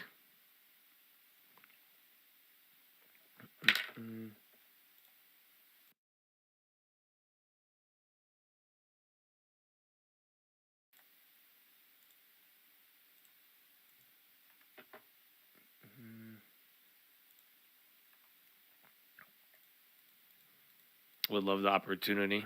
Would you take all of our phones? Maybe, unless we could do it without that. But yeah, that's what we did. Some of you, it seemed weird at first, but if you were there, you realized it had an unintended consequence. So before I got there, I told Tyler and Trey to take their phones. So they took everybody's phone. Because again, it was just, we're in a house full of people. That's reasonable to do. You know what I'm saying? No, we didn't have NDAs, no nothing. I mean, again, I trust these guys. Even then, whatever they want to do, it's fine. Even if somebody pulled out a phone, I wouldn't you know what I'm saying? It was more, this is how I am with stuff. I don't know if you guys have realized it. I extend something of trust. If you give it back, bro, I'm gonna run with it. You know what I'm saying? That's the way. And then if not, you prove something to me, and then I know not to fuck with it. You know what I'm saying? But the thing about it was nobody had their phones, and that's why it was like, it was just hilarious because it was kind of weird at first because then you're like, what the hell? Like, what do you mean? Like, nobody has a phone. And that's where I was like, man, this is crazy. Oh, hold on. Let me send. But the unintended consequence is that, dude, everybody was in the moment. I'm telling you, like, I don't know when was the last time you were at like a party, because it felt like a party, bro. It was just a full house full of people, and then you literally just have nobody on their phone. Yeah, the vapes came out. They started vaping and hitting their little weed pens. But besides that, you know, you really had people in the moment, bro. Everybody was just talking. It was just like, bro, there was eye contact. You know what I'm saying? Like, it was just all around like it was a cool vibe. And that's what I'm saying. So I am hoping that I don't want to meet up. I don't want to do a meetup with everybody. If it's like, I want it to be something that was just as vibey as it was last weekend, bro, because that was amazing. It's already been a week, I know. Feels so just like yesterday, and then I'm like, oh, it feels like so long too, though.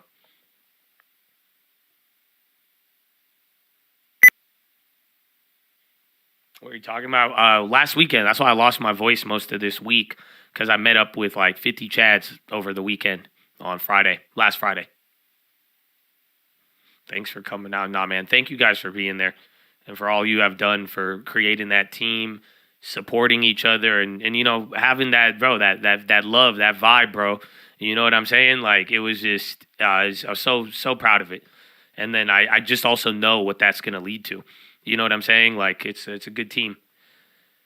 SPY is dumping again, bro. Not one of these talks, not one of these rants has lifted up the spirits of the market. Not one. You're 43.17. That's it. Maybe we're going to hit 4,300, then death blow. Or again, 4,200 is in the cards now, unfortunately.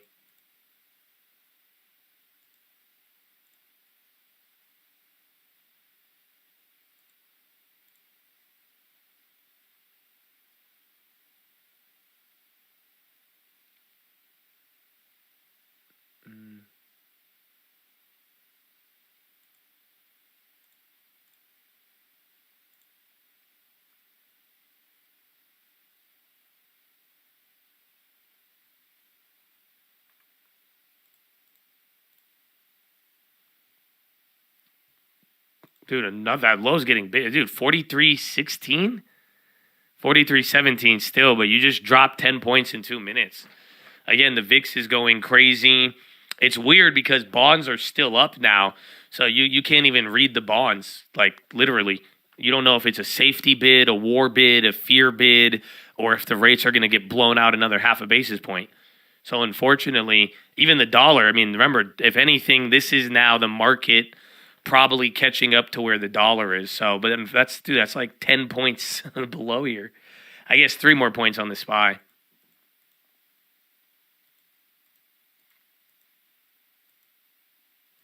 It's a bid on all of the above. Yeah, but that's not good. That's not. So it's very hard to read. They're like, why are you buying the bonds? All of them. What? What's the reason? All of them. Wait, but why? All of them. Just, I don't know. But then I'll sell them tomorrow. What?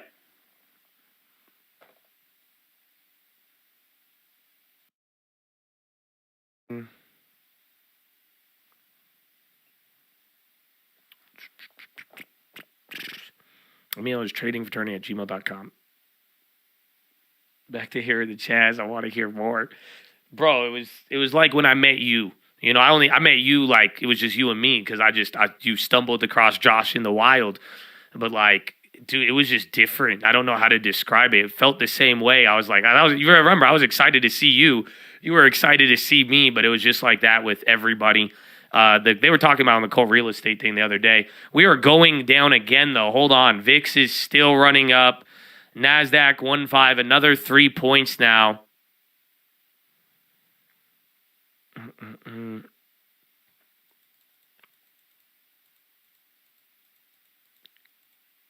Next week we have building permits, housing. They can move some things if it moves bonds, but I don't. At that point, we're gonna be reacting to Tesla, Intel, all those earnings, I think.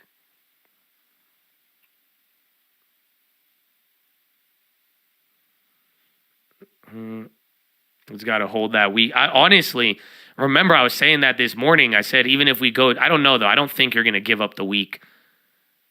Where do we start the week? Was it on the 9th? Oh, shit. Hold on. Where's Monday? Yeah, I don't know. I don't know if we're going to have a negative week. I was saying that earlier this morning. Even if we flushed to the lows and now we're 10 points below that, you are still going to close green on the week.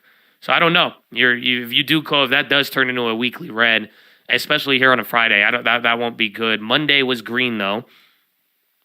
So it's not going to be a down Friday, down Monday.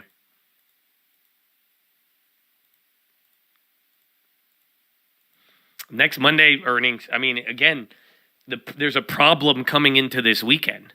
You should know it by now. We've talked about it a lot. The problem coming into this weekend is Israel. We don't know what is going to happen. So whatever happens on Monday, it should be, get a slow start in the earnings, and then we're, maybe get a little data. But for the most part, we don't know what is going to happen with Israel. General Dynamics, Navy packed for initial value of $15 million. Navy ship repair packed. Again, VIX on the high. Dude, I have $2 up. I have all the macro things up here.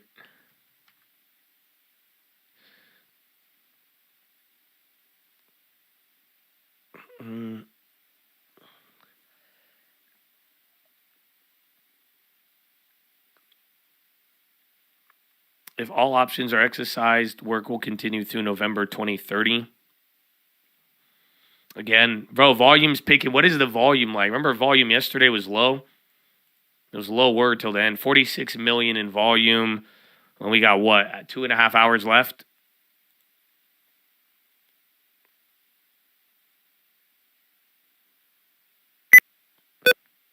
The government auctions, and I've participated in one this year. I bought a bond, but other than that, we'll pay attention to them. It caught me off guard yesterday.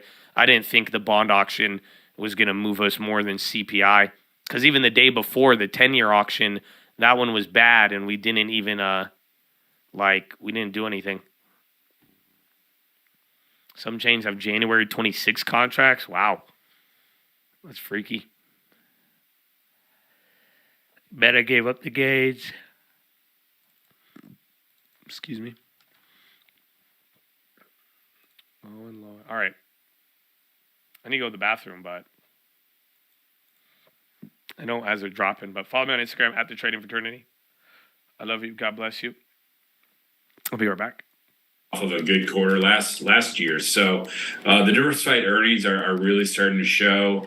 I'd also point out that on the deposit side, which is a big hot button with investors, still deteriorating. We're still seeing mix shifts weigh on earnings, but the second derivative, the rate of the deterioration is slowing, and that created a beat on net interest income for all four banks that reported today. Are they having to pay more for their deposits, David? Because we know, they're charging a lot more for loans. And after SVB, it looked like there was going to be a big competition for deposits. Obviously, they're going to go to the big Wall Street banks. But are they having to ratchet up those interest rates?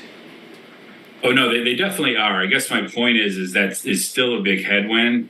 But they did come in a little bit lower than what we were expecting. But they're definitely ramping up. They were up, probably 30 basis points from last quarter. And, I think that is going to weigh on them until probably the back half of next year. I think you're still going to see this deposit lag. We think there's a lot of CD maturities coming around in the first part of next year. And so that is going to weigh on the group. But my point is that it's getting slightly less onerous each quarter as we move through. David, I was speaking to another analyst, Dick Beauvais, earlier today, and when it comes to some of the lingering uncertainties, since obviously earlier this year we saw what this interest rate environment did to Silicon Valley Bank, and I think a lot of people are still concerned about what's happening in the commercial real estate market, the idea that if these banks could have been setting aside more money for potentially bad loans, that maybe that would show some prudence, and that if there is that worry out there, that could come back to bite some of the banks. How do you feel about some of their provisioning right now? Yeah, I think that's why you're kind of seeing a bifurcation in the market today, where the larger GSIB banks are outperforming the regional banks, and the reason for that is twofold.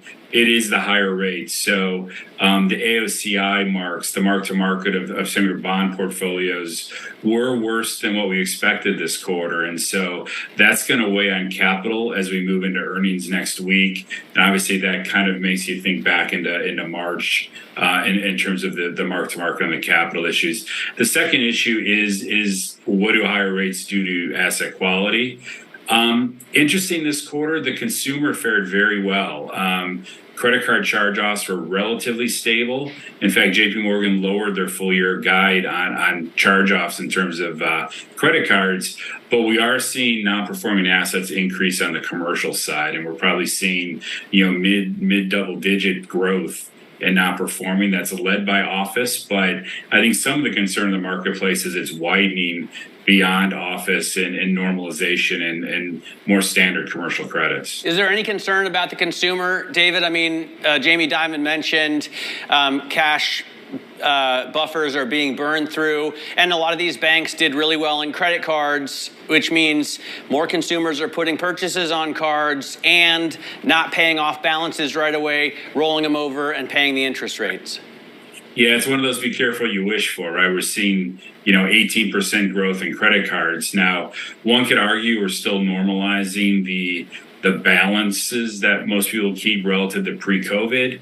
But you're right. I mean, we're seeing strong credit card growth, and we would expect as we enter next year, two major headwinds: the lack of excess savings that you pointed out in terms of the checking accounts, but also the student loan payments that'll be reinstated as well are some of the consumer headwinds that we're facing. But I think what the market reaction today is telling you is that they're more concerned with the CRE and commercial net charge-offs right now. They're concerned. Again, still lower. Good timing. Again, there's an update. U.S. has given Israel the green light to confront any threat on any front and in any geography, says Al Arabia. And Israel's U.S. envoy says UN should be praising Israel for these precautionary actions. Auto defaults and rates. I mean, it's just a game of musical chairs, but eventually, I do think cars, once other collateral starts to become at risk, cars are next. You know what I'm saying? Cars are very attached to both jobs and other collateral. So if we start watching shit like that, I mean, I don't think the car market is safe, and you're already seeing, things come down. But, what's going to be the straw that breaks the camel's back? It'll probably be something else getting weaker that ultimately leads into the collapse of autos, or at least a steady decline.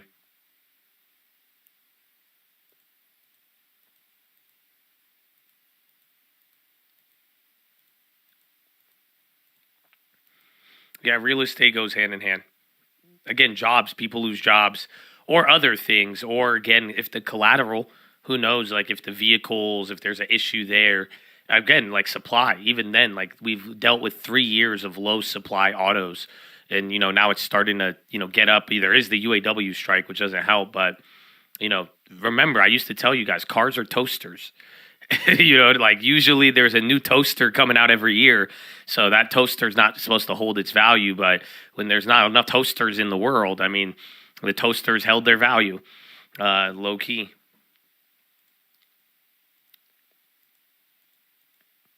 Cars have already started, but it's hella weird. So some cars are still expensive and some cars are just plummeting like rocks. That's word to supply. But some even classic cars, they're holding up value very good, but then there's other classic cars that are just getting wrecked. Same thing with the Ferraris and the exotics, and then the exotic classics, same respect. Even some of the newer cars. I mean, G-Wagons still have premium, but G-Wagons have came down in value too. Again, the Urus is dude, it's crazy, bro. The Urus is that thing plummeted in value from what it was. And then again, supply.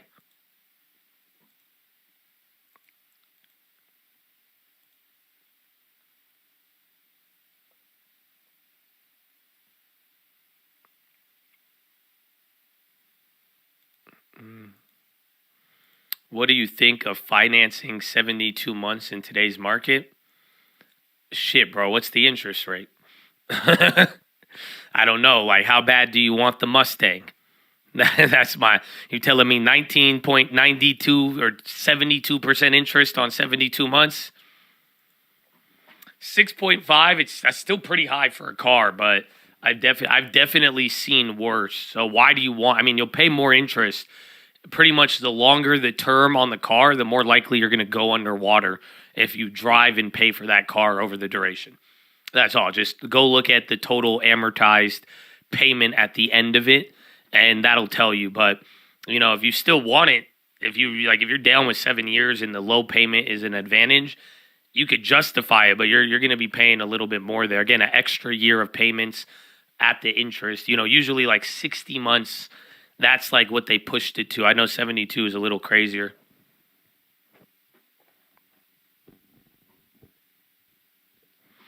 The Urus was the Me Too car. Much better indicator of wealth sentiment than a classic. I see what you're saying, but like, go look at, like, I think there was like a couple of Aston Martins that got auctioned off recently. There was a big car auction that just went down, and there was a lot of them that, like, some cars were selling 65% below. And like, these are cars that are artwork. You know what I'm saying? Like, these are like classics. Like, some classics, their value, it don't even matter wealth sentiment or not, because like, people buy them, right? Especially if you are into the market and then the supply, the demand, all that. But even then, they're just getting knocked off, bro. If you want to look rich, buy a car. If you want to be rich, buy a house. Josh answers. Amen, bro. Amen.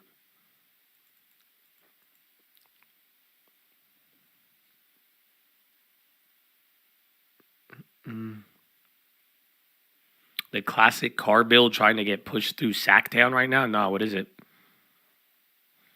Big pop on SPY. That's optimistic.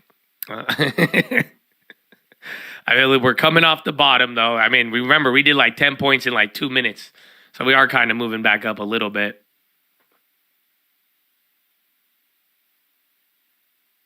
The RS, I don't know. I haven't checked. I like that car. That's a good, cheap Urus. I'd rather get the RSQ8. Like, if I was going to buy that car again, I would just get the RSQ8, call it a day.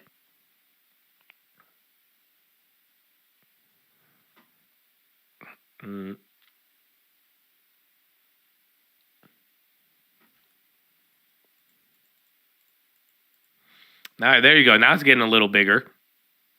Maybe. Again, we just don't close on the week. That's actually 20 or 18 points, 15 points from the bottom candle. You're above parachute level number 2. This is the danger zone. We get above there, it'll be better.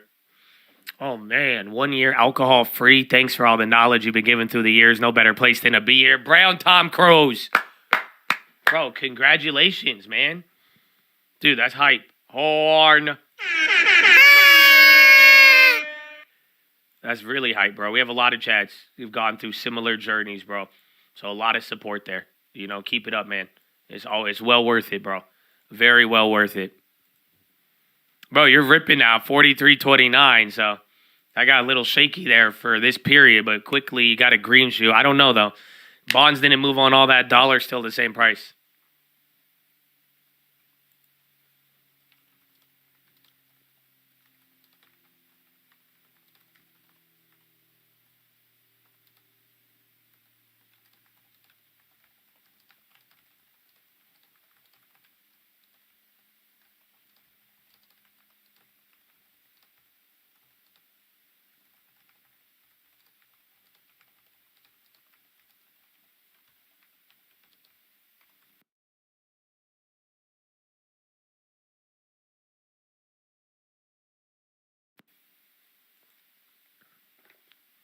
Brown Tom Cruise, don't cancel me for saying your name, but good work.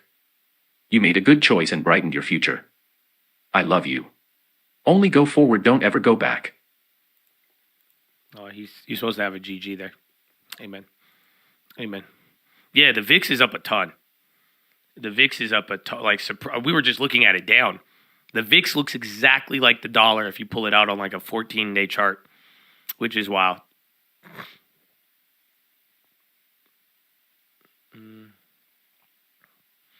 It's cheaper for most people to Uber instead of, nah, bro. Uber got expensive. I got pissed. I was in Vegas, bro, and I needed an Uber, and I looked, dude. I was like, what the fuck? Like, Uber low key, bro. And then the driver's gonna tell me he don't even get paid. And I'm like, fuck. And I'm like, I'm gonna die today if this is it. No. It sucks, bro. Because they ain't paying the driver, and then now the prices, I'm like, oh, man. Got clapped. You spent more money on them than any. Dude, I was there for like fucking 8 hours, and I spent a decent amount on Ubers. I was like, what the hell? This is crazy.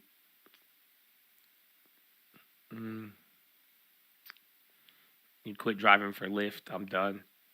What about DoorDash? I don't know. Oh, dude, this was literally yesterday. I went to I got food out yesterday. My girlfriend, she's been out, so I didn't know how to feed myself.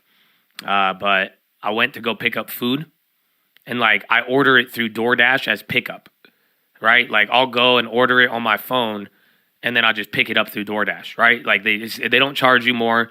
I get my free tax because of my little credit thing and all that, right?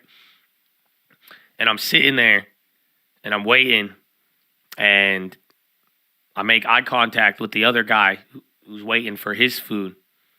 And then he looks at me, and he's like, is it a busy night? And I look at him, and I'm like, I guess so. And then he looks at me like I just offended him or I said something wrong because I just keep looking, and he just looks at me hella weird, and then he just looks back away. And then I realized it. Do you know what happened?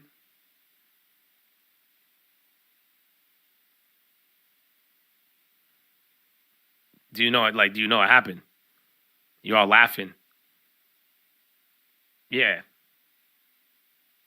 Yeah, he fully thought I was the DoorDash. I didn't say anything back. He just stopped talking to me. I was like, well, that's rude.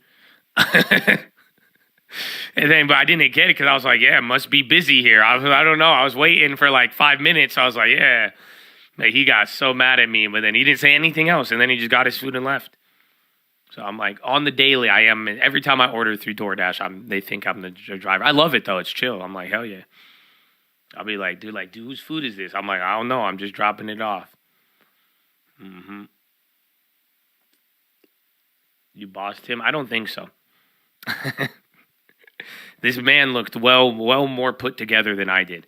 And I'm waiting there, and I got my phone out for the DoorDash too. I looked the part, but like I looked fully like I was committed. Like I didn't leave the house, I don't think, until I left. So I looked a little crazy.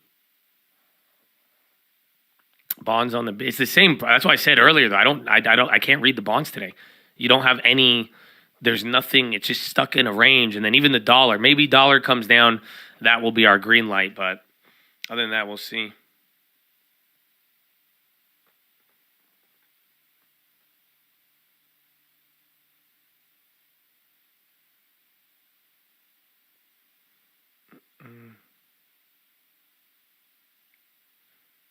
They had no idea a millionaire was standing in front of him. Nope. He was just like, who's this Arab? No, you would have known if it was me, though. I had my El Nino shirt on. So I know a Chad would have saw it. You would have known. The crazy hair, you would have took a double take. You would have stared at me below my neck. It would have been awkward, but you're like, nah, I'm doing it because it makes sense. He doesn't show his, no. Mm-hmm. The band, no, the Padres, El Nino.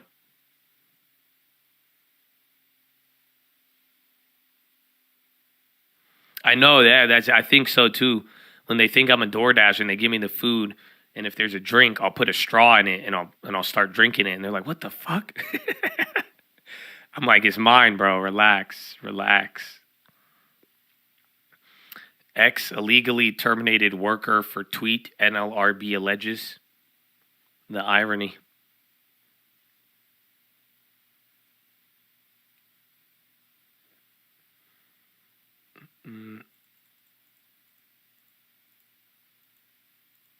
Making plays on the credit cards. They should do good. I mean, honestly, I don't know how long things are going to take, but there is something very pervasive with interest right now. And what I mean by that is that these companies are making a lot of money even though their stocks went down and people are worried about bond yields, bro, some of these banks and credit card companies are making a lot. The problem is when the interest turns into non-performance and now you have to write down assets. But as of now, it's still pumping heavy. That logic still works. It's just the prices for the bank stocks didn't go up. I mean, they're all making a lot of money on interest.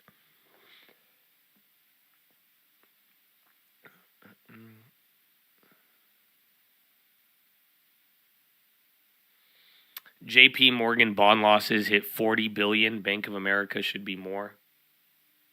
Yeah, but that's crazy. So think about that. If JP Morgan has $40 billion in loan losses, right? Or excuse me, in bond losses, unrealized. So that's just bonds that they're holding that have, unrealized losses have gone negative 40 billion, right?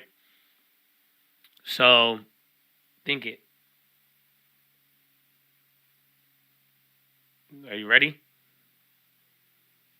They made $22 billion in interest in the last quarter. Are you following? That's kind of wild. That means they made half of their loan losses over 2 years, or bond losses. They made half of that in 3 months of interest. So that's why I'm like, I don't know. It's the interest, credit card companies, all of them, bro. I don't know how they'll play on the earnings, but in general, that's one thing. What I'm walking away from today is like, yeah, bank stocks may be beaten down, but it's like, dude, these banks are doing very well on interest. Yeah, and then again, if rates go down, then boom, the thing comes right back up. Yeah. So literally, net interest income surged 33% to $22.9 billion. So their total revenue as a bank for the last 3 months was $39.87 billion. And $22.9 billion came from interest. I'm reading their earnings recap. You could get this anywhere. Just go look. They reported today. So these are all just like the press release updates. I'm getting this one just showing me a random news wire, though. But this is all from the press release. This is JP Morgan.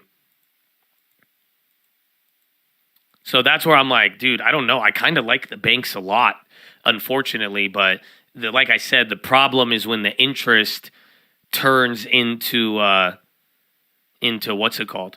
Is when the interest turns into loan losses and writing down assets. That's the only problem. So you can make all this money for now, but then if you end up losing the initial principal, you're fucked. Because again, that just means this is interest. But yeah, I mean, it's wild. You don't hear about this. Like, right, everybody complains about Airbnb and the greedy companies and XOM.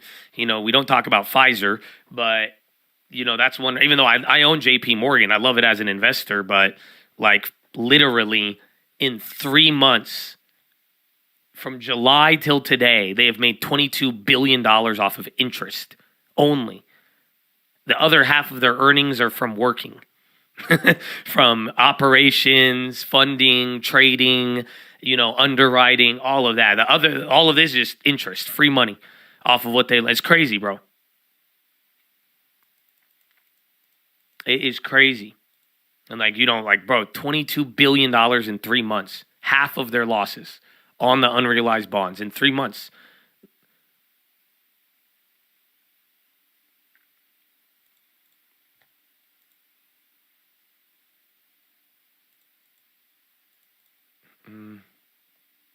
And they guided up by $2 billion.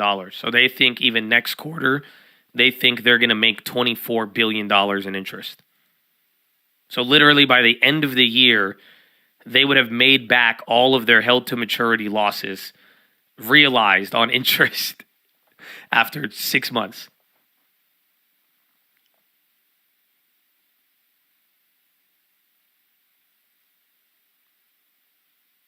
Man, credit card, they have other debt, but who knows? They might have commercial debt or other things that could get uglier.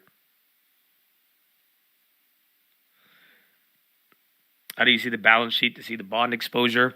I have an old video on it during the it's this year though. I got to see what it is, but you go through, there's on all their filings, you just go to like long-term debt and it will have assets. It'll show which ones that they hold. But there's a lot of the banks made it easier to get. So after the fiasco, if you like go to IR, investor relations for any of these banks, they should have it on there, easy to see. Where do they park cash? Through operations. So whether it's some might use money markets and shit like that, but I don't think, I think what they're getting the interest on is like funding loans for big companies and businesses and all that, commercial real estate, all of that. They might lie on the numbers. They could, but I don't think they'd want to lie because this is putting a target on their back. You got to realize we live in, again, it all depends on the media, but look at the culture and inflation. How come nobody is demonizing JP Morgan for making that much money in 3 months off of thin air?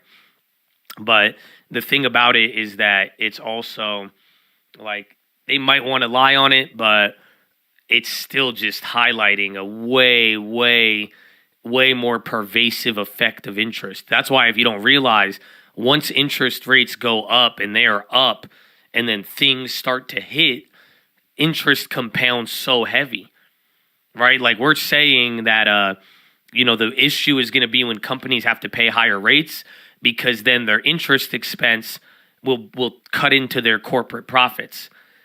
So what I'm trying to tell you to look at is this. If half of the corporate profits on one of the biggest banks in the world is from interest, what can you reasonably expect down the road? Maybe other companies will start spending half of their corporate profits just to keep up with interest. That is the problem.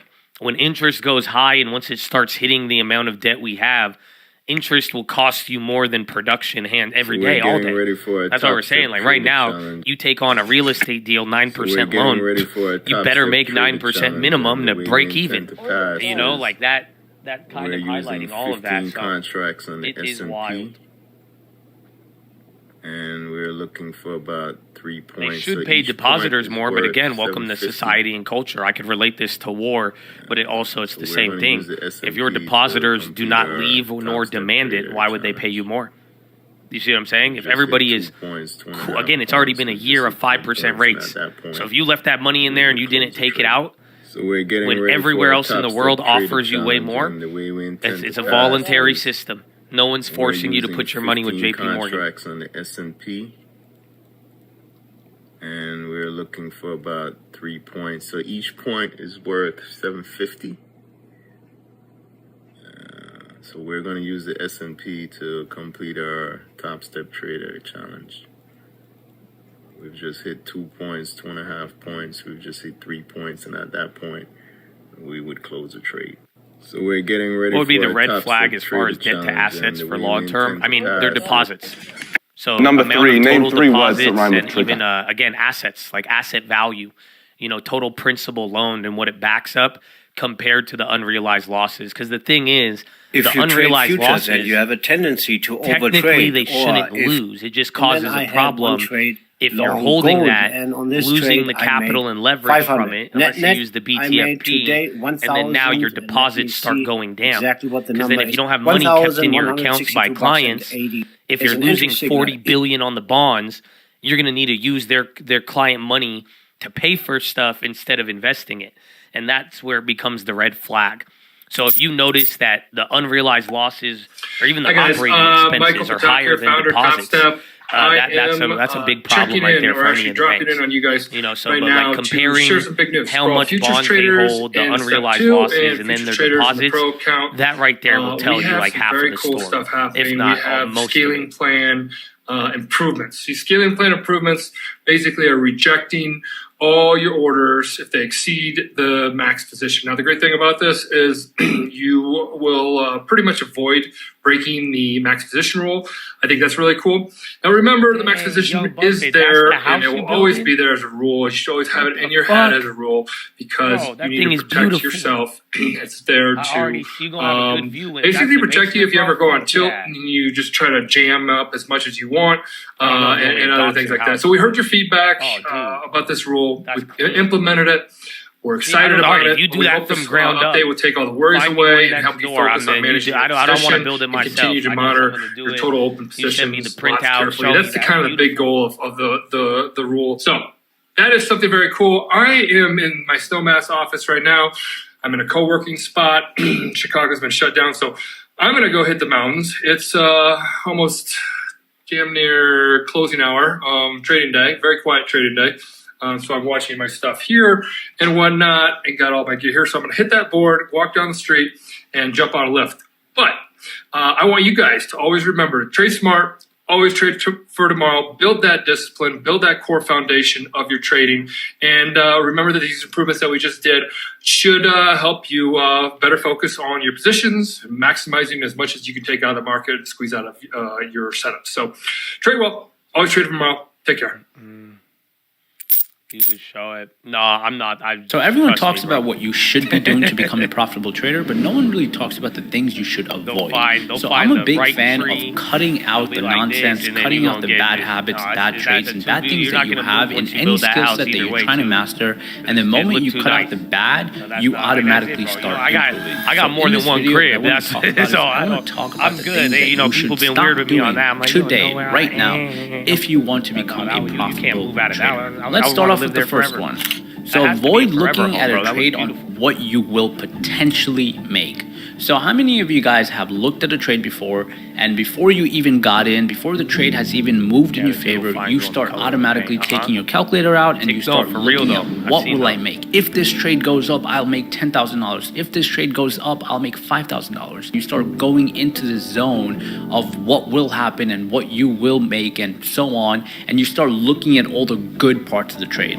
Now, this habit is really, really bad. This trade is just something that you have to get rid of. The reason you have to get rid of this is the moment you start looking at the positives of a trade, you start getting a bias, right? You start only looking for things that confirm I told you ever that since bias. the beginning of the year, the bad part about the trade, I have you one won't even account believe that above you the can lose regulatory money on minimum. this trade. In Everything else, return, I what cut traders it up. start doing And is I they said, start no way. avoiding their stop loss. They start guys are avoiding crazy. what they will potentially lose or I if can't they believe will what lose. happened And that at the just kind of beginning of the year, puts you but in a then very now, difficult I mean, situation. what, 9 I have months been in later, those I'm like, situations in my they're early making days how when much I was off of trading where I interest? would look at a trade and I'll say, I'm probably going to make $5,000, and whatever my risk is, I would cut my risk out and I would just take that trade hoping that it would go higher and higher, or hoping that I would make a lot of money from it, and that would just ultimately destroy my whole game plan. Next one, strategy hopping.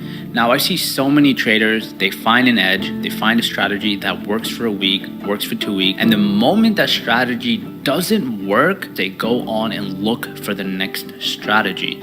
Now, I do agree, as a trader, we have to have multiple strategies. We have to have strategies that fit and work under certain market conditions, and we know how to respond to. But if you do have a strategy and it stops working, your first job should be to I don't know if understand why is inflation the is going strategy higher not or if the working? payments are Am going I down. doing I don't something know. wrong? Did the market shift I heard a lot of it direction, last or year is the again, market but not catering to I this think like particular 70% strategy? of the But most movers traders, I've they been don't in look this at year, that. They just go, well, hey, I'm driver not making now money has doing told this. me I'm going to go how and little look they for get something paid. new. I'm going to look for a new indicator. I'm crazy. going It's to like look marketing. for a new structure, new whatever it is. against Uber, And I'm going in to a use Uber. that new thing to now make money. And what ultimately happens is you hop from strategy A, B, C, D, and you never allow yourself to fully develop an edge like you should as a trader. Next, trying to catch tops and bottoms. I know so many traders that get burned if they from the drive market too because fast they do one and start thing where they talking try about to how catch much the Uber exact pays, bottom I get hella or the worried. exact top I'm of not the gonna trade. lie, And I I always just tell seen too many traders, our movies. job is to That's take it. I as just- much I as we freak can out. I'm from like, a move. We don't have to take the whole move. shit. As long as we can get a piece You know what of I'm it saying? and Like, improve and to once get you a take bigger and two bigger piece unnecessary, that has a like calculated risk merging, and and then you edge get like behind one, it, fuck you. that's You know what I'm what we saying? should Like, take. oh, Now, there's so like many times comment, that and I he's have like, and they been don't in pay us trades nothing. where I'm I like, will that's walk it, away Lord. making 10,000, maybe This is 20,000. it. This is And what if you I held want, the trade man, for uh-huh. another 30 minutes, another 40 minutes, Think or about whatever it, the case because is, if they I be could have driving doubled or fast tripled my and profits. YouTube charge you now, by the minute, when I look back at and it, you yes, telling me I you're get not very getting upset. paid a I get lot. very kind of Oh, frustrated we about to mentally, die. but I have to This ain't remind about money myself no that more. that You know what I'm wasn't saying? That's part why of my I game get hella plan. scared. That wasn't something I I get was hella looking scared. I'm to like, that's it. You don't even capitalize care. on. You That don't wasn't even something trying to I was prove even reading in the market. I didn't even Invented have any sort of probability aspect or edge over it. So I had no idea that move was going to happen.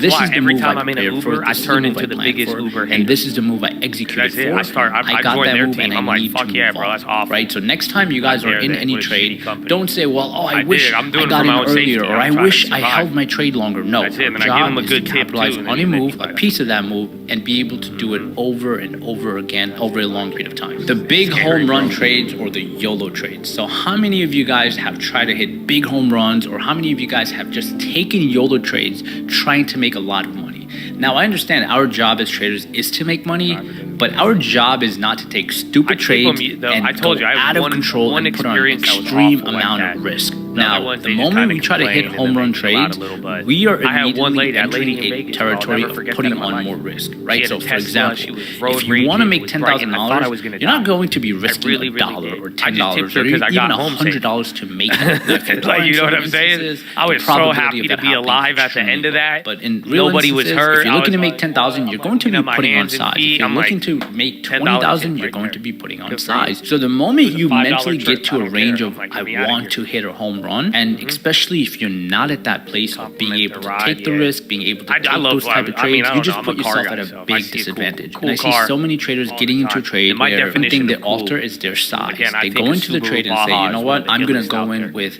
But if you 1,000 know. shares or 1,000 contracts, or instead of risking $200, I'm going to risk $2,000 because I think or I'm confident this trade will go higher. We do that because Yeah, we they have gave this me a assumption bigger that this trade will For only real. go higher. I and never we will thought, be because I right. remember I And the mindlessly, moment we like, start I mindlessly calculating got that, into and the that moment Uber, we start thinking and we're I going to wasn't be right like, and how much we can dude, potentially I make, could it pray just tips before. everything else Like, off you know what of I'm us. saying? Like, And as the I Lord, mentioned, the our Lord risk caught me management goes out the slipping. window, our edge And goes by out the the time I window, left our that game Uber, I plan was goes so out the grateful window. to And be it's alive. just You have something no that idea. you don't want to be You have involved no in. idea. So I was next like, time you're wow, getting into a that was trade close. and I realize we want to make money, just say, France this is what I'm raises willing to security risk. level the This is my highest in downside. threat If for I'm attack. wrong, this is the downside I want to take. If I want to make more, I have to put more downside, which is not the smart thing to do. Profit goals, profit goals, profit goals. So this is something every trader does, especially me. I used to do this in my early days all the time. I used to set profit I goals. like Tesla. My first year of trading, I need to make $100,000. This month, I need to make $200,000. This quarter, I need to make X amount.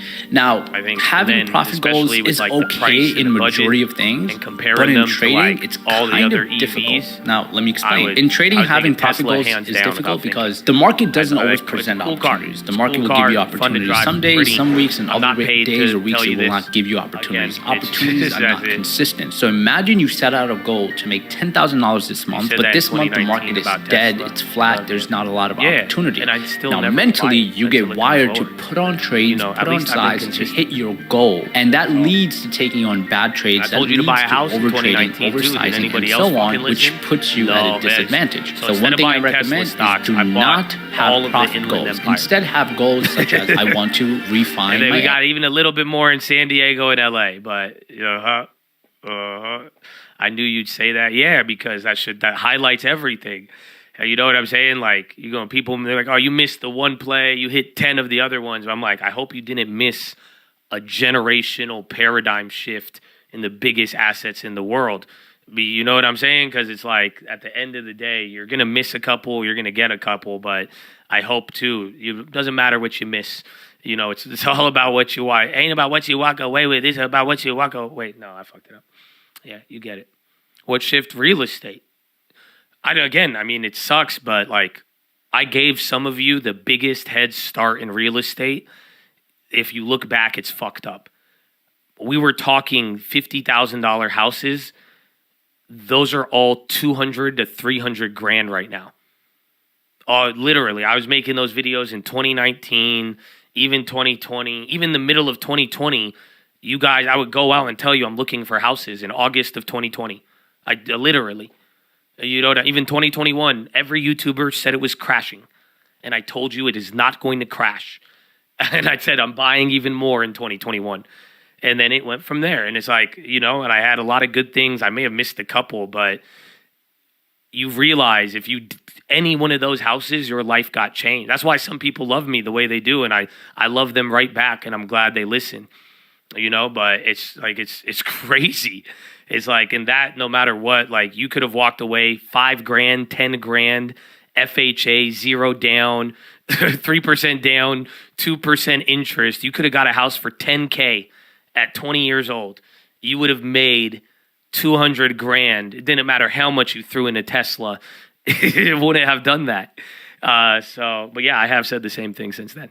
And I will always say that. But the car is ill. The car is ill.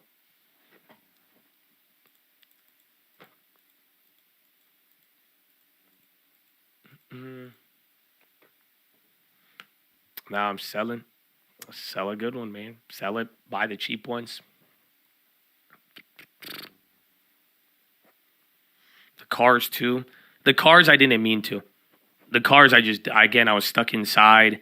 I was going through a breakup. I was doing a lot of things. I just pulled up and bought a Lambo. I didn't mean to. I promise you. I'm glad I got out of that. That's why I was so quick to sell it. Usually, I don't sell cars until I've driven them for like 2-3 years and see like the value a little bit. And then I'll just use the Toyota. Wow, that thing just, let it sit pretty much. But that one, once it went up in value, I wasn't supposed to buy that car. I didn't want to buy that car. I should have bought more houses. I did buy houses, but I was supposed to end my car buying after the G-Wagon. I guess I did it again, too. I'm going to find out where you want to live. Well, I even said it yesterday, too, though. Maybe you know where you want to live. Maybe you have, like, a dream place in your local area. But, it's crazy. You can literally, you can just go rent where you want and then go buy a cheaper house with some of the profits at a lower cost basis. Still expand the portfolio and then live where you want. And hopefully it covers some of it. The bear thesis for housing is stronger now in 2021. Of course it is. But again, just don't forget, you had motherfuckers telling you it was going to crash when rates were at 2. And the money supply on the 70s OD, and they're like, it's crashing. I'm like, no, it's not, bro. I promise. And then Bitcoin was up. Oh my goodness. So yeah, now I said it. I told you guys how to make money off it too. I said, if you think I'm an idiot and you don't like the real estate, it's simple. If you think it's going to crash, I told you to short the bonds. If you did that, you would have won too. But the broader stuff was very wild. But, just be careful. The game of you hit this, you miss this, it's a very slippery slope. And that's why always stay in the game and own assets, baby. Yeah, you could have made millions with Tesla if you did options or you levered a lot. But I'm just saying from that, you know how many times I turned small down payments, $10,000, $20,000, $30,000 into 6 figures in the last couple of years? It's unreal. Those were all of the plays that we served up and told you about a while, like literally age old, almost as long as I've been streaming. And that's where I'm like, you could have went from college graduate with nothing to 6 figures. But I could teach you now, but it's like we missed the opportunity is now a lot more contained. This was, again, 2020, 2021, all the way up until 2022. You know what I'm saying? But that's why I'm telling you, save up, get your long-term, keep your eye out for it. But it's like, you just got to survive. If you think long-term, you're going to be able to get it. But that's what I'm saying. It's just like, you could have made money on Tesla, but there wasn't anything that competed with dude, kids were getting in on it. Again, 18-year-olds, 19-year-olds, $10,000, $5,000 down payment. 1 year later, it's 6 figures net equity is what you would walk away with. It was nuts. I like to say you could never go wrong buying real estate. I watch people prove that. I agree. And that's why, even now, I'm telling you guys to be more cautious. That time is over. You know what I'm saying? I guess that's why. It's like we could talk about whatever. Even then, the stocks go up and it's like, okay, great. It's over. What you walk away with. Awesome. But it's like you do have to be cautious. That's why, Chad, send me a house, bro. Send it to me. You want to buy it, bro? I'll tell you, just like I did with homie today. Just like, yo, watch out for this, watch out for that. It's good here. It's lacking here. You got to just be a little bit smarter than the average consumer. You're going to be fine. You know what I'm saying? That's all you got to do. That's all you got to do.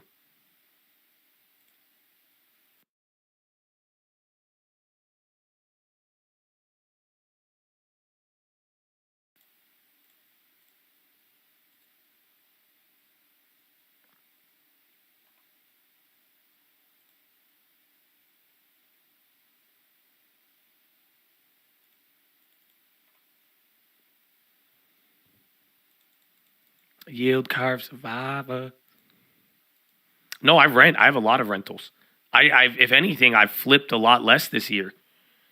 Just because, again, I was getting a little worried there. If it's easy cash flow, I buy it. But I do the flips when there's like a good deal and able to get it. But in the beginning of the year, I was worried about what I was going to sell them for up until SVB. And then I remember I sold off one of my other cribs right in like, I don't know, it was like May or June. And I top ticked it somehow because everybody got crazy about it. And then I did his thing. So I'm down with flipping, but I flipped a lot less this year. Definitely. Lending Tips still been doing a lot of flips. He's kind of an animal. Lending Tips is scary when it comes to the flips because he is like he loves the small margins sometimes. Me, I like to go like Barry Bonds. I'll wait for the pitch until it's like, I don't know, I want at least a decent amount. But like LT, he sees a property, he's like, boom, flip this, 20 grand. He's like, that's 20K in a month. We'll do it in 30 days. And then he'll do like 3 of them.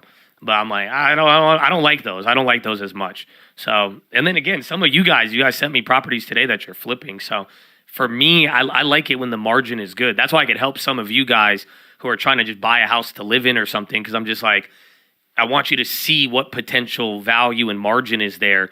And you'll know if it like makes sense or not. I like the no-brainers. That's it, all day, every day. But I did a couple this year, but very, very minimal. And then end of last year, I had that other flip too. I don't like it, but LT, he's better at the flips on the quicker ones because he has a good team. He has a good team, and they get him like his budget usually is his budget. I could get a little bit flexible, but I need my budget or my protection in the equity. Stellantis offers an additional temporary Indiana layoffs.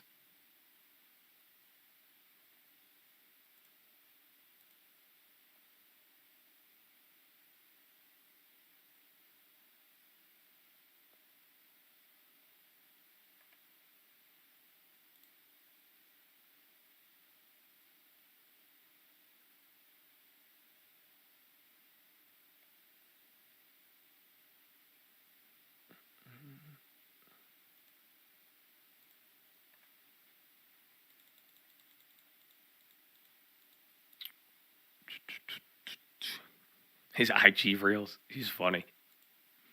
I love watching all of your guys' shit, bro. It's so funny. Yeah, I don't know. Maybe I think we all relate to it too well, though, sometimes. And so hopefully it's not too niche. I love them.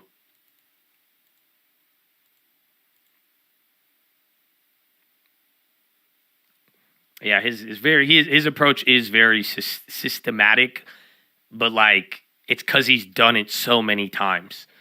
Like, that's what I'm saying. Like, most people, you could have a system with flipping houses, but, like, the minute you start using different people, like, the budgets just get all over the place. And then materials are volatile and, like, all that other stuff. But, like, he is very good at like, using the same people and then keeping it, like, exactly how he forecasted. And that it's a gift because you don't watch that all the time. And especially with, like, the new guys who flip houses, that's where you like run into problems. It's so hard to stay on budget or timeline or both and then do it in a way where it works. So that's the thing. I think it's because he does the volume and he has these like 2 separate teams, but he has 2 different people and it works. Keep the TTF poker chip in the pocket now. Let's go. And I saw that house you sent me, Najee. What are you gonna do, man? Is that where you want to be at? I like the area I don't know as much about. The property is a little bit bigger. It could be a little smaller, but it's at least not a flip. They bought it hella cheap, though. That's the only problem. We might be able to find you a house in that area cheaper, unless you need something like right off the bat to like just start living into. But like areas like these where like you see some of those cheaper homes, you might be able to get one for like crazy. This place is damn expensive too, bro. All these places are like expensive.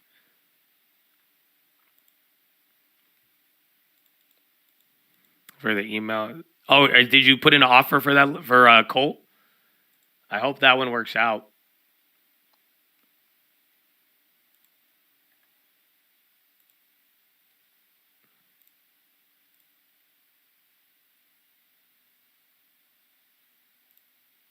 Wait, bro. How do I... I'm trying to view this 3D model now. Boofus Pluto. What's up, baby? Good morning. Good afternoon, bro. It's power hour, huh? In what? 40 minutes? No, we still got a lot of time.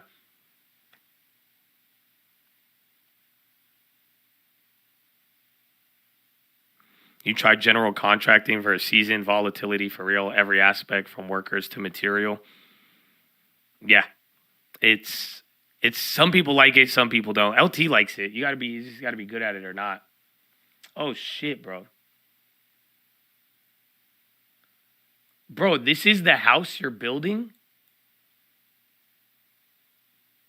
Dude, this is crazy. Bro, I remember you even sending... Dude, didn't you sent this even before this year? Like years ago. Oh, you could WASD to it? Wait, what?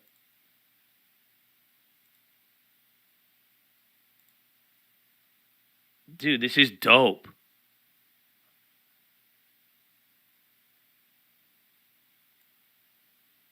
Was the land plot expensive? But this is, bro, it's going to be gorgeous. Perfect design, too. Is the view is going to be in the backyard, right? Oh, you bought the land in 2018. Oh, you mother effer. Damn, it was still that much for the plot? Oh, that's why I hate building. I would never do. I can't do that. That's why I'm like, I can't pay that much for just the fucking rock. No, it's ocean view, bro. It's not like it's a beautiful. No, but at least you're building something on it, though. Yeah, bro, this is probably gonna be like a $20 million house, or like at least 10, bro. This is gonna be ridiculous. What the fuck? And do have solar. Wow, very good. No, I can't. I have the build out, but there's like, I don't know if there's, I'm not going to dox his beautiful home.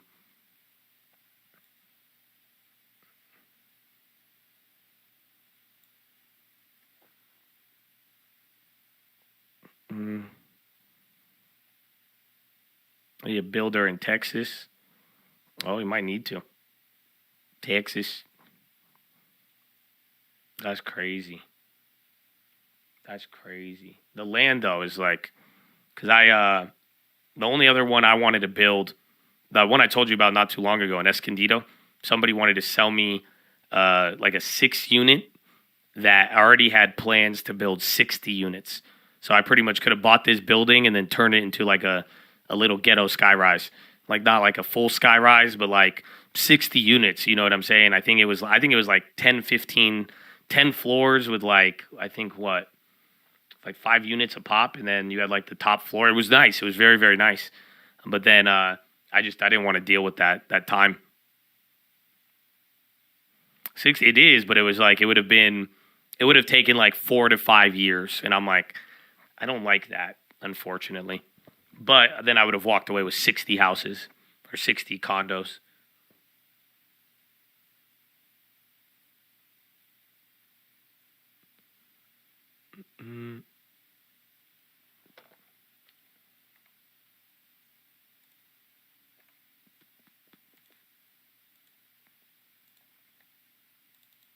A mid-rise, yes. Mid-rise. But Texas, that'd be cool. Can you build up in Texas easy or no? Like Cali, it's getting really easy to build up once the places get packed, but then there's some places that don't let you build up.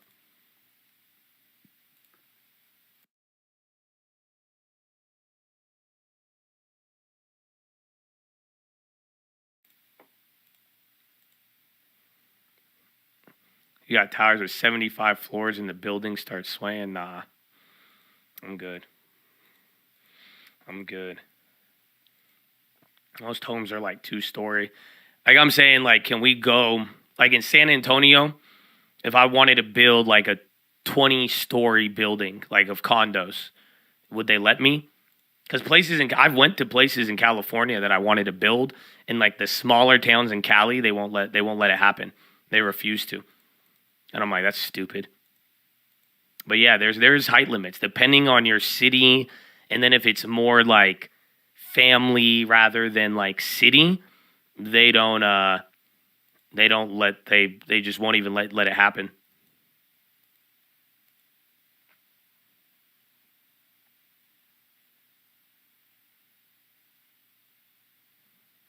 Someone once built a tall tower on Padre Island. It was condemned immediately and is the tallest building officially brought down by controlled demo.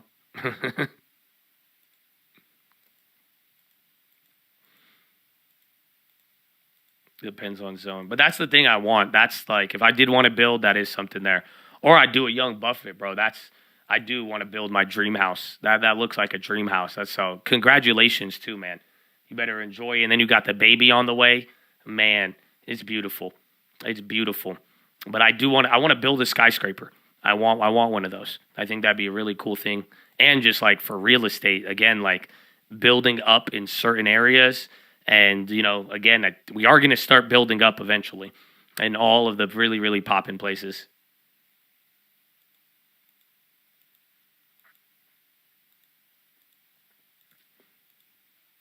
All right, you're kind of flushing again. Bonds are chilled. So is the dollar. Equities have been moving. That's it. And it's Friday. It kind of feels like a weird one. Japan Ministry of Finance says no change in stance to act on excessive FX moves. Then Saudi affirms, this was a minute ago, a categorical rejection of calls for forced displacement of Palestinians from Gaza, condemns targeting of civilians there. A categorical rejection of calls for forced displacement. And then S&P says it believes resilient U.S. consumer will generally remain above water with some stress likely in the overextended segments.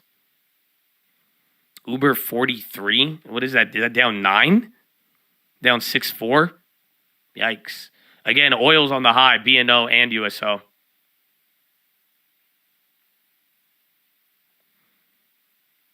They have a strip mall church that's facing foreclosure. If it's deal, yalla, tell us how much. Low price, we do. If high price, I take the bond.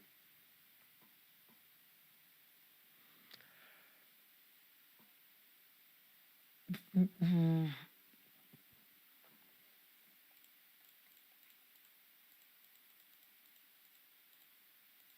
thought Cali was all about housing density. Well, yeah, that's why they're going to start having to build up. The more Cali grows and just all the cities, there's no space. The only space that will be available will be knocking down all of the dense properties and then building them up on the same plot if you can. Or take 2 plots and then build 5 stories up.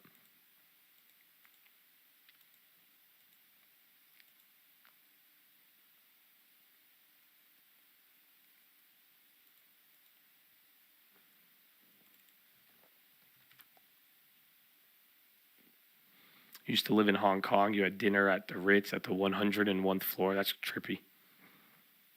I think the biggest building I've been in was the one in downtown, the U.S. Bank Tower with the little slide.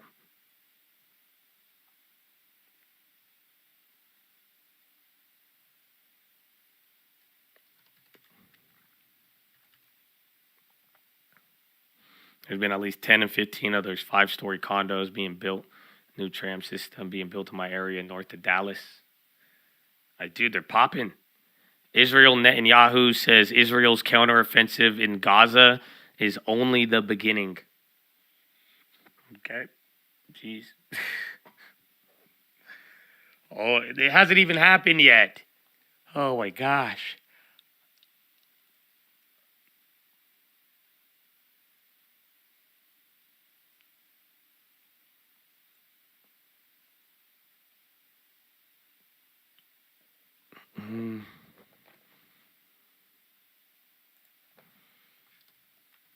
And bonds still moving, group bonds on the high.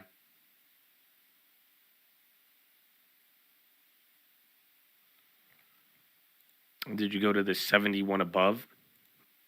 Is that the there's a bar or like restaurant up there. I went there, but I don't know what it's called. And I saw the little slide thing, but I didn't go on it. Why do you want 20 stories? The new Carlton sheets. Well, I like doors. You know, I like to have multiple units, and there's good value in there. You know, like ideally, you know, if I could build up like a 20-unit residential building, sell off a couple of units, and make it free. That's why I want it. So literally, you know, my buddy does that. My other buddy who does building, he's the other guy I would go to instead of Young Buffett now, because Young Buffett has done some good work.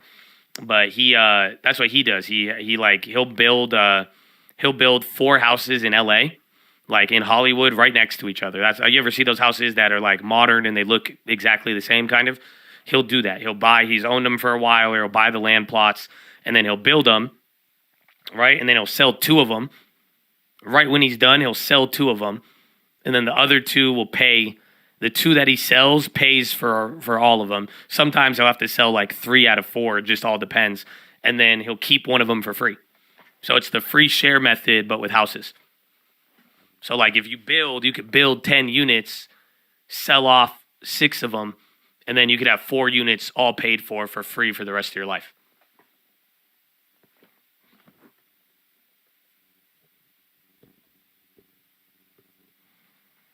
What happens when Biden says no rent again? Well, you deal with the situation. I mean, again, we already dealt with it before. You know, I heard that's the beauty is that, ironically, I never thought I'd be able to say it, but I have experience with that. You know what I'm saying? Like, legitimately, I have dealt with a full rental stoppage for months or years.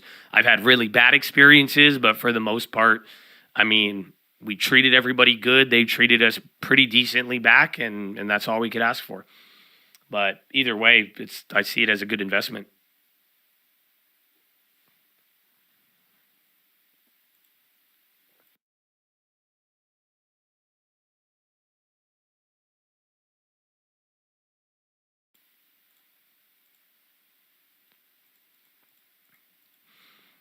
Oh, it's the restaurant? Yeah.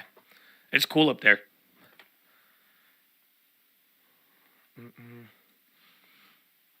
Dealing with people as fellow Americans is honorable. Yeah, and I mean, people, like, dude, at the moment, people were really scared. I was even scared. And, like, everybody was chill. Like I said, I had one really bad experience with an NFL player. that was one of them. But other than that, it was pretty chill. You know, and again, I had other renters towards the end, and then they just left voluntarily. And that was it. Netanyahu's birthday is October 21st. That's weird. Volume picking up a little bit, but we're right below VWAP. I mean, again, dollar has not moved all day. Who's NFL player? I wouldn't want to put him on blast because we eventually, part of me getting him out was me not putting him on blast. You know what I'm saying? So, but like, I to be honest, I would have to go to my email to remember his name. He was a scrub. Like, you don't know who he is. Like, I didn't know he was in the NFL till he sent me an NFL pay stub. Like, he played for LA. He played for the Rams a couple years ago. I was like, you're crazy, bro.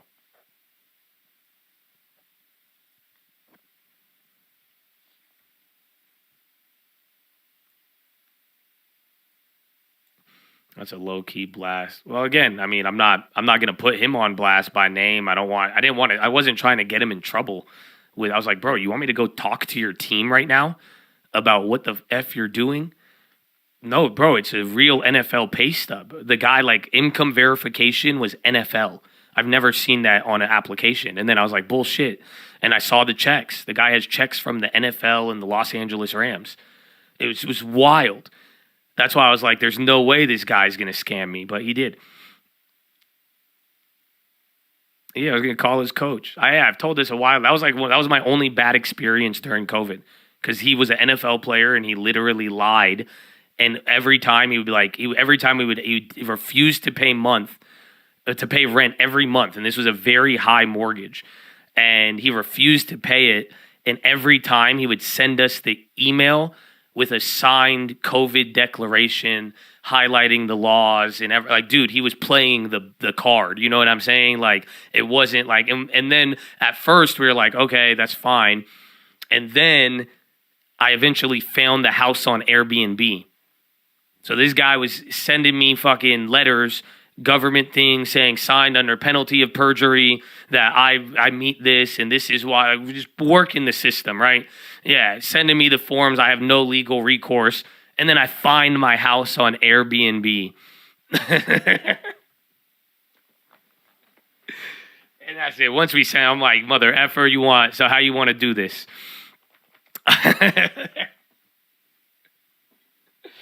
That was it. Then problem solved. I was like, you fucking scammer, dude. Just go catch a football. Like, that's your job, bro. It's all you had to be doing. Why you even running an Airbnb out of my crib? You say you can't pay. What the hell? Man, if I ran a 4.540, you think I'd be stealing Airbnbs? It's bullshit. Unethical Life Hacks, Volume 1.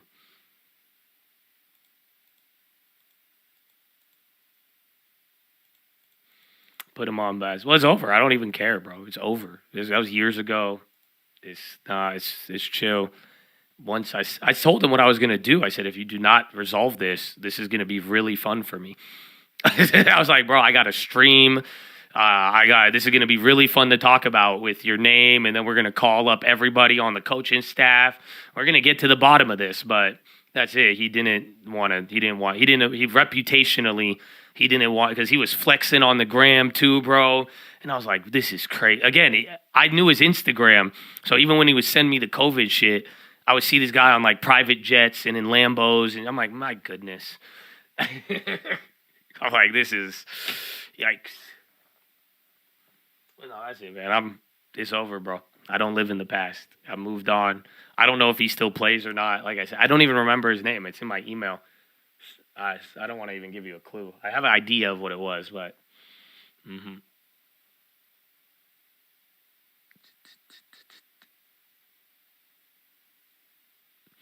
Yellen critically important to prevent Middle East war. If C goes red, that's crazy. I was saying that earlier. Yeah, they are red right now. City went positive 2.9.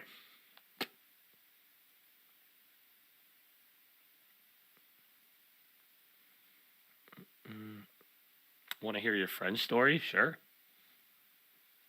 I always like a good story.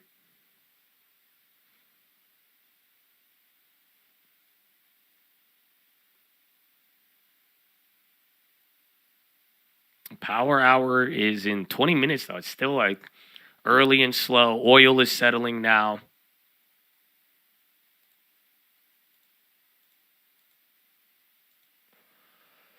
Oh.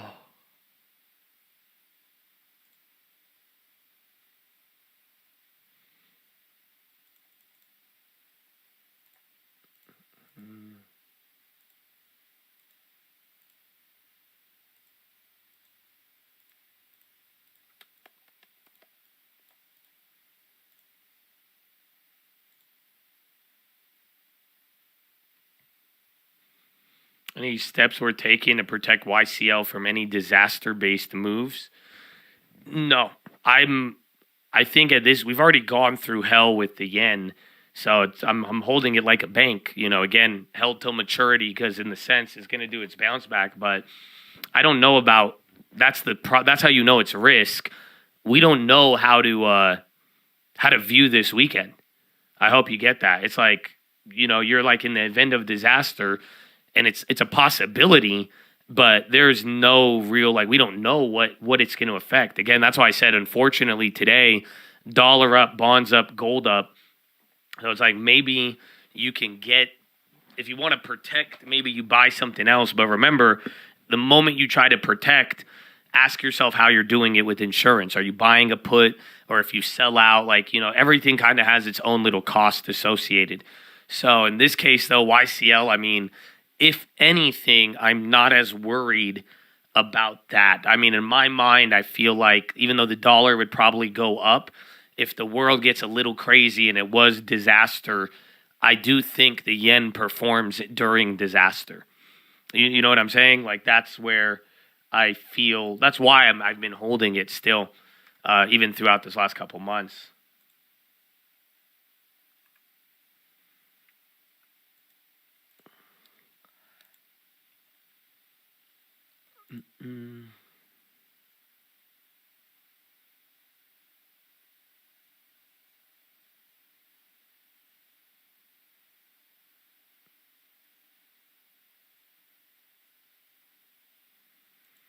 During COVID, though, the yen, that's where the weakness started, but then it wasn't until like 2022. So, like, even then, if you look at like 2020, how things played out, like with a lot of stuff, and then this right here, this was COVID. So look at when disaster finally struck, the yen dropped almost 10% in strength, not weakening. So, but then it was like after, once the dollar and all that inflation, that's where it got a little crazier. But I do believe that it should have a benefit. Maybe it's short-lived, but for the most part, trying to, I think it brings up a bigger point of what do you do this weekend? You know what I'm saying? Like, if you really are worried about the weekend onslaught and what could happen, that is what you got to be thinking about. Because if nothing happens, or something is going to happen, but like, let's say the market ignores it like it did on Tuesday, the day after, then who knows what it's going to look like. And that's kind of the thing. Is it worth it to move? That's where we got to be looking. And then again, earnings is all next week.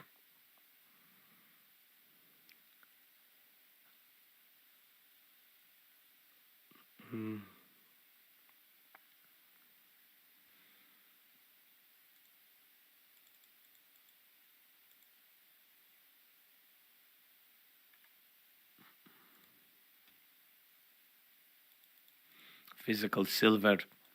Don't need vampires. Well, always good. When is buying season? If earnings are good, it will be right now. And then up until maybe, I don't know though, maybe until middle of November. That's the thing. If this take too long though, before you know it, it's going to start looking like a great time to tax loss harvest while still getting a decent value. And then you're going to have to hear everybody debate about what's going to happen next year. But long-term, I said it today, though, even for the long term, even if you're younger or you are thinking 5-10 years, it's like, just keep in mind, owning, like, there's a good time to buy certain things, especially if you like certain names over a long enough time frame. You could get caught up with what's going to happen this year, next year, but what about 5 years, 10 years? And that could really help you get in some good places for the most part.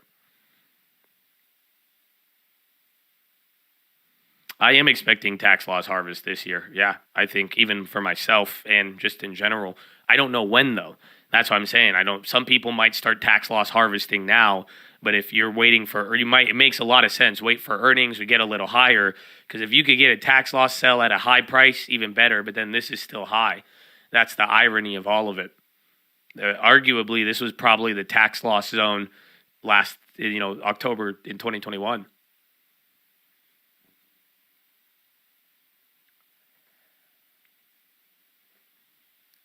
You think it would be an early leak on possible weak bank earnings? I think we talked about it. Maybe the regionals, but so far the big banks are looking good. So I feel like we would have got more. You would have felt that fear more today if like JP Morgan and Wells Fargo were as bad. But didn't hear from regionals. I mean, they're making interest. The big banks don't show the problems, but always it's been the regionals that do.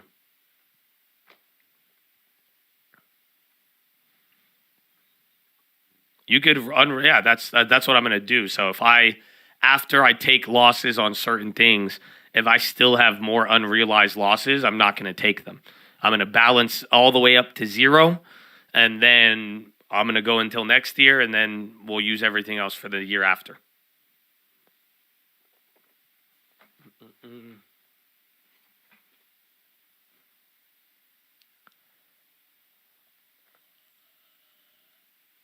You could roll them over however long, as long as it's unrealized. It's just your cost basis. Buy here, sell here, what date, when's money in, when's money out.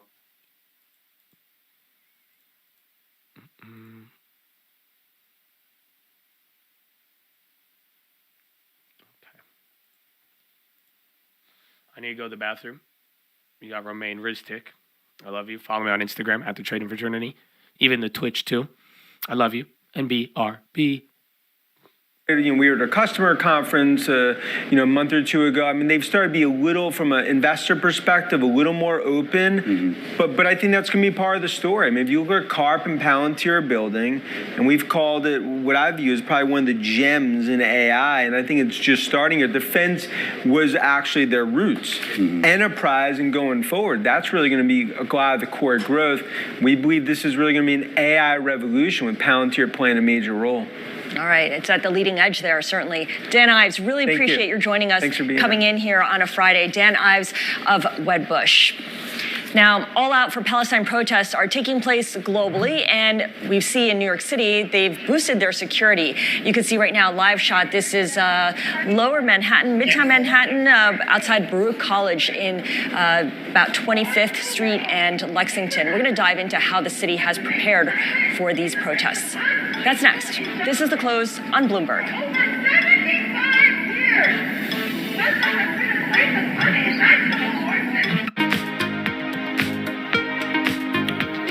Oh, bro, this is the song.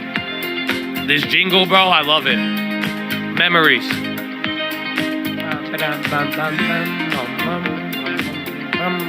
I love it. I love it, bro. Flashbacks. You know what I'm saying? I get just on my TV. I love it. I love it. You have no idea. It's great.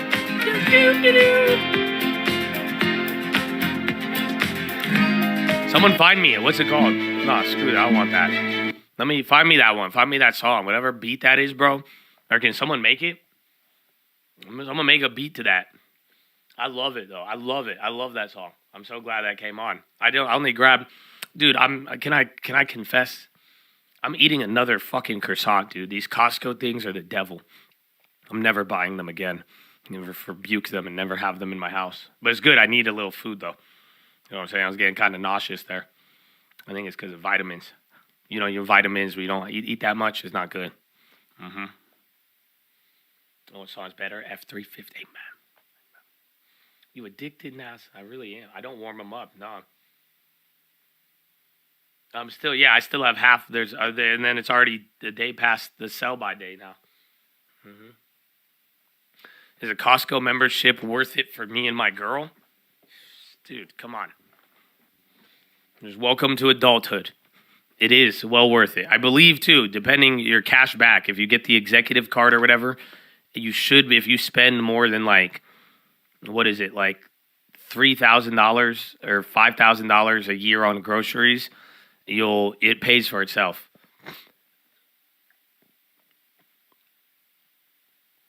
It depends how, like, do you eat a lot? Because everything's just in big quantities, but like, it's a deal, bro. Everything there it is cheaper. I said it too the other day, like cereal. So like cereal at grocery stores is so expensive right now. At Costco, it's like $5, $7 for like 2 gigantic boxes.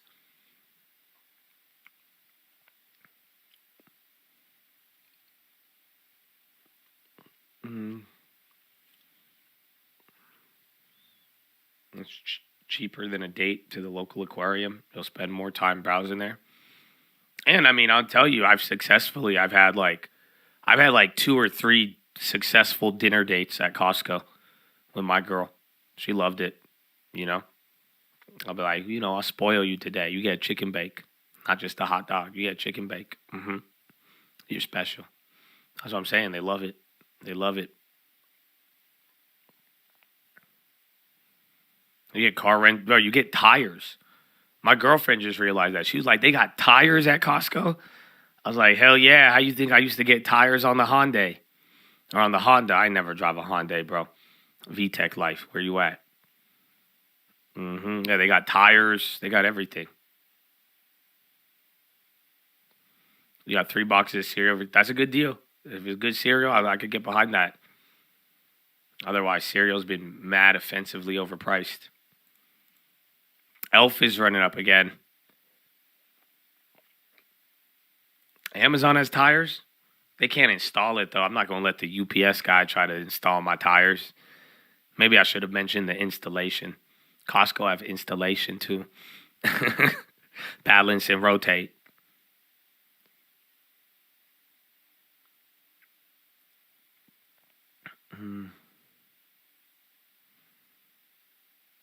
Bonds came down a little bit. Oh, wait, here, he's back on. I need to go pee. I didn't go pee. I just grabbed the fucking croissant. That was such a stupid trade. I left. I got a croissant and came back, got good music, and then I still didn't even get to go pee. I'm like, why do I need to go pee right now? Hold on. And Iranian proxies in Lebanon and Syria, but it blows up into a direct confrontation between Israel and Iran. And if that happens, the scenario we construct based on what's happened in past wars in the region is for really a very, very sharp rise in oil prices. If oil prices go from all the way where they are now to $150 a barrel, our models tell us that would take a full percentage point off global growth. That would take global growth for 2024 all the way down to 1.7%, the lowest level since the early 1980s. So that's a risk scenario, maybe even a low probability risk scenario.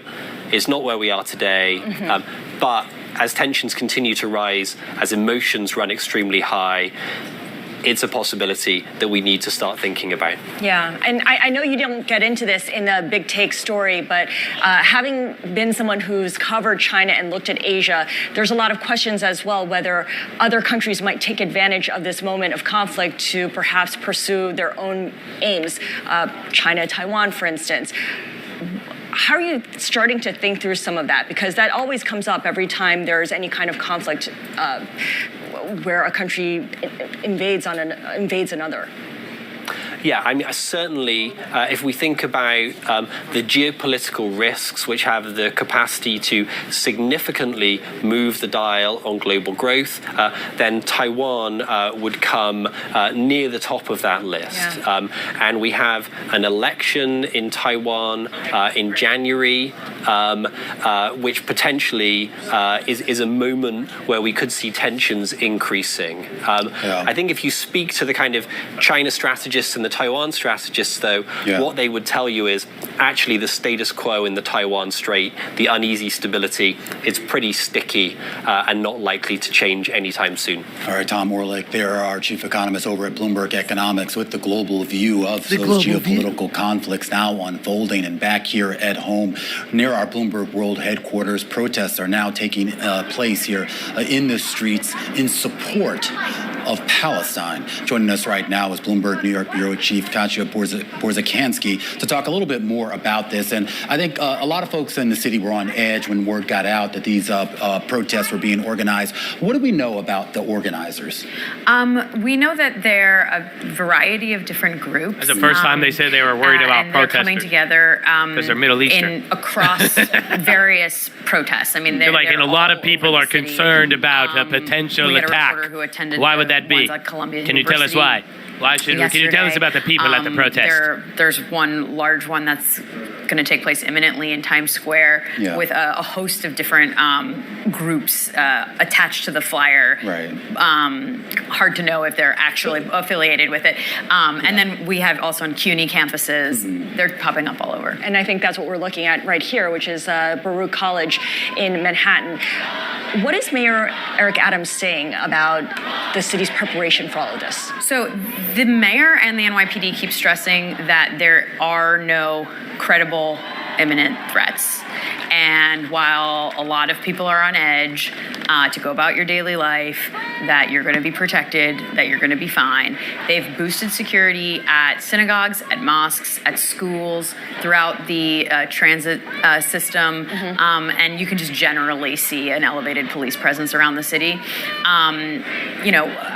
Several friends have texted and said, they're boosting security guards at my kid's preschool or wherever, even places that aren't religious institutions. So do we have a sense here that some of these stepped up security measures are going to be here to stay for a while until whatever is going on in the Middle East is resolved? That's a good question. I mean, given that there's probably no imminent solution to what's happening, there'll probably be responses to just with the societal unrest, right? Like this this was known to be the day of rage, and so there has been anxiety in the Jewish community for the last several days. Social media has been aflutter with paranoia about what would happen today, and so I think there's a response to that. Mayor Eric Adams is very close to the Jewish community here in New York City, so there is a direct response to that constituency. And we've seen this a lot in New York City, where we have some incident overseas, and then of course they have to step up the protection of synagogues and other places of worship in order to make sure that people feel comfortable. Of course, it's nothing new. They also do it during the high holy days. All right, Katya Porzakansi, thank you so much, New York's bureau chief here for Bloomberg News. And Romain, a lot of people didn't make it into the office today because of these protests. I mean, it was pretty empty at the garage when I parked my car this morning. Yeah, it was hard to kind of know what to make of this, right? I mean, it's one thing to say, okay, we're going to come out and protest, but I guess as long as it's peaceful. But I think it scared a lot of people away, not just because of those protesters, but I think there was this fear that you're going to have counter protesters, and then that could cause some issues. At least for right now, we don't have any reports of any significant incidents there. We will keep an eye on that here as we march to the closing bells here. We're about to round out into the final trading hour. Maybe it's because it's more. I feel like this was the most different way I've heard a protest described in the last 3 years. 4 or 5 years even. I feel like every other protest, they'd be like, it's mostly peaceful and everybody is there trying to send out their, they want to let their voice be heard. It's all peaceful protest. This one, they're like, I don't know if we go into the garage or not. And then if the counter protester, you hear about the day of rage.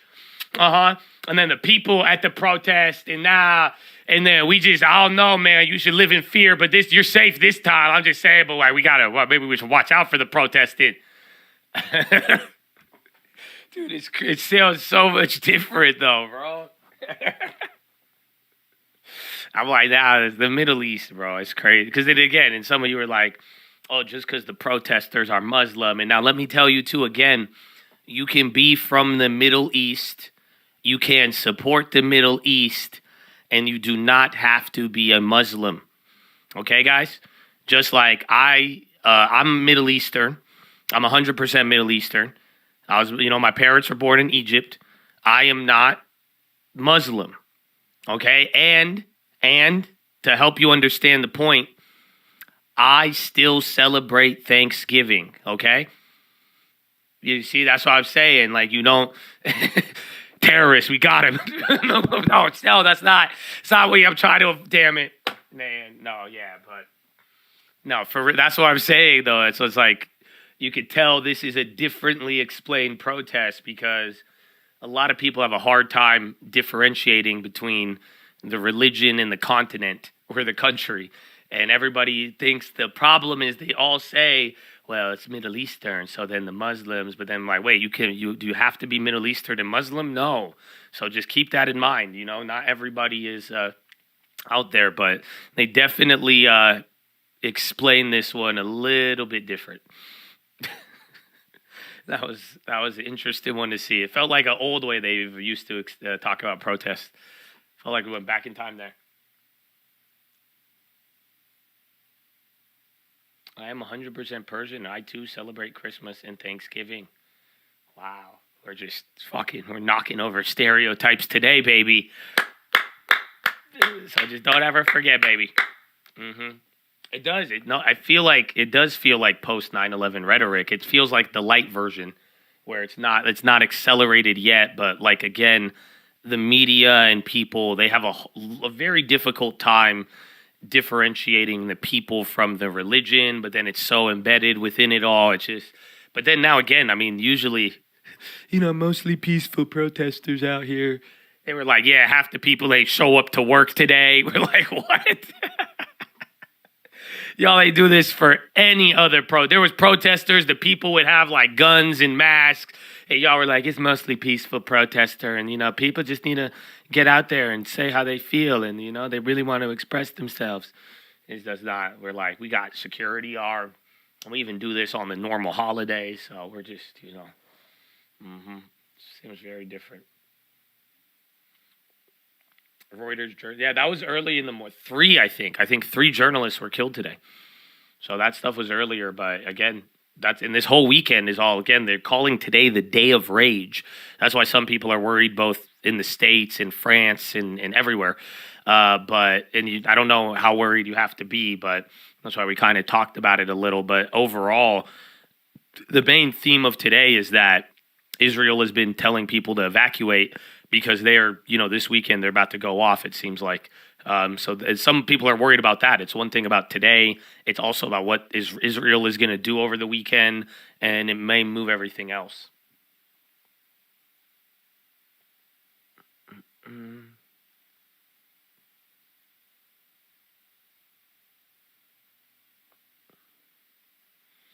It's not the protest thing. It's the call for jihad actions. Well, that's the thing, is that maybe we got to separate the jihad from the people. And that's why this thing is so confusing for a lot, because some people see things going wrong and they're like, I support this side, but you got to be very specific about what you are supporting. But again, once you introduced the Middle East culture, Middle East people, it's very hard for people to not assume certain things. That's why I'm saying I hope everybody is aware. It's, not every Middle Eastern is this, not every Middle Eastern is that. And it's just like, that's the thing. There's people out there who are supporting jihad and who aren't. And some know it and some don't. And you know what I'm saying? And some people are supporting their brethren and their people that they're with. So it's like, it's a very wild concept. But yeah, I mean, I'm not, I've made a lot of jihad jokes about GameStop, but I'm not a fan of that. But that's why the Day of Rage is related to that call of action for jihad. But then again, they were saying even for other holidays, they take precautions. But you definitely, I think even the reporting of it all, it just sounds like a much different protest.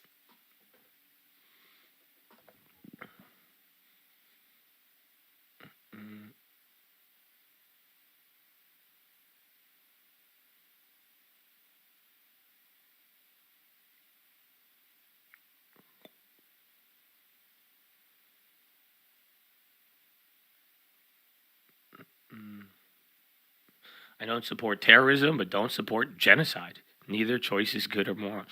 Dude, and welcome to the battlegrounds of the words with everything. Is it's like, dude, that's what this shit runs way too deep. Somebody said it the other day, both sides feel attacked.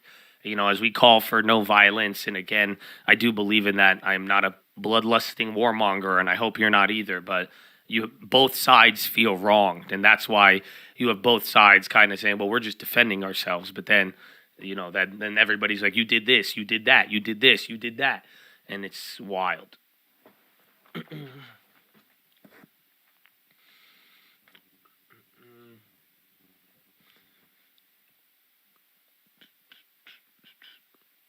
Muslims for women's rights. You're trying to take it there, huh? You're trying to get into the Quran.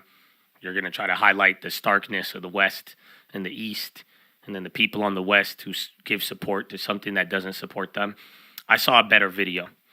It was a man of a different sexual orientation. It is a trap, but again, he said something more along the lines of just, you see people who will support certain things, but all the time, I mean, they'll take your support, but it doesn't you have to know what every side stands for. But on the extreme levels, I don't think any side stands. They're all very oppressive, and I'm saying on both sides. Just that's kind of the whole issue here.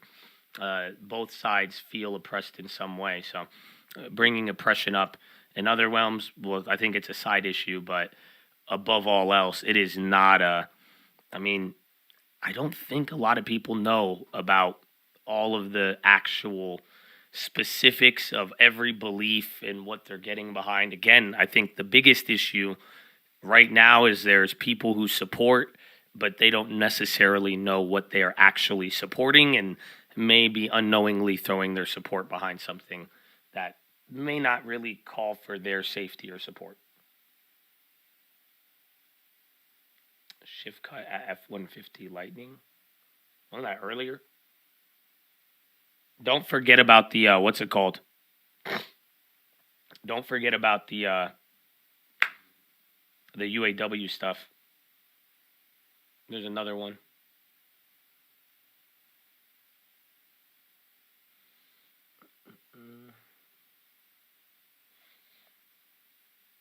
I feel like someone's moral standing could be known by whether or not they support the death penalty.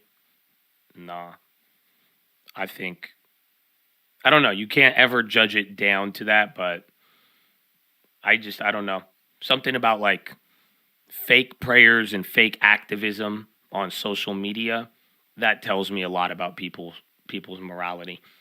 That's, you know what I'm saying? Especially after a couple of days now, that's everybody wants to make a point. Everybody wants to side. There's a lot of virtue signaling in this, and that's why it's like it's a damn shame.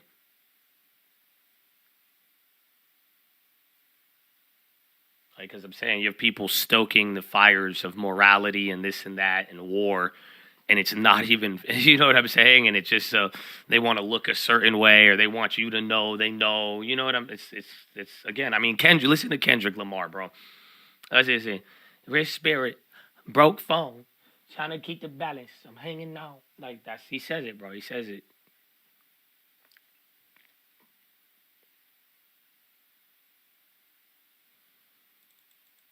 We need a philo on standing up against the government when it goes against God's will. Dude, that's not in the Bible. At all. I promise you. If it was, then Jesus would have turned into Superman, fucking ripped the nails off the cross, and started turning them to frogs. You know what I'm saying? Like, that's the whole point. To give Caesar's what is Caesar's. You know, no, it's not. It's not there. That does not happen in the Bible. You know what I'm saying? Like, it's not in the Bible there. Again, it says even then, you know, to listen to those in power and order. Honestly, like, I feel bad making political jokes sometimes, you know, if that's the case, but it's like, nah, bro, it's not. It doesn't say there, you know, it says turn the other cheek in love. And honestly, I would look to that. That's harder to do than fighting. I'm just telling you now. You guys don't think, I've said this always. It's so much, that's why I feel bad when I clap back at people. Again, I've had people do other things to me in life, and I've resisted. But it's like, for real, do you realize it's way easier to fight back than turn the other cheek? To try to approach love is way more radical than anything. It is radical to kill people. It's radical to strap yourself to a bomb, kill yourself and other people. It's even more radical to try to love your neighbor as you love yourself. For somebody to spit on your face, somebody to do wrong to you, and for you to take it and not unleash the rage and the bloodlust that we have as humans, oh my goodness. That's why, like, that I honestly think you should figure that one out, and that is the moral test and challenge, and that's what the Bible teaches. You see, that's what I got out of it. That's why when I grew up, I didn't like church, because I was like, I don't think they read the Bible, you know, because when I read it, that's what I got out of it. You know, I didn't see, it says things will be wrong. Again, Ecclesiastes will show you the wickedness that crept into the world. Proverbs will give you some principles on it. But the whole idea is like, we should have been expecting this, and you should know. But dude, the craziest, most radical thing is to love. Hands down. It makes it really, if you take it at face value and even look at it deeper, love your neighbor as you love yourself. That was one of the most radical teachings ever. Why in the world would I love my neighbor as again, I will put in work, I'll put in effort, I'll have people shit on me. I will have people do good to me, and then people will kill. They'll kill my brothers, my cousins. You know, why would I show love? That's way more radical than showing revenge or even defending yourself, believe it or not. All of that is, that's a radical concept of turn the cheek. Very, very radical. So that's what it says. But the Bible, please do not ever make that mistake.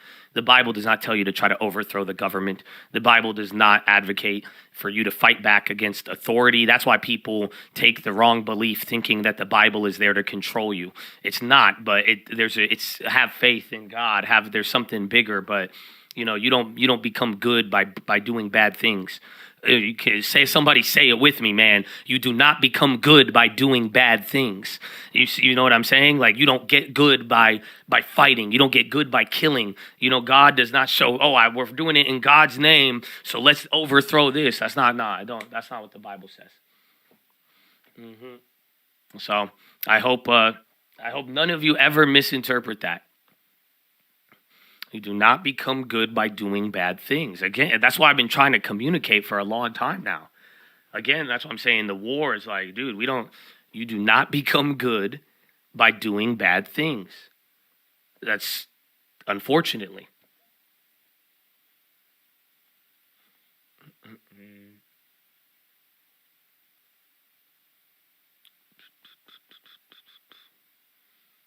That's how the Crusades start. Well, that's what I'm saying, man. I tell you my belief. I read my Bible. That's it. And it's for a reason. I told you my whole life I lived one way and I didn't like it, and I listened to other people, and eventually I read the book myself, cover to cover. You know what I'm saying? And that's where I was like, damn, I don't think they read the book. I remember there's people in my life at one point, I was like, wow, they know God, bro. They have to know God. Look at them. Wow.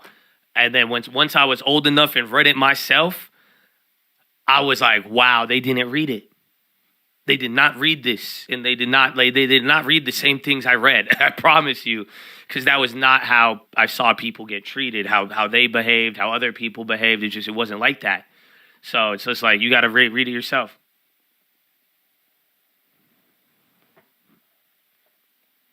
So why did you threaten to expose the NFL player when he wasn't willing to cooperate? Because he cared about it, and that was a non-violent, easy way to solve the solution before going to court. Because I just said, if you're saying you're poor and have no money, then, I mean, we should probably let people know. But that's why. I mean, I didn't resort to killing him. I didn't threaten him. And even then, you ask me today, years later, I have an opportunity. I could shit on his name. I could put him on blast. All he did was do wrong things to me. You know what I'm saying? Literally robbed me of my money, lied to me, lied to the government, played this whole game. And even then, I still to this day, I'll say, why would I do that to someone when I have, no violence. It's the problem solved, But it's like, and even then, you move on. It takes more for me not to make a video and monetize that man and that story than it does to sit back and say, wow, he shit on me, robbed me, and I did nothing about it. So, I don't know. You tell me. Pop. A little bit. And then Zim has been running up. I've had this on the screen for a little.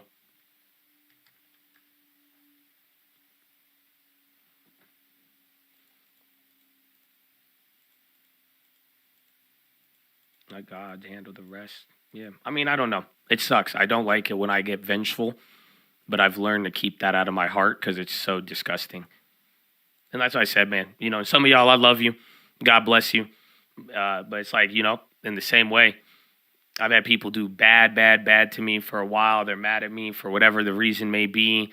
They'll shit on me. And like I'm saying, man, you're more of a coward to attack than it is for me to just take it and say, I love you. I don't know if you'll feel that. And that's why that is something big of my belief. And I hope all of you, and you'll see. Again, I showed you saw an example yesterday. It's like, again, it's very cowardly to go into that. And if you know the pleasure you get of vengeance and hurting somebody, it only lasts for a little bit. You know what I'm saying? It's like, it's super simple where it's just, you got to do your thing. I mean, that's it. It takes way more prayer and effort to say, God, why let me go at these people, bro. You know what I'm saying? For real. I have a lot of anger at other times, you know, and I know how angry I could get, but I told you the philo the other day. Once you realize how much you love things and that same energy applied towards love and good things, dude, and like doing what you love, oh my, it's so much more freeing. And you know, and you get so much more for it. So, I don't know, but that's up to you. That's not like, that's a personal decision.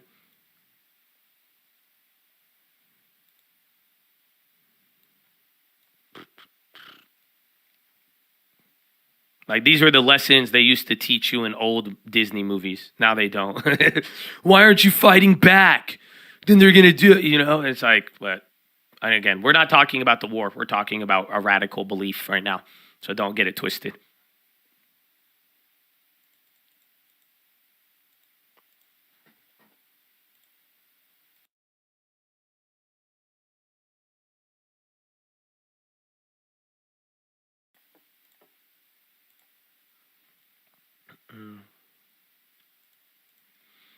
It's the main reason I subscribe. You teach a lot of good. I hope so. And like at the same time, I don't think I'm always good. Like I'll tell you, like, yeah, I was freaking out that day. I was doing it, but it's like the general principle. Because sometimes I lose it, man. Again, sometimes you get me at the wrong moment in that, but these are principles, and it is what I believe. And like, again, I hope you learn from my journey, but every day, every year I even spend online. We've been blessed to deal with so many people, good and bad. It's like, you know what I'm saying? It's just like, not everything's perfect, but the principle of what it is, like, you should know what I stand for and what I believe. And I know a lot of you do too. And that's why, it's good that we have each other. Because at the same time, if you're looking around thinking you're the only one like that, it gets a little weird. But, for real, it is, you're not going to be perfect, but hopefully there's a principle to guide by. And that's something I hold highly. And that's where I do. It brings me a lot of guilt and shame if you cannot forgive and love. It's really bad. And seriously, it makes, in my heart, in my mind, my philos, when I think, bro, literally, if you cannot treat somebody that you see with love and respect, even if you don't like them, I don't think you can't believe in God. Your faith is fake.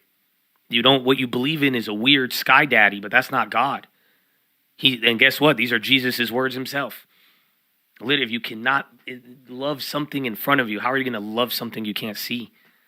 Like, you know what I'm saying? And you say, I say a lot of my beliefs. And again, maybe my language doesn't reflect what I believe sometimes. How I act, maybe outburst, anger, whatever it may be. But it's like, when it's all said and done, if you cannot believe in your heart or make that effort to try to love those around you, regardless of differences, anger, how they treat you, where is your faith then? Because it's very to see somebody in this world, a physical world of humans, to see them and to want to hurt them. And you want to say that you pray to an invisible God? Wow. You know what I'm saying? And you're like, God talks to me and I learn this and I pray and I do this and all of that. But it's like, whoa, but you can't love a person in front of you. Something you can see. That's it. It's wild. Everyone makes mistakes. That's why I'm saying, like, in your heart, though. That's why I like love. That's why I'm saying I feel bad on the even the little moments I fall through the cracks with it when I do act like that, when someone lets my anger get the best of me. That's why I'm like, dude, I do feel bad about it. I try to reconcile it, and I know in my heart, because I don't want to violate that principle. Because I know I'm not taking my faith seriously if that's not how I'm going about things.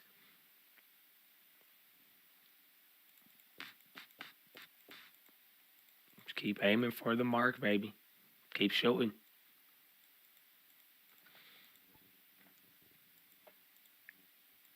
Yes, it's good. Good talks today. Again, sorry for some of you on non-members. You're not allowed to complain. That's the only difference. So I'm glad if you're still here.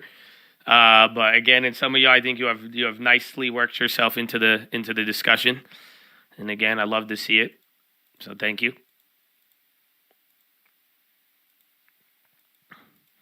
Anger isn't inherently evil. It's not, but it is the main ingredient. So usually, it leads to it.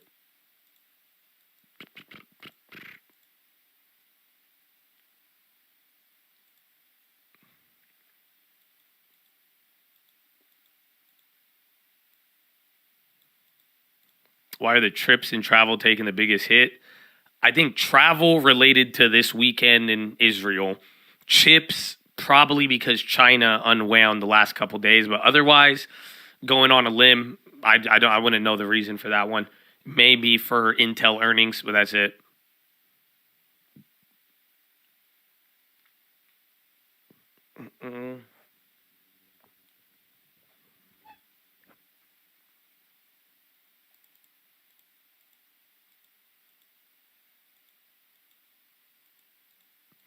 Everyone had that mindset. That's what got me on. I played that logical thought game. It works out good, but I don't know. In a weird way, I do believe I see people growing, man. you know, and I think the world we live in, there's a lot less hope some places, but eventually, man. And again, the way we all found each other, the fact there's even a couple thousand of us right now, with most of us legitimately, I'd say less than 500, you know, are on the complete opposite vibe that we are, a lot of us are on. You know what I'm saying? It's like that right there could tell you a lot. So I do think, I do have a lot of faith for it. And everybody goes at their own time. And everything is a work in progress. PRZ, that sounds very familiar.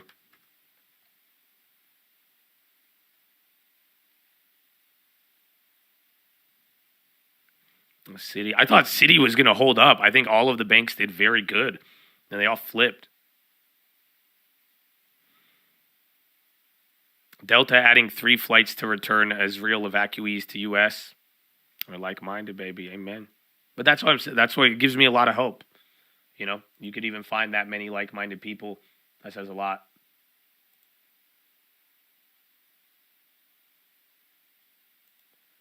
Oh, you found it?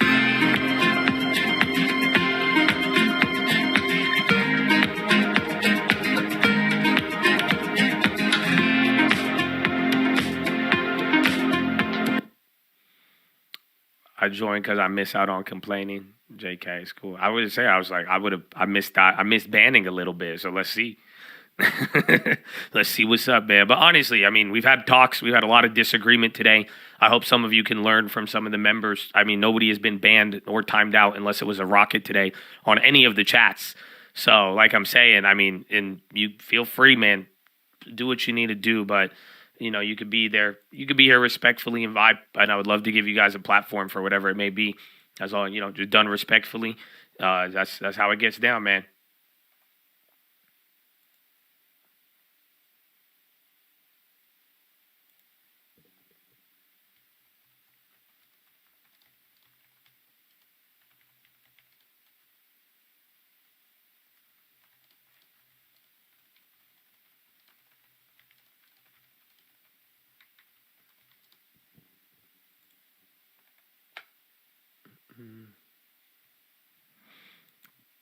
Gunner.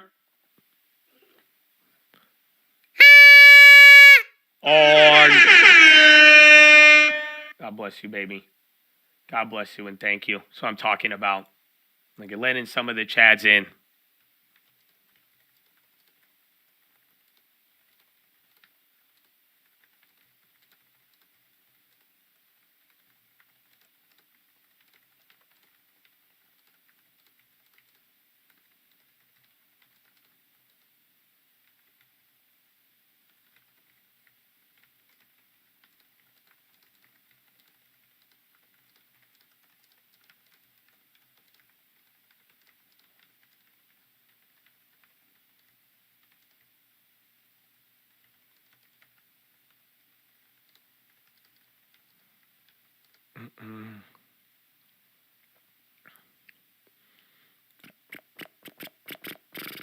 Gotta spread the love, man. Let's do it. God bless you, Connor. I know you have been banned before, but look at you shining now as an example to the Chads. He'll get you a solar lead one day, but in the meantime, I love you. GG. Tell a hater get a long term. Amen. Amen. Amen. Amen. Holding it down. Holding it down.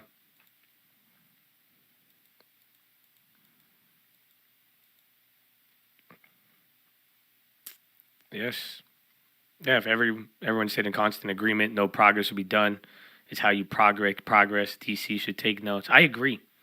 I guess that little talk we had is just about repaying evil with evil, anger with anger, violence with violence. You know, so you're not required to agree with everybody, but you know, just along the lines. Hopefully, someone does wrong to you, you could think of something else except respond with the same thing back.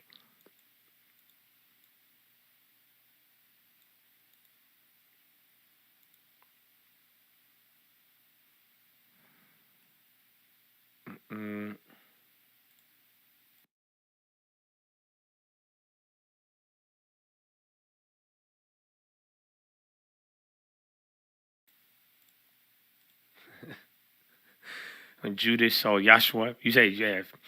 Some people refer to him as Yeshua, to the Roman and betrayed him.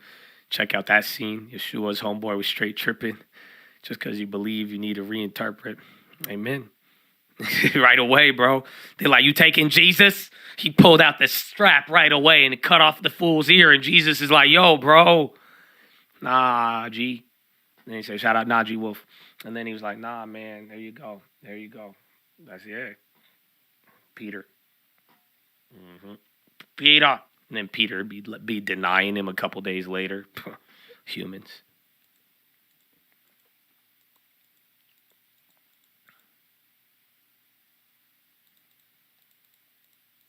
Eye for an eye makes the whole world blind. Be kind, be open-minded, and do your own research. You ended it with the stock disclaimer. You're like, and do your own diligence. This is a recommendation. Thank you. All eyes on me. GD, remember, General Dynamics got a military contract for boat repairs today. I didn't think they were going to move too hot off it. And then all of the other defenses were up. RTX were up on still. But that came down. Novo ended up holding. Bro, today, all day, every day is just 7 hours of waiting for the bonds to do something, and then that's it.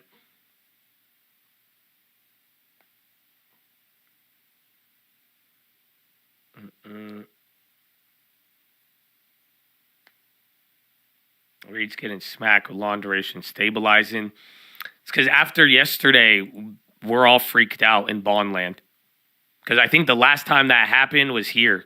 You had like a fat drop after the little rally, and then this one we just went straight down. But these little like fake ass little pops, they're not really all that great. So I genuinely think after yesterday, people just got a little spooked that the bond thing's like it's not over yet. At work, hope things are going well. It's been a long day. I mean, kind of wild in some instances. We moved after the consumer sentiment, but it's been good. There's a lot of fear and worry about what's going to happen in Israel this weekend. Bank earnings, BlackRock, Wells Fargo, they all came in good to start. Well, actually, BlackRock was a little bit bad. It was Wells Fargo and JP Morgan that did good. But other than that, nothing crazy. Couple Fed speakers. I think they were actually more bullish than not. But then bonds and dollar was up. Bonds held up again. But then SPY just started moving, man. No, every day, like after this whole week has just been bonds. Just wait till the bonds, and then the market is in its own little world. The plays are staying within a range. I guess like Netflix be falling through the bottom, and we saw like what's it called, Dana here and a couple of others. But for the most part, it's just like a weird dollar bond stock dynamic that just like we're waiting 7 hours for one of those things to move. Even if equities move and the dollars and bonds don't move, then we're like, and then eventually it does. But that seems like all we're waiting on. Well, it's not going to stay here forever. That's the good part. We've gone through a couple months, but it could be. Don't underestimate how smooth it can move. Slow.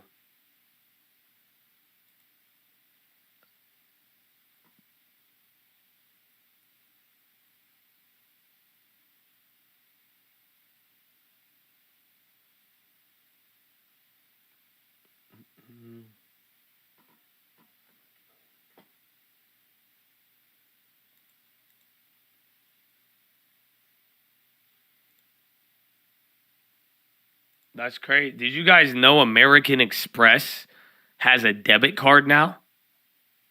American Express is offering checking accounts, an Amex checking account where you could get rewards.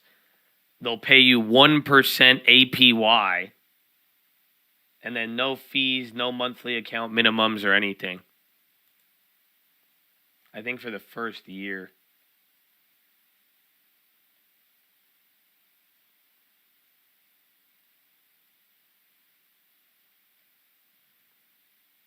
You did not know that? Let me send you a referral link. Hold on. No, they're offering you get $250 if you make an account and then deposit $500 in. They'll give you $250.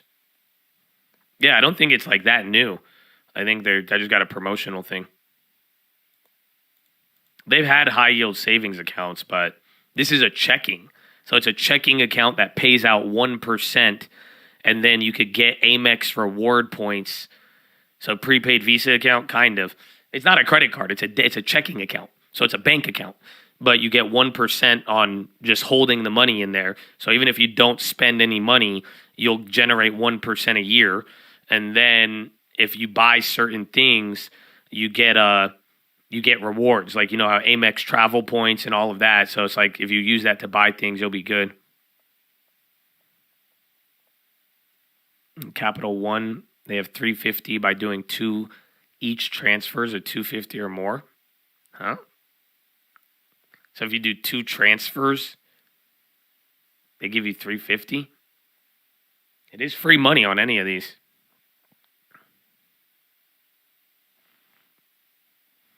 Checking with one, yeah, they said it's 10 times the national average. Oh, by doing 2 ACH transfers. Oh. I was like, what do you mean by 2 each? I was like, how does that work? They're like, half now, half later. You put the deposit now and do another one.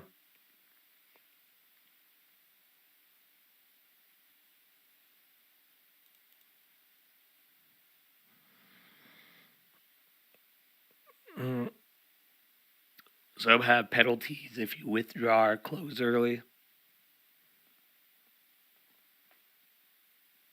We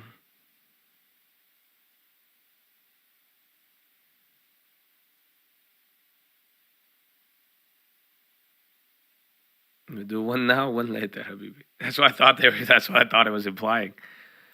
Early MOC 302 to the sell side. You've been running up check it. Yeah, because people have been giving you mad money. They want those deposits. Do you have to pay taxes on the 500 or is it considered cash back? I don't think you pay taxes on the 500, but take that up with Janet. I'm sure. We need to tax all credit card rewards. If you have unrealized credit card points, we're going to tax you at 72%.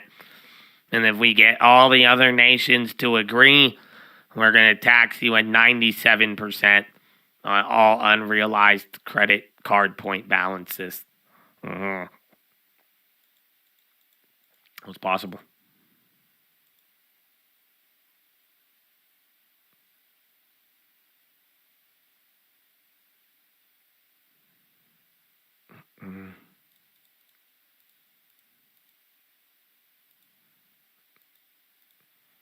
No junk fees. That was a big deal this week. No junk fees. It made it to the top of the headlines in the midst of everything.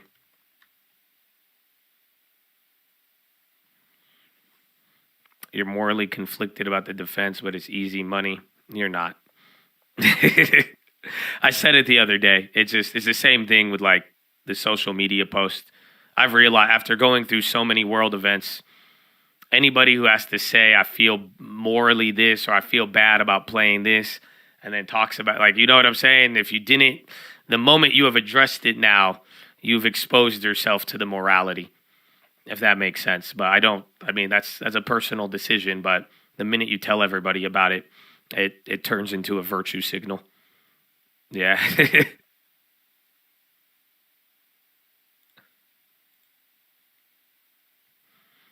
Yeah.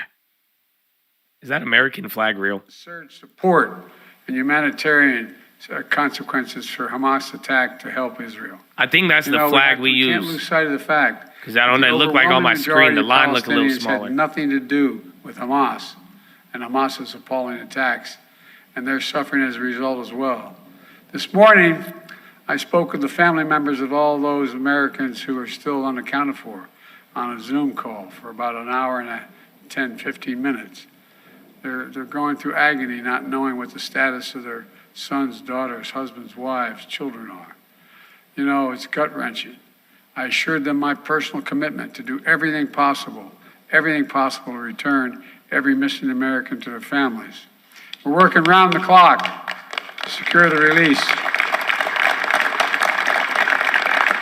of Americans held by Hamas in close cooperation with Israel and our partners around the region. We're not going to stop till we bring them home. Folks, now for the reason to be here. Secretary Granholm, no one's more enthusiastic about building our clean energy future than you are. And I got so many friends here today. Pennsylvania delegation, Josh Shapiro, the governor, Mayor Kenney is an old friend. one of my closest friends in the Senate and in politics, Bobby Casey. Representative Brendan Boyle is always there. And I have Governor John Carney from Delaware and Tom Carper, two of the best people I've ever worked with. And New Jersey delegation, Donald Norcross. I kid Donald all the time that Delaware is small, but we own the Delaware River up at the high water mark in New Jersey. By the way, there's a lawsuit that actually happened. Anyway, but and he couldn't be here, but Cory Booker is a good friend, and who's on the ground in Israel. And when the attacks occurred, from everything he's doing to support the people of Israel. And I also want to thank him for pushing so hard for the projects we're about to talk about. And Governor Phil Murphy couldn't be here either, but he's also a strong, strong supporter. And one thing before we get started, let's go Phillies. You watch that game last night? Between the Phillies and Eagles, man, it's a good year, man. This is a good year. We're going to win this series. This is the most normal he's sounded. ICPT is dying. Down 5, big candles, ICPT down. That was the most normal he's ever sounded in his life. That was hilarious. Jobs, union jobs. He was actually a human, bro. By the way, I'm serious. Look, let me get one thing straight about unions. The reason I'm so pro-union, the middle class built America. Bro, he's Wall Street did not build the middle class. Unions built the middle class. He's like, you see that game? That's why. Joe. That's not a joke. I'm deadly earnest about that. ICPT looks like a buyout. When it comes to clean energy and manufacturing. I think it is. Intercept. When the public sector and the private sector watch out for that. Together, it is a buyout. Do big things in so there's probably an update, but there's probably not that much. Don't buy any options on that. Talked about. No, you're right on that. People, there used to be an argument that you can't have industrial policy dictated by the government. Well, guess what? I found that when the government invests in the needs of the American people, invests in America and the American people, guess what? The private sector jumps on real quick. In fact, I've asked CEOs this question repeatedly. When the United States invests considerable resources in new industries. No, they had to update yesterday. The tender offer commenced. That's it, but it is a buyout. And the answer is clear. So be careful on those options. Federal investments attract private sector investments. A lot of it creates jobs in industries like clean energy and demonstrates we're all in this together. And that's what this is all about today. I'm here to announce one of the largest advanced manufacturing investments in the history of this nation. NWS and then NYT. That looks like a buyout. NWS and $40 NWT. billion in private investment in clean hydrogen. News Corp in New York Times. There might be a deal there. Spread over 16 states, creating tens of thousands of good-paying jobs, many of them union jobs, most union jobs. It's a $50 billion investment. And our economic competitors. Check NWS and New York Times. They both popped in tandem. And combating the existing threat of climate change. It's all part of my plan to make things in America. You know, there was a law early on that I forgot about, which was that back in the 30s, during the Roosevelt time, it said it wasn't only good, but we should encourage. When the president I don't see any. It looks like a buyout. Something between these two. They're both up. Or News Corp is at least up a lot. Even New York Times is doing good. What the hell? Invest that money by making sure that that money is being spent on American projects by American workers with American products. And guess what? Presidents all along kept saying, well, we have exceptions. We only 30% need to be that. Only 40%. Well, guess what? I changed that. To invest in America and invest in America is what we do. We grow the economy from the middle out and the bottom up, not the top down. When I came to office, I was determined to move away from the trickle-down economics. You know, you usually say when the wealthy do well and big business, everybody's going to do well. Well, not a whole hell of a lot dropped out of my dad's kitchen table when I was growing up. No, I'm serious. I decided we're going to focus on building the middle class. They ain't heard that before. When the middle class does well, everybody does well. Plus two energy. The poor have a way up. The middle class do very well, and the wealthy still do well. They got to start paying their taxes. That's another issue. Folks, you know, the press started calling this my plan Bidenomics. Today's announcement is a critical piece of that plan. Let me explain. I made it a goal for our country to get to net zero emissions from pollutants no later than 2050. By the way, it's the only existential threat to humanity. If we don't do this, if we don't stay below these numbers, the whole world's changing. Our kids are going to be, and our grandkids are going to be, anyway, I don't want to even think about it. Clean hydrogen is going to help us meet that goal. When it comes to charging our cars or powering our homes, all we need is clean electricity to power, to get from solar and wind. That's just fine, and we're doing that. And we're getting close to meeting that goal. But when it comes to manufacturing things like steel, aluminum, and other materials. There's only 20 minutes left. Processed materials. Watch out. Because I'm saying we're going lower. I just looked at the clock. So watch if this breaks here again. You need to keep eye on dollar and the bonds. You can't get it done with wind and solar projects. You cannot generate that much energy. That's where hydrogen comes in. Hydrogen can power industries like the production of steel and aluminum. It can transfer, and it's going to end up changing our transportation system, like trucks, rail, planes. Clean hydrogen produces use energy resources like wind and solar. That lets us get to this place without putting more carbon in the atmosphere. You know, when I put that forward, they said we couldn't do anything bipartisanly in the Congress. Well, I introduced the bipartisan infrastructure bill. It got passed. It got passed, even though we only had a couple votes extra in the Senate. And it contained funding to harness the benefits of hydrogen and encourage states and industries to join together to create things called hydrogen hubs. And folks, those hubs are about people coming together across state lines, across industries, across political parties to build a stronger, more sustainable economy and to rebuild our communities. The hubs in the Middle Atlantic region, it's made up of 17 sites spanning southeastern Pennsylvania, Delaware, and New Jersey.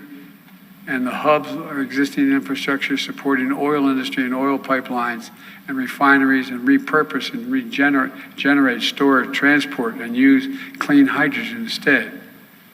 This hub alone is going to produce 100,000 tons of hydrogen per year, 100,000 tons, up to $750 million in public investment is attracting $2.25 billion in private investment. And here are some of the examples of how it's going to work. The Delaware City refinery in my state, vacant, owned by Chesapeake Utilities in Georgetown, Delaware, and a former jet fuel terminal in New Jersey, all use renewable energy like solar power to produce clean hydrogen. Plumbers, pipe fitters, we're going to replace and retrofit oil pipelines to transport the hydrogen here, where fueling stations at the Port of Philadelphia in partnership with Philadelphia Gas Works will provide clean hydrogen to people to power trucks, heavy-duty equipment operated by longshoremen and Teamsters. That'll mean cleaner air, since the equipment that runs on hydrogen produces fewer emissions than diesel. Across town, on the site of the old Philadelphia Energy Solutions oil refinery, a new bellwether district, Hillco, was going to use clean hydrogen or steam to power the life sciences and logistics on campuses where companies will do research and development for the next generation technologies. The city of Philadelphia and southern Pennsylvania Transportation Authority are going to use clean hydrogen to power their heavy-duty vehicle fleets like street sweepers, garbage trucks, fuel cells, and electronic buses. The DuPont company. There it is, Starboard. Delaware. I said there could be future news. I put out the stream alert. Starboard has bought shares in News Corp. In the world, in Wilmington, Delaware. The stock is arguing a lot. In the Middle Atlantic, there's that news for that. Every single one of these projects will use project labor agreements. That's another way of saying union. And by the way, here it's going to create 20,800 jobs. And you're going lower. 20,800 jobs here in this hub. Plumbers, pipe fitters, electricians, laborers, and so much more. Look, we're not just creating jobs here in the region. In western Pennsylvania and Ohio, West Virginia, hydrogen hub will bring another source of good-paying jobs to the coal communities. So workers who powered our nation for generations can now work and produce clean hydrogen, just like just like we've seen them start their careers reclaiming abandoned mines, manufacturing advanced batteries, and the solar industry, because they deserve it. They powered us for so long, just like my hometown of Scranton. The same communities that were once thriving coal mining and power plant towns will now be the center of our new clean energy economy. We're restoring hope and opportunity and dignity along the way. That was my commitment, and that's what we're delivering. We're doing the same thing at a hub in the Midwest, a hub in California, and another hub in the Dakotas and Minnesota. All across the country, from coast to coast, in the heartland, we're building a clean energy future here in America, not somewhere else. Taken together, the emission reductions from these hydrogen hubs will be the equivalent of taking 5.5 million gas-powered vehicles off the road. 5.5 million.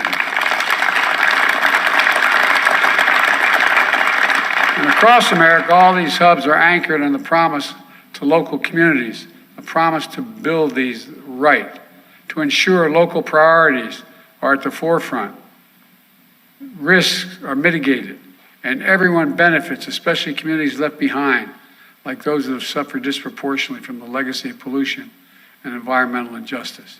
For example, here in Pennsylvania, Cheney University, the oldest HBCU in the country, is part of this hub and will be training workers for these new clean energy jobs. Hubs are just one example of what we're doing to rebuild America for all Americans. Through the bipartisan infrastructure law, which I helped write and pass, we're making the most substantial investment since President Eisenhower in roads, bridges, ports, airports, clean water, high-speed internet. These are good-paying jobs. We've already announced over 38,000 projects across 4,500 communities all across this nation. Here in Pennsylvania, we've already announced it's going to get $10.2 billion, including for 300 specific projects across the state. There's no better example.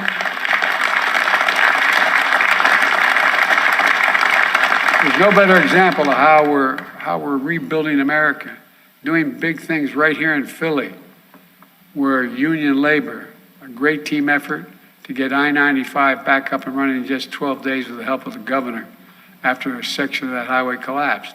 Anybody think we'd be able to do that in 12 days? It's never been done before.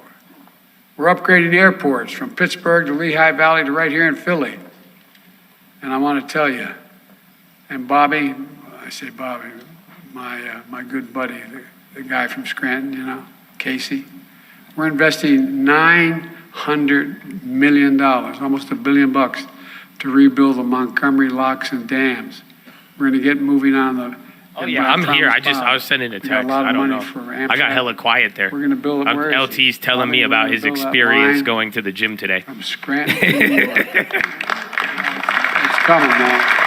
No, it's all right, bro. Build that line. We used to have it. Now we got the money and we're going to get it Dude, done. it's back. That's all. Since I took office, it's we back, bro. 13.9 the Arab million fear, new jobs misunderstanding. So again, all the messages I've even gotten today. I hope you just make it in the chat, bro. Otherwise, we'll talk about it in a little bit. As the previous but it's like, dude, it's back. The fear and lack of understanding. The unemployment rate has stayed below 4% for 20 straight months in a row, the longest stretch in 50 years.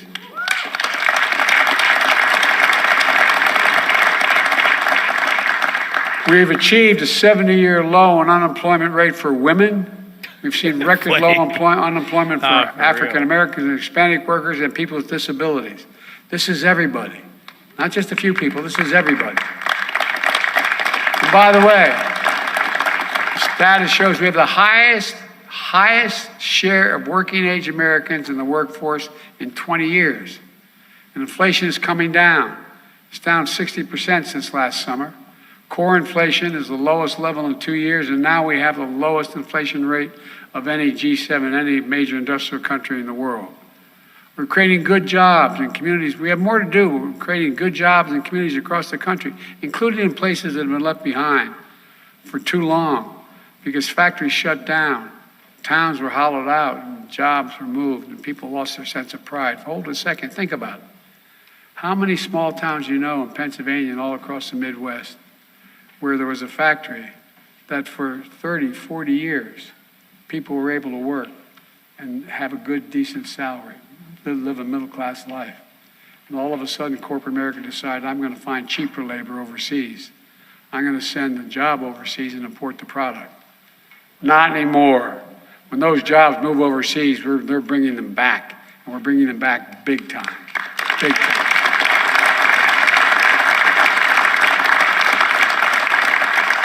And by the way, I mean, think of the pride. You know, you lived in a neighborhood, you live in a small town, your whole life, your father, your grandfather, you're able to make it. And all of a sudden, there's nothing left. Kid comes to you and says, I got a good education, Mom, but I can't live here anymore. There's no jobs. We're going to restore their pride as well.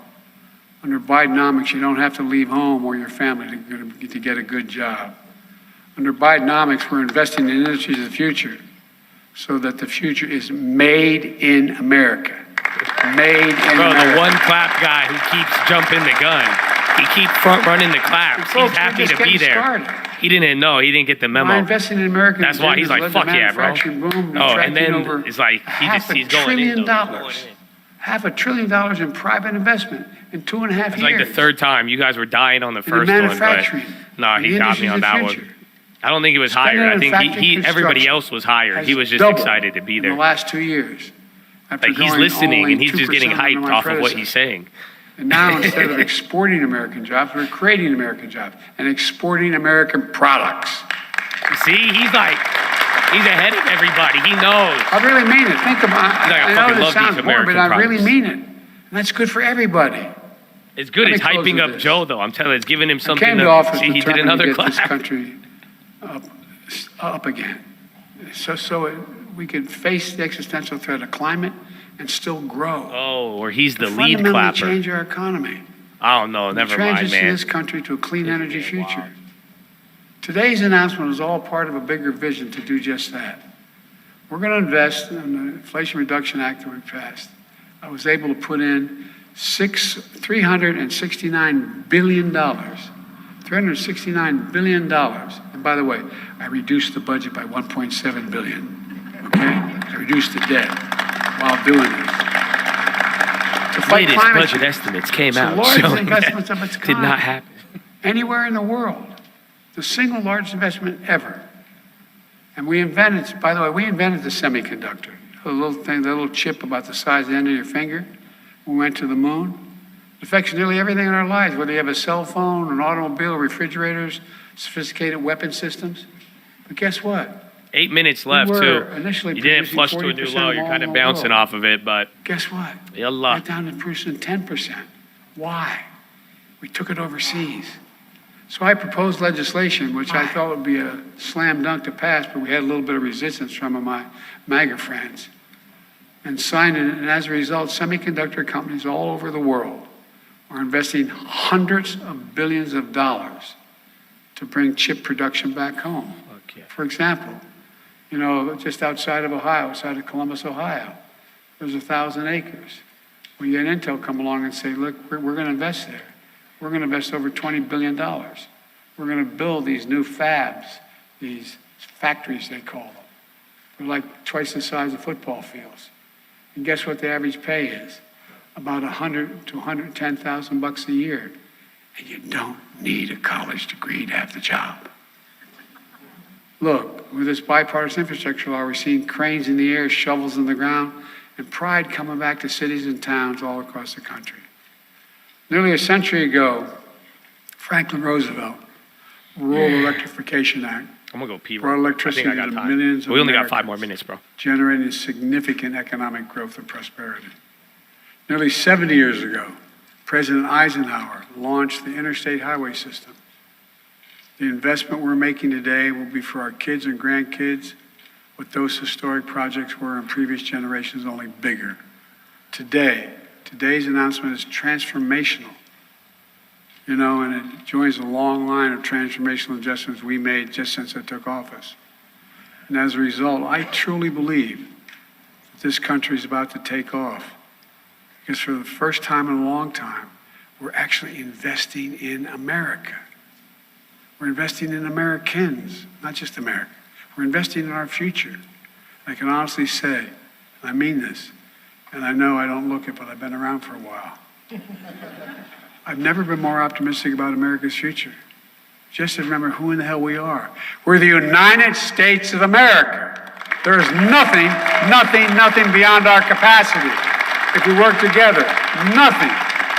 Because of you all, we're going to get it done. We're the leading country in the world. We're going to remain that way, and God bless you all, and may God protect our troops. Thank you.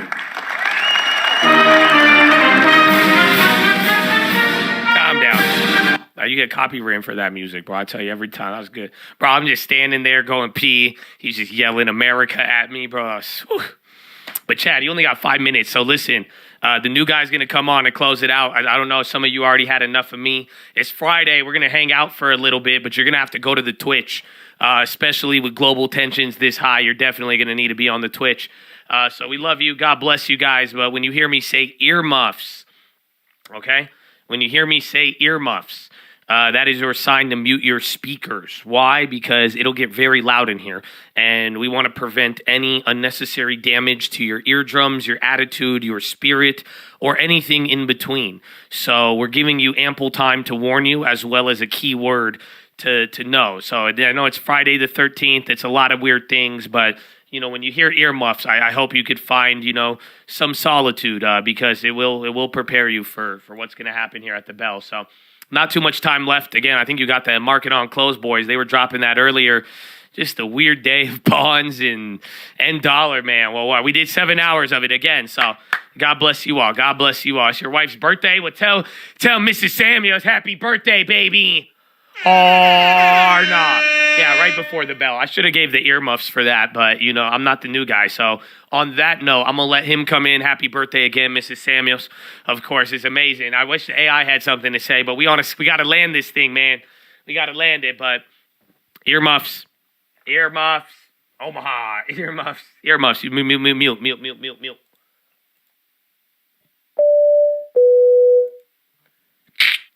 All right, ladies and gentlemen, we're making our final approach. As we make our final approach, you guys are holding on to any bags.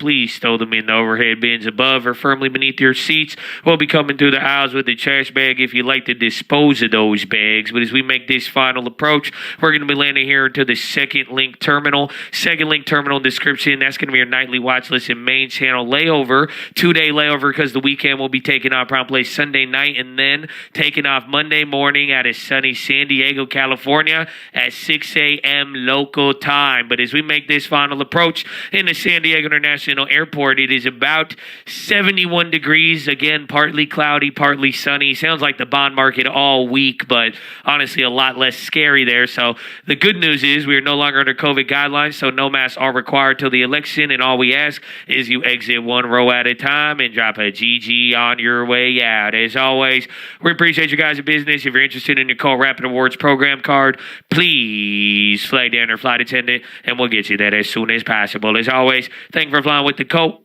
and hopefully have a wonderful evening.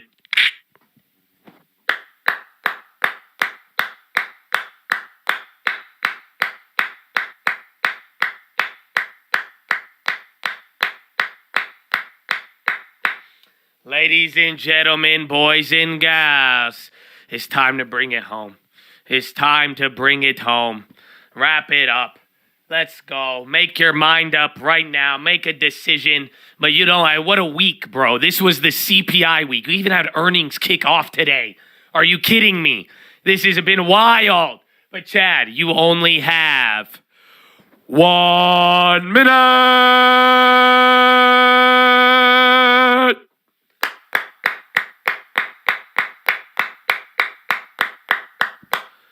Go, go, go, go, go, go, go, go, go, go, go, go, go.